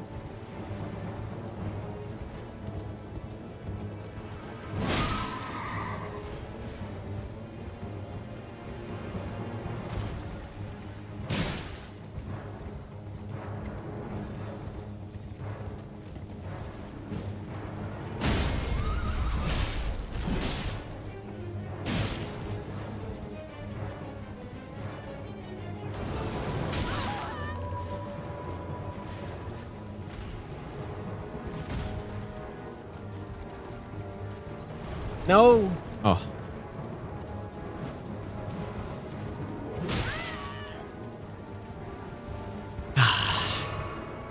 This fighting him on horse somehow makes a knight's cavalry even more painful than they already are.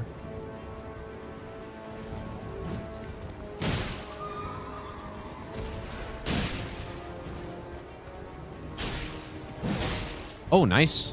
Big hit. There we go. Actual pure horse combat right there. Okay, barricade shield. I think that's a new Ash of War. Or yeah, obviously it is. Barricade shield. Skill made famous by Sir Neidhart. Sir Neidhart, interesting. Focus your energy into the shield, temporarily hardening it to deflect greater blows. Sir Neidhart. Who's that?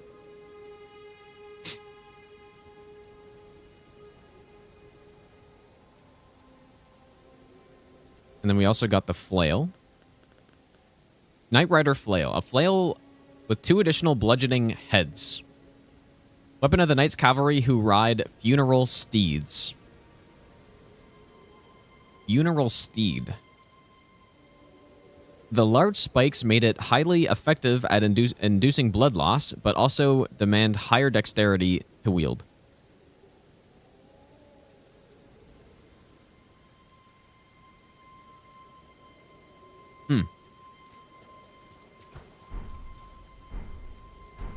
Sir, what was his name again? Sir, it's not Reinhardt.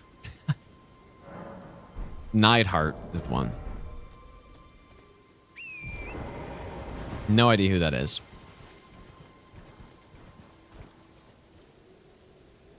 All right, where do we go first?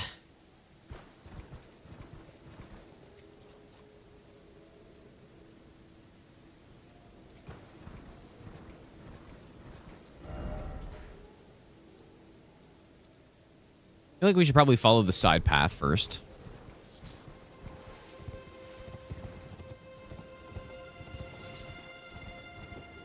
Yeah, you don't need channel points anymore for the Minecraft server. So if you do exclamation mark, I think it's MC server, right? It has the instructions. Basically, you just need to send proof that you've been following the channel for 30 days in Discord, and then you'll get added.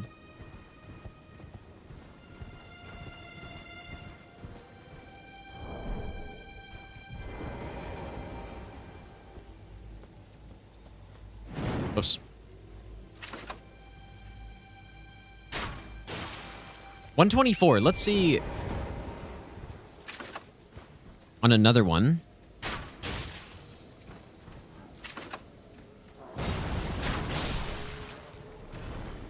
If the Lance Houseman does anything for crossbow. So how was it 124? What? Aim is kind of weird on horse. Huh? Maybe you should shoot a standing still one.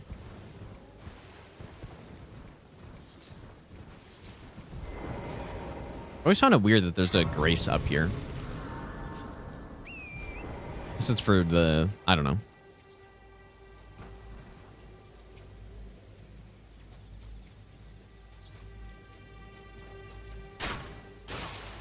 Yeah, it's the exact same.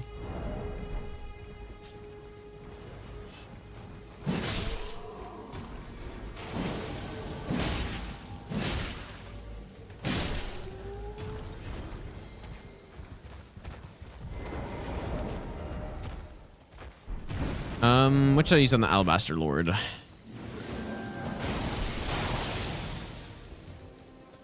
Just cheese him.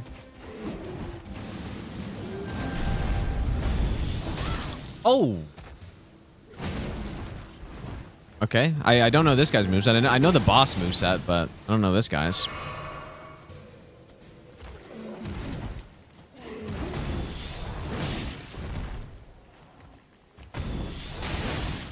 Oh, I guess I've timed that better.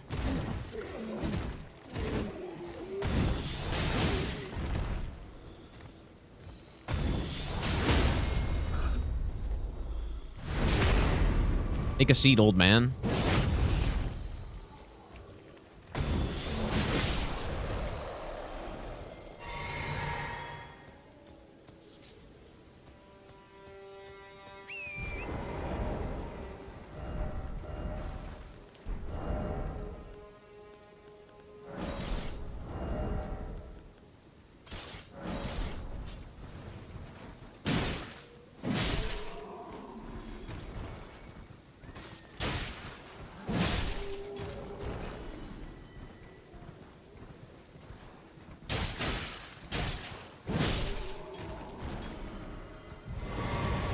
So are these, what is this meant to be here?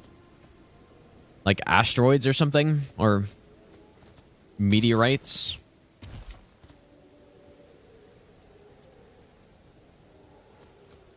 So does that mean the Alabaster Lords are just from outer space or something? Is that what that is?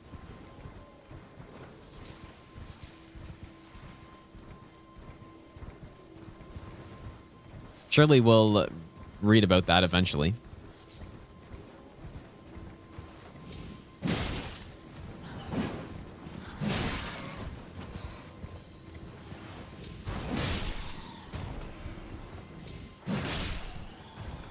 Look at this horseback combat right here.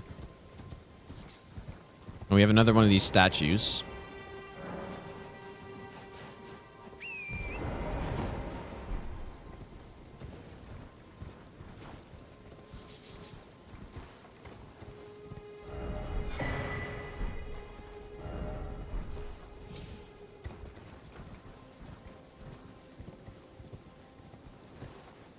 So you can join the server by, all you got to do is join the Discord. The steps for YouTube and Twitch are a bit different, but basically you just have to send proof that you've been either subscribed to the YouTube for 30 days or following on Twitch for 30 days. There should be instructions in the Discord, I think, like somewhere, probably. And then you get whitelisted and then you can play on it. Yeah, they're basically Endermen. Yeah, true.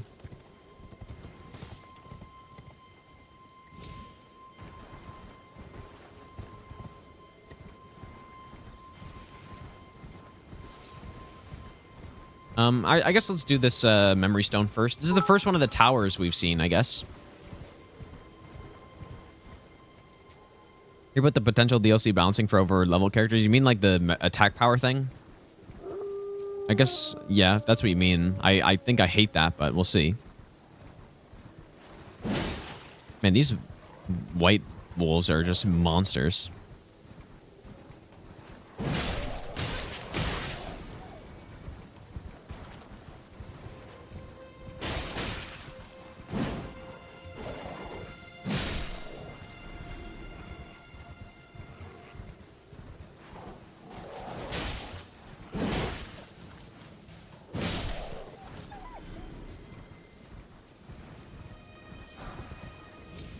How's it going, Mizku? That's not really how I took that, what Miyazaki said, though. Like, balancing for over-level characters. I guess maybe, though. Maybe that is what it's meant to be for. I don't really like the sound of it, though.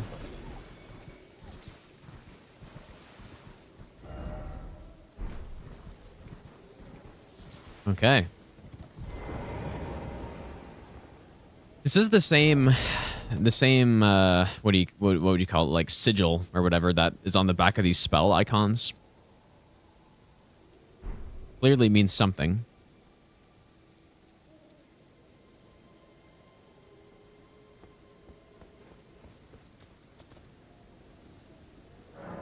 Seek 3 wise beasts.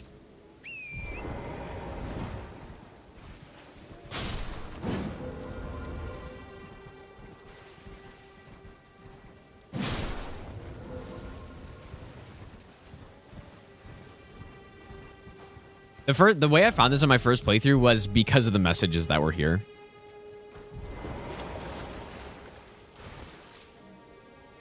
That is actually how I found them. But I guess he does make splashes in the water. That's what I wanted to see right there.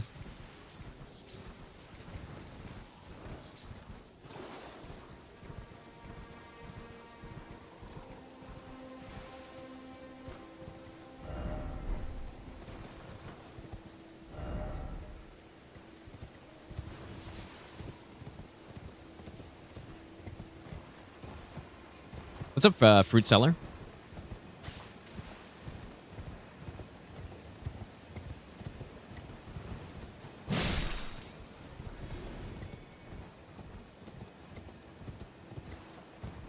Yeah, I did see that he said that, Zach.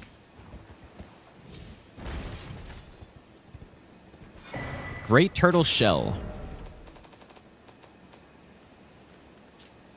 Shield fashioned from a great turtle shell, the natural curve helps it contend with foes' attacks.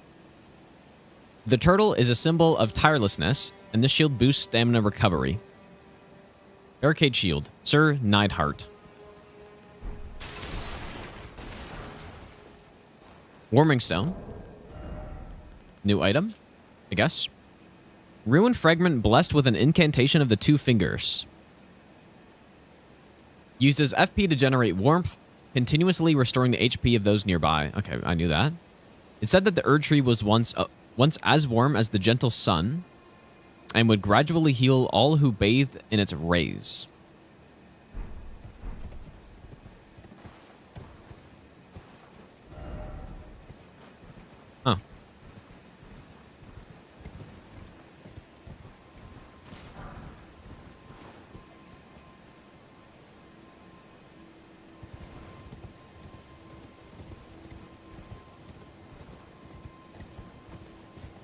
Huh. This is vanilla, yeah. Forgot there's a starlight shard up here. But I still don't actually know what these even are. Did it say, sorta? Once used in the Eternal City. I still don't really know what these, like, basin things are.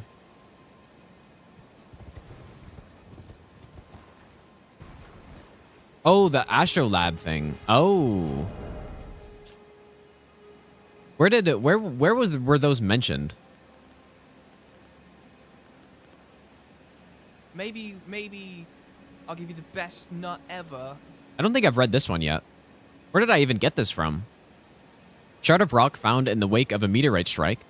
It is imbued with a particularly weighty magic. The desperate ones who scavenge for these dub themselves Star Callers. Did I pick this up back there?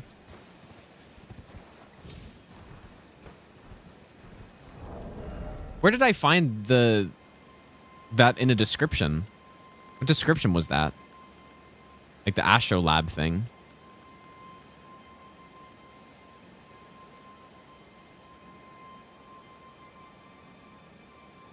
I can't remember. Because I know I've seen that somewhere.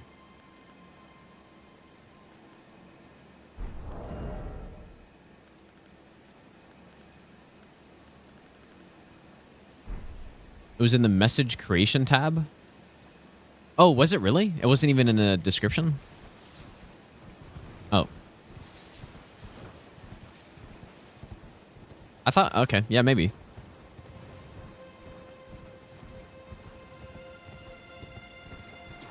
Sal, by the way, thanks for the brand new Prime sub. It's smoked.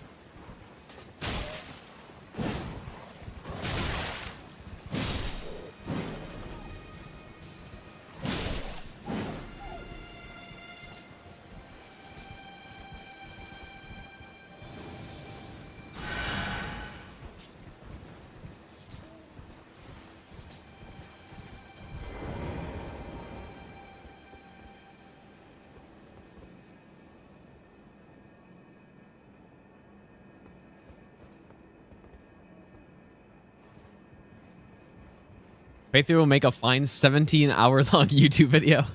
Maybe, dude. I wonder if we posted a video that long, how... Well, first of all, I'm pretty sure YouTube videos can only be 12 hours, but... I wonder how that would do, a 12-hour YouTube video of just me playing through the game.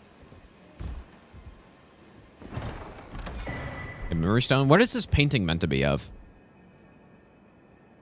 Oh, you know what? It looks like it's the painting, of the tower that's in Weeping, but it's taller than that, though.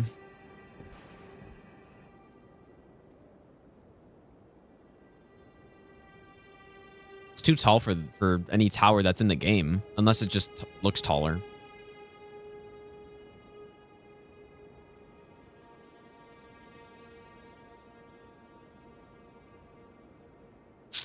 I don't know what that is.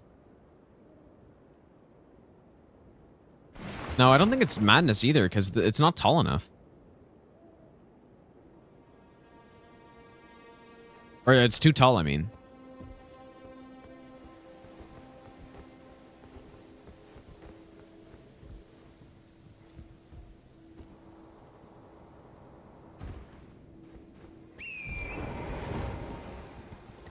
I have no idea. Does this say anything now that I've beaten it?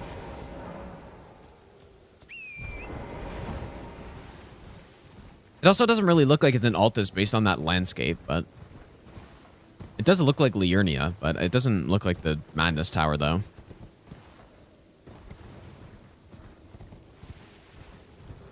Oh, one with the great bow. Yeah, maybe. That is a really tall one, actually, now that you mention it, but... The trees, there's no trees around that, but... Yeah, maybe it's just not in the same... Maybe it's like in the past, you're right.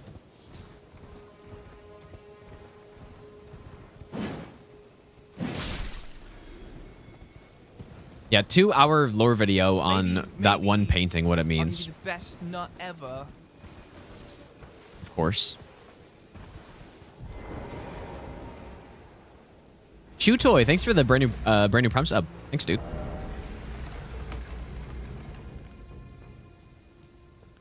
What is my best imp killer at this point? Probably just like the mace.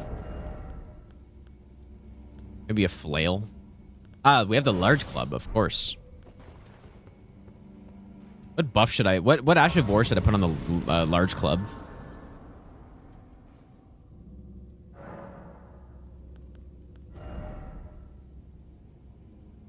Let me also do this.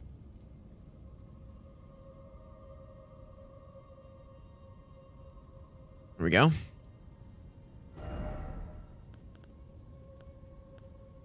Sacred Blade on the large club.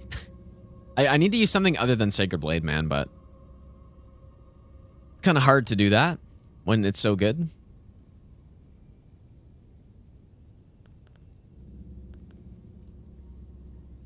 Ground Slam? Yeah, but Ground Slam's kind of...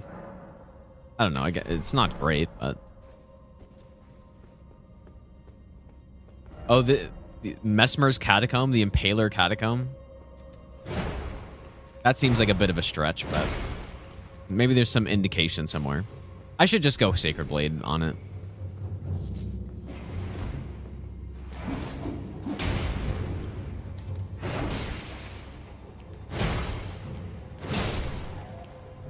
I'd probably just be one-shotting these guys with Sacred Blade.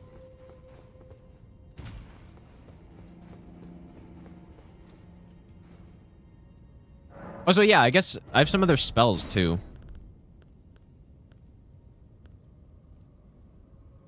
Order's Blade? Only 13 int required? Do I have enough for that? We also have this tail, but it's maybe a little high.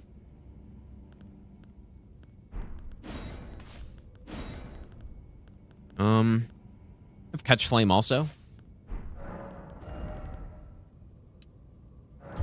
Not quite enough.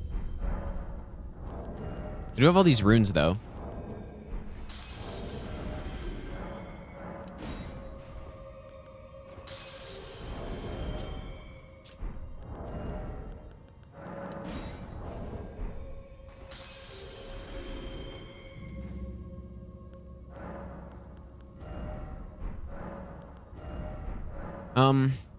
Spell.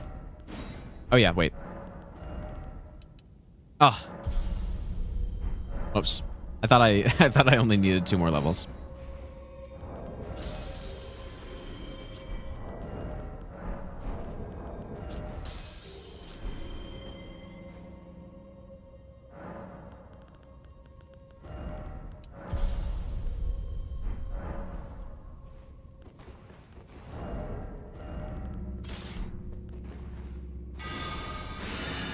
Here we go. Kind of cool.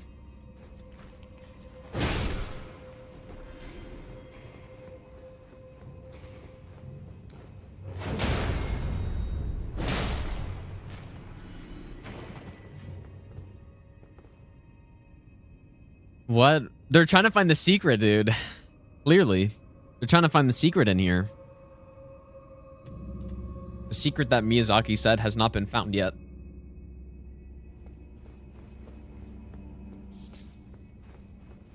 Surely it's dropping off that ledge.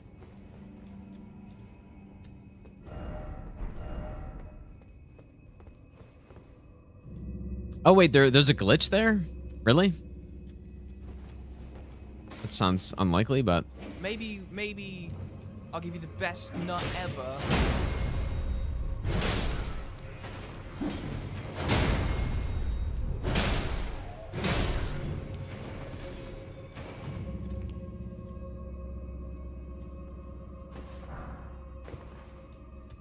Like there's not a kill box there?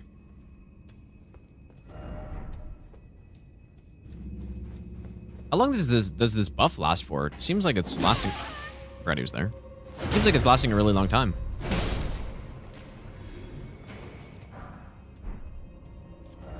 Likely Elden Ring.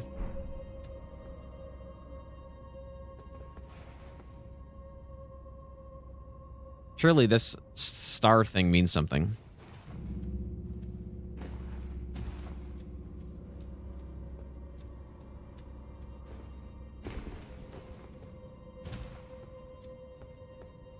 Yeah, well, like a minute 20 is really good.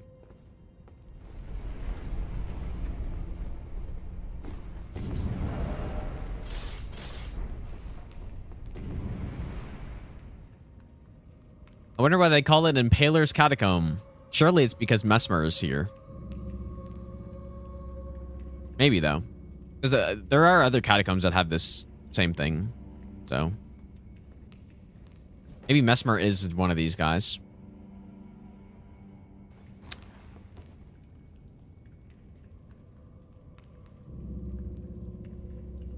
Yeah, the DLC clue that Miyazaki said nobody's found. I wonder how would he even know that nobody's found it? Like he's looking at every YouTube video and checking.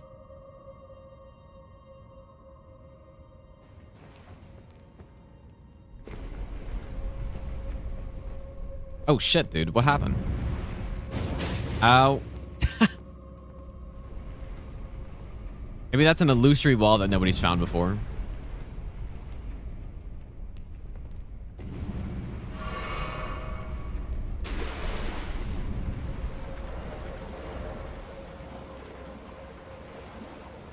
Yeah, they patched it in secret.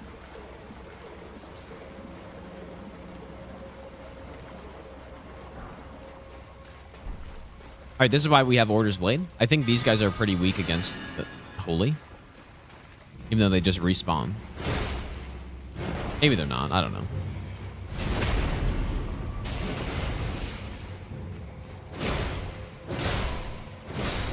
Maybe Lightning's better.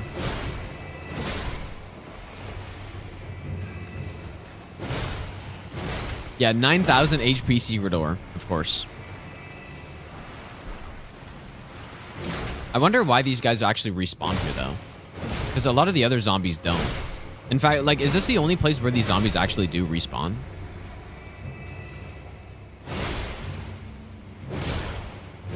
Maybe it's Mesmer who's bringing them back to life, dude. That's clearly why. Is there a crab? Or no?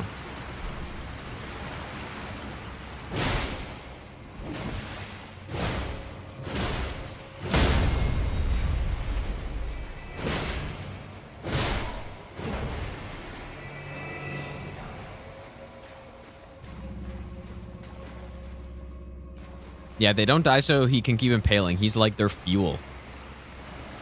Or no, I guess they're like his fuel.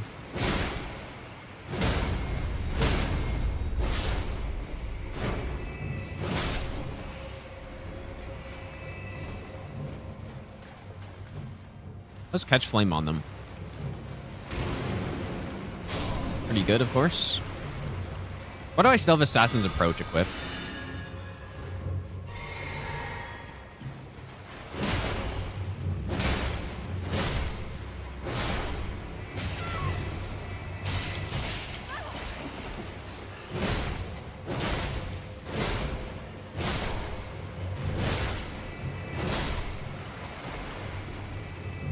There must be some reason why they respawn here, though, right?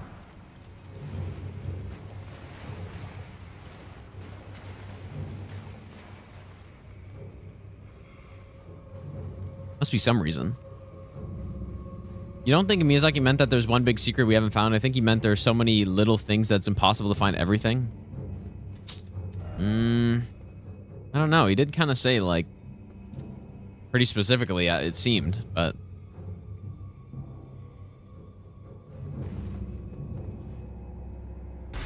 Maybe this is Mesmer, Catacomb guy.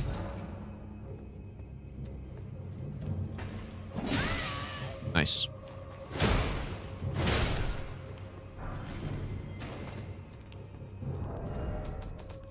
Is it my first second Glowvort? Okay, yeah, it is different. I also have a Ghost Glowvort too, which is the same. Okay, Grave Glowvort 2. Spirit tuning is not merely the simple act of imbuing strength. It is an art that lies somewhere between tuning an instrument and conducting a conversation, leaving both parties enriched.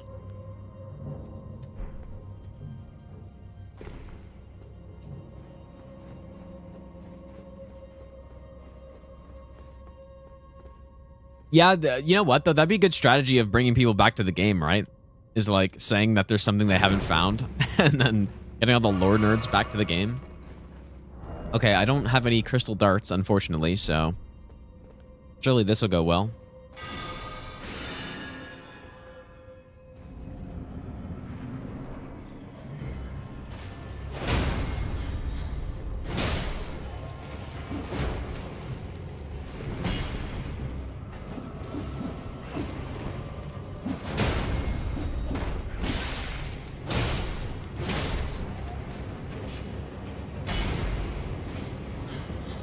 This is a boss I'm mildly concerned about for the Master Run because I've got my own Ground Slam. Oh boy.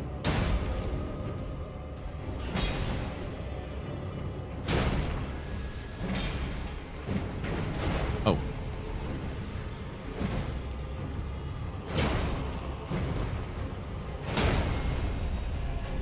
Because who knows how the imps will react to the crystal darts and stuff. I don't know. I'm sure it'll be fine, but...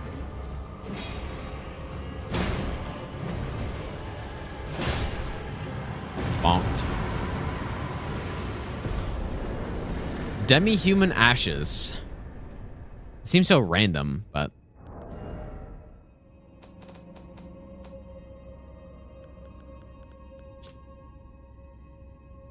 Spirit of demi-humans that are small in stature, but have a violent, brutish disposition. Though they seem somewhat intelligent, when night falls, their blood boils and they become feral. When night falls.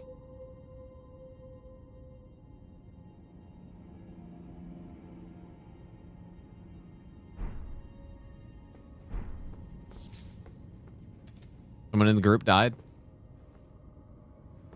Unfortunate. Okay, well, I think this is probably a pretty good place to end for today.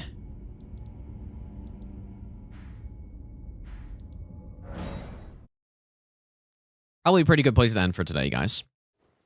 I'm not sure if I'll be on tomorrow. I don't think I will, but I think I'll do a stream on Saturday. I think I'll be on Saturday. I'm not 100% sure, but I think I have time on Saturday. So, extra Saturday stream, dude. Probably. And I guess we'll probably just continue this run or Master Run. I'm not really sure which one, but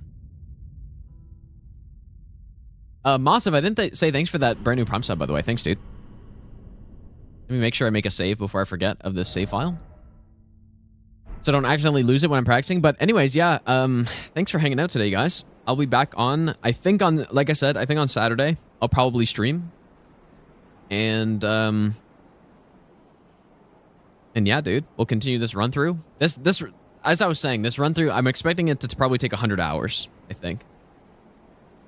And so far, it's looking like it's going to take way more than that because we're only 12 and a half hours in, and we are still in Weeping Peninsula. So, I don't know. That's cool, though. Like, I think that's what I want to do. I just want to do a full playthrough of the game, do everything I possibly can. And that's what we're doing. So, anyways, take care, you guys. Have a good weekend, and I will probably see you on Saturday.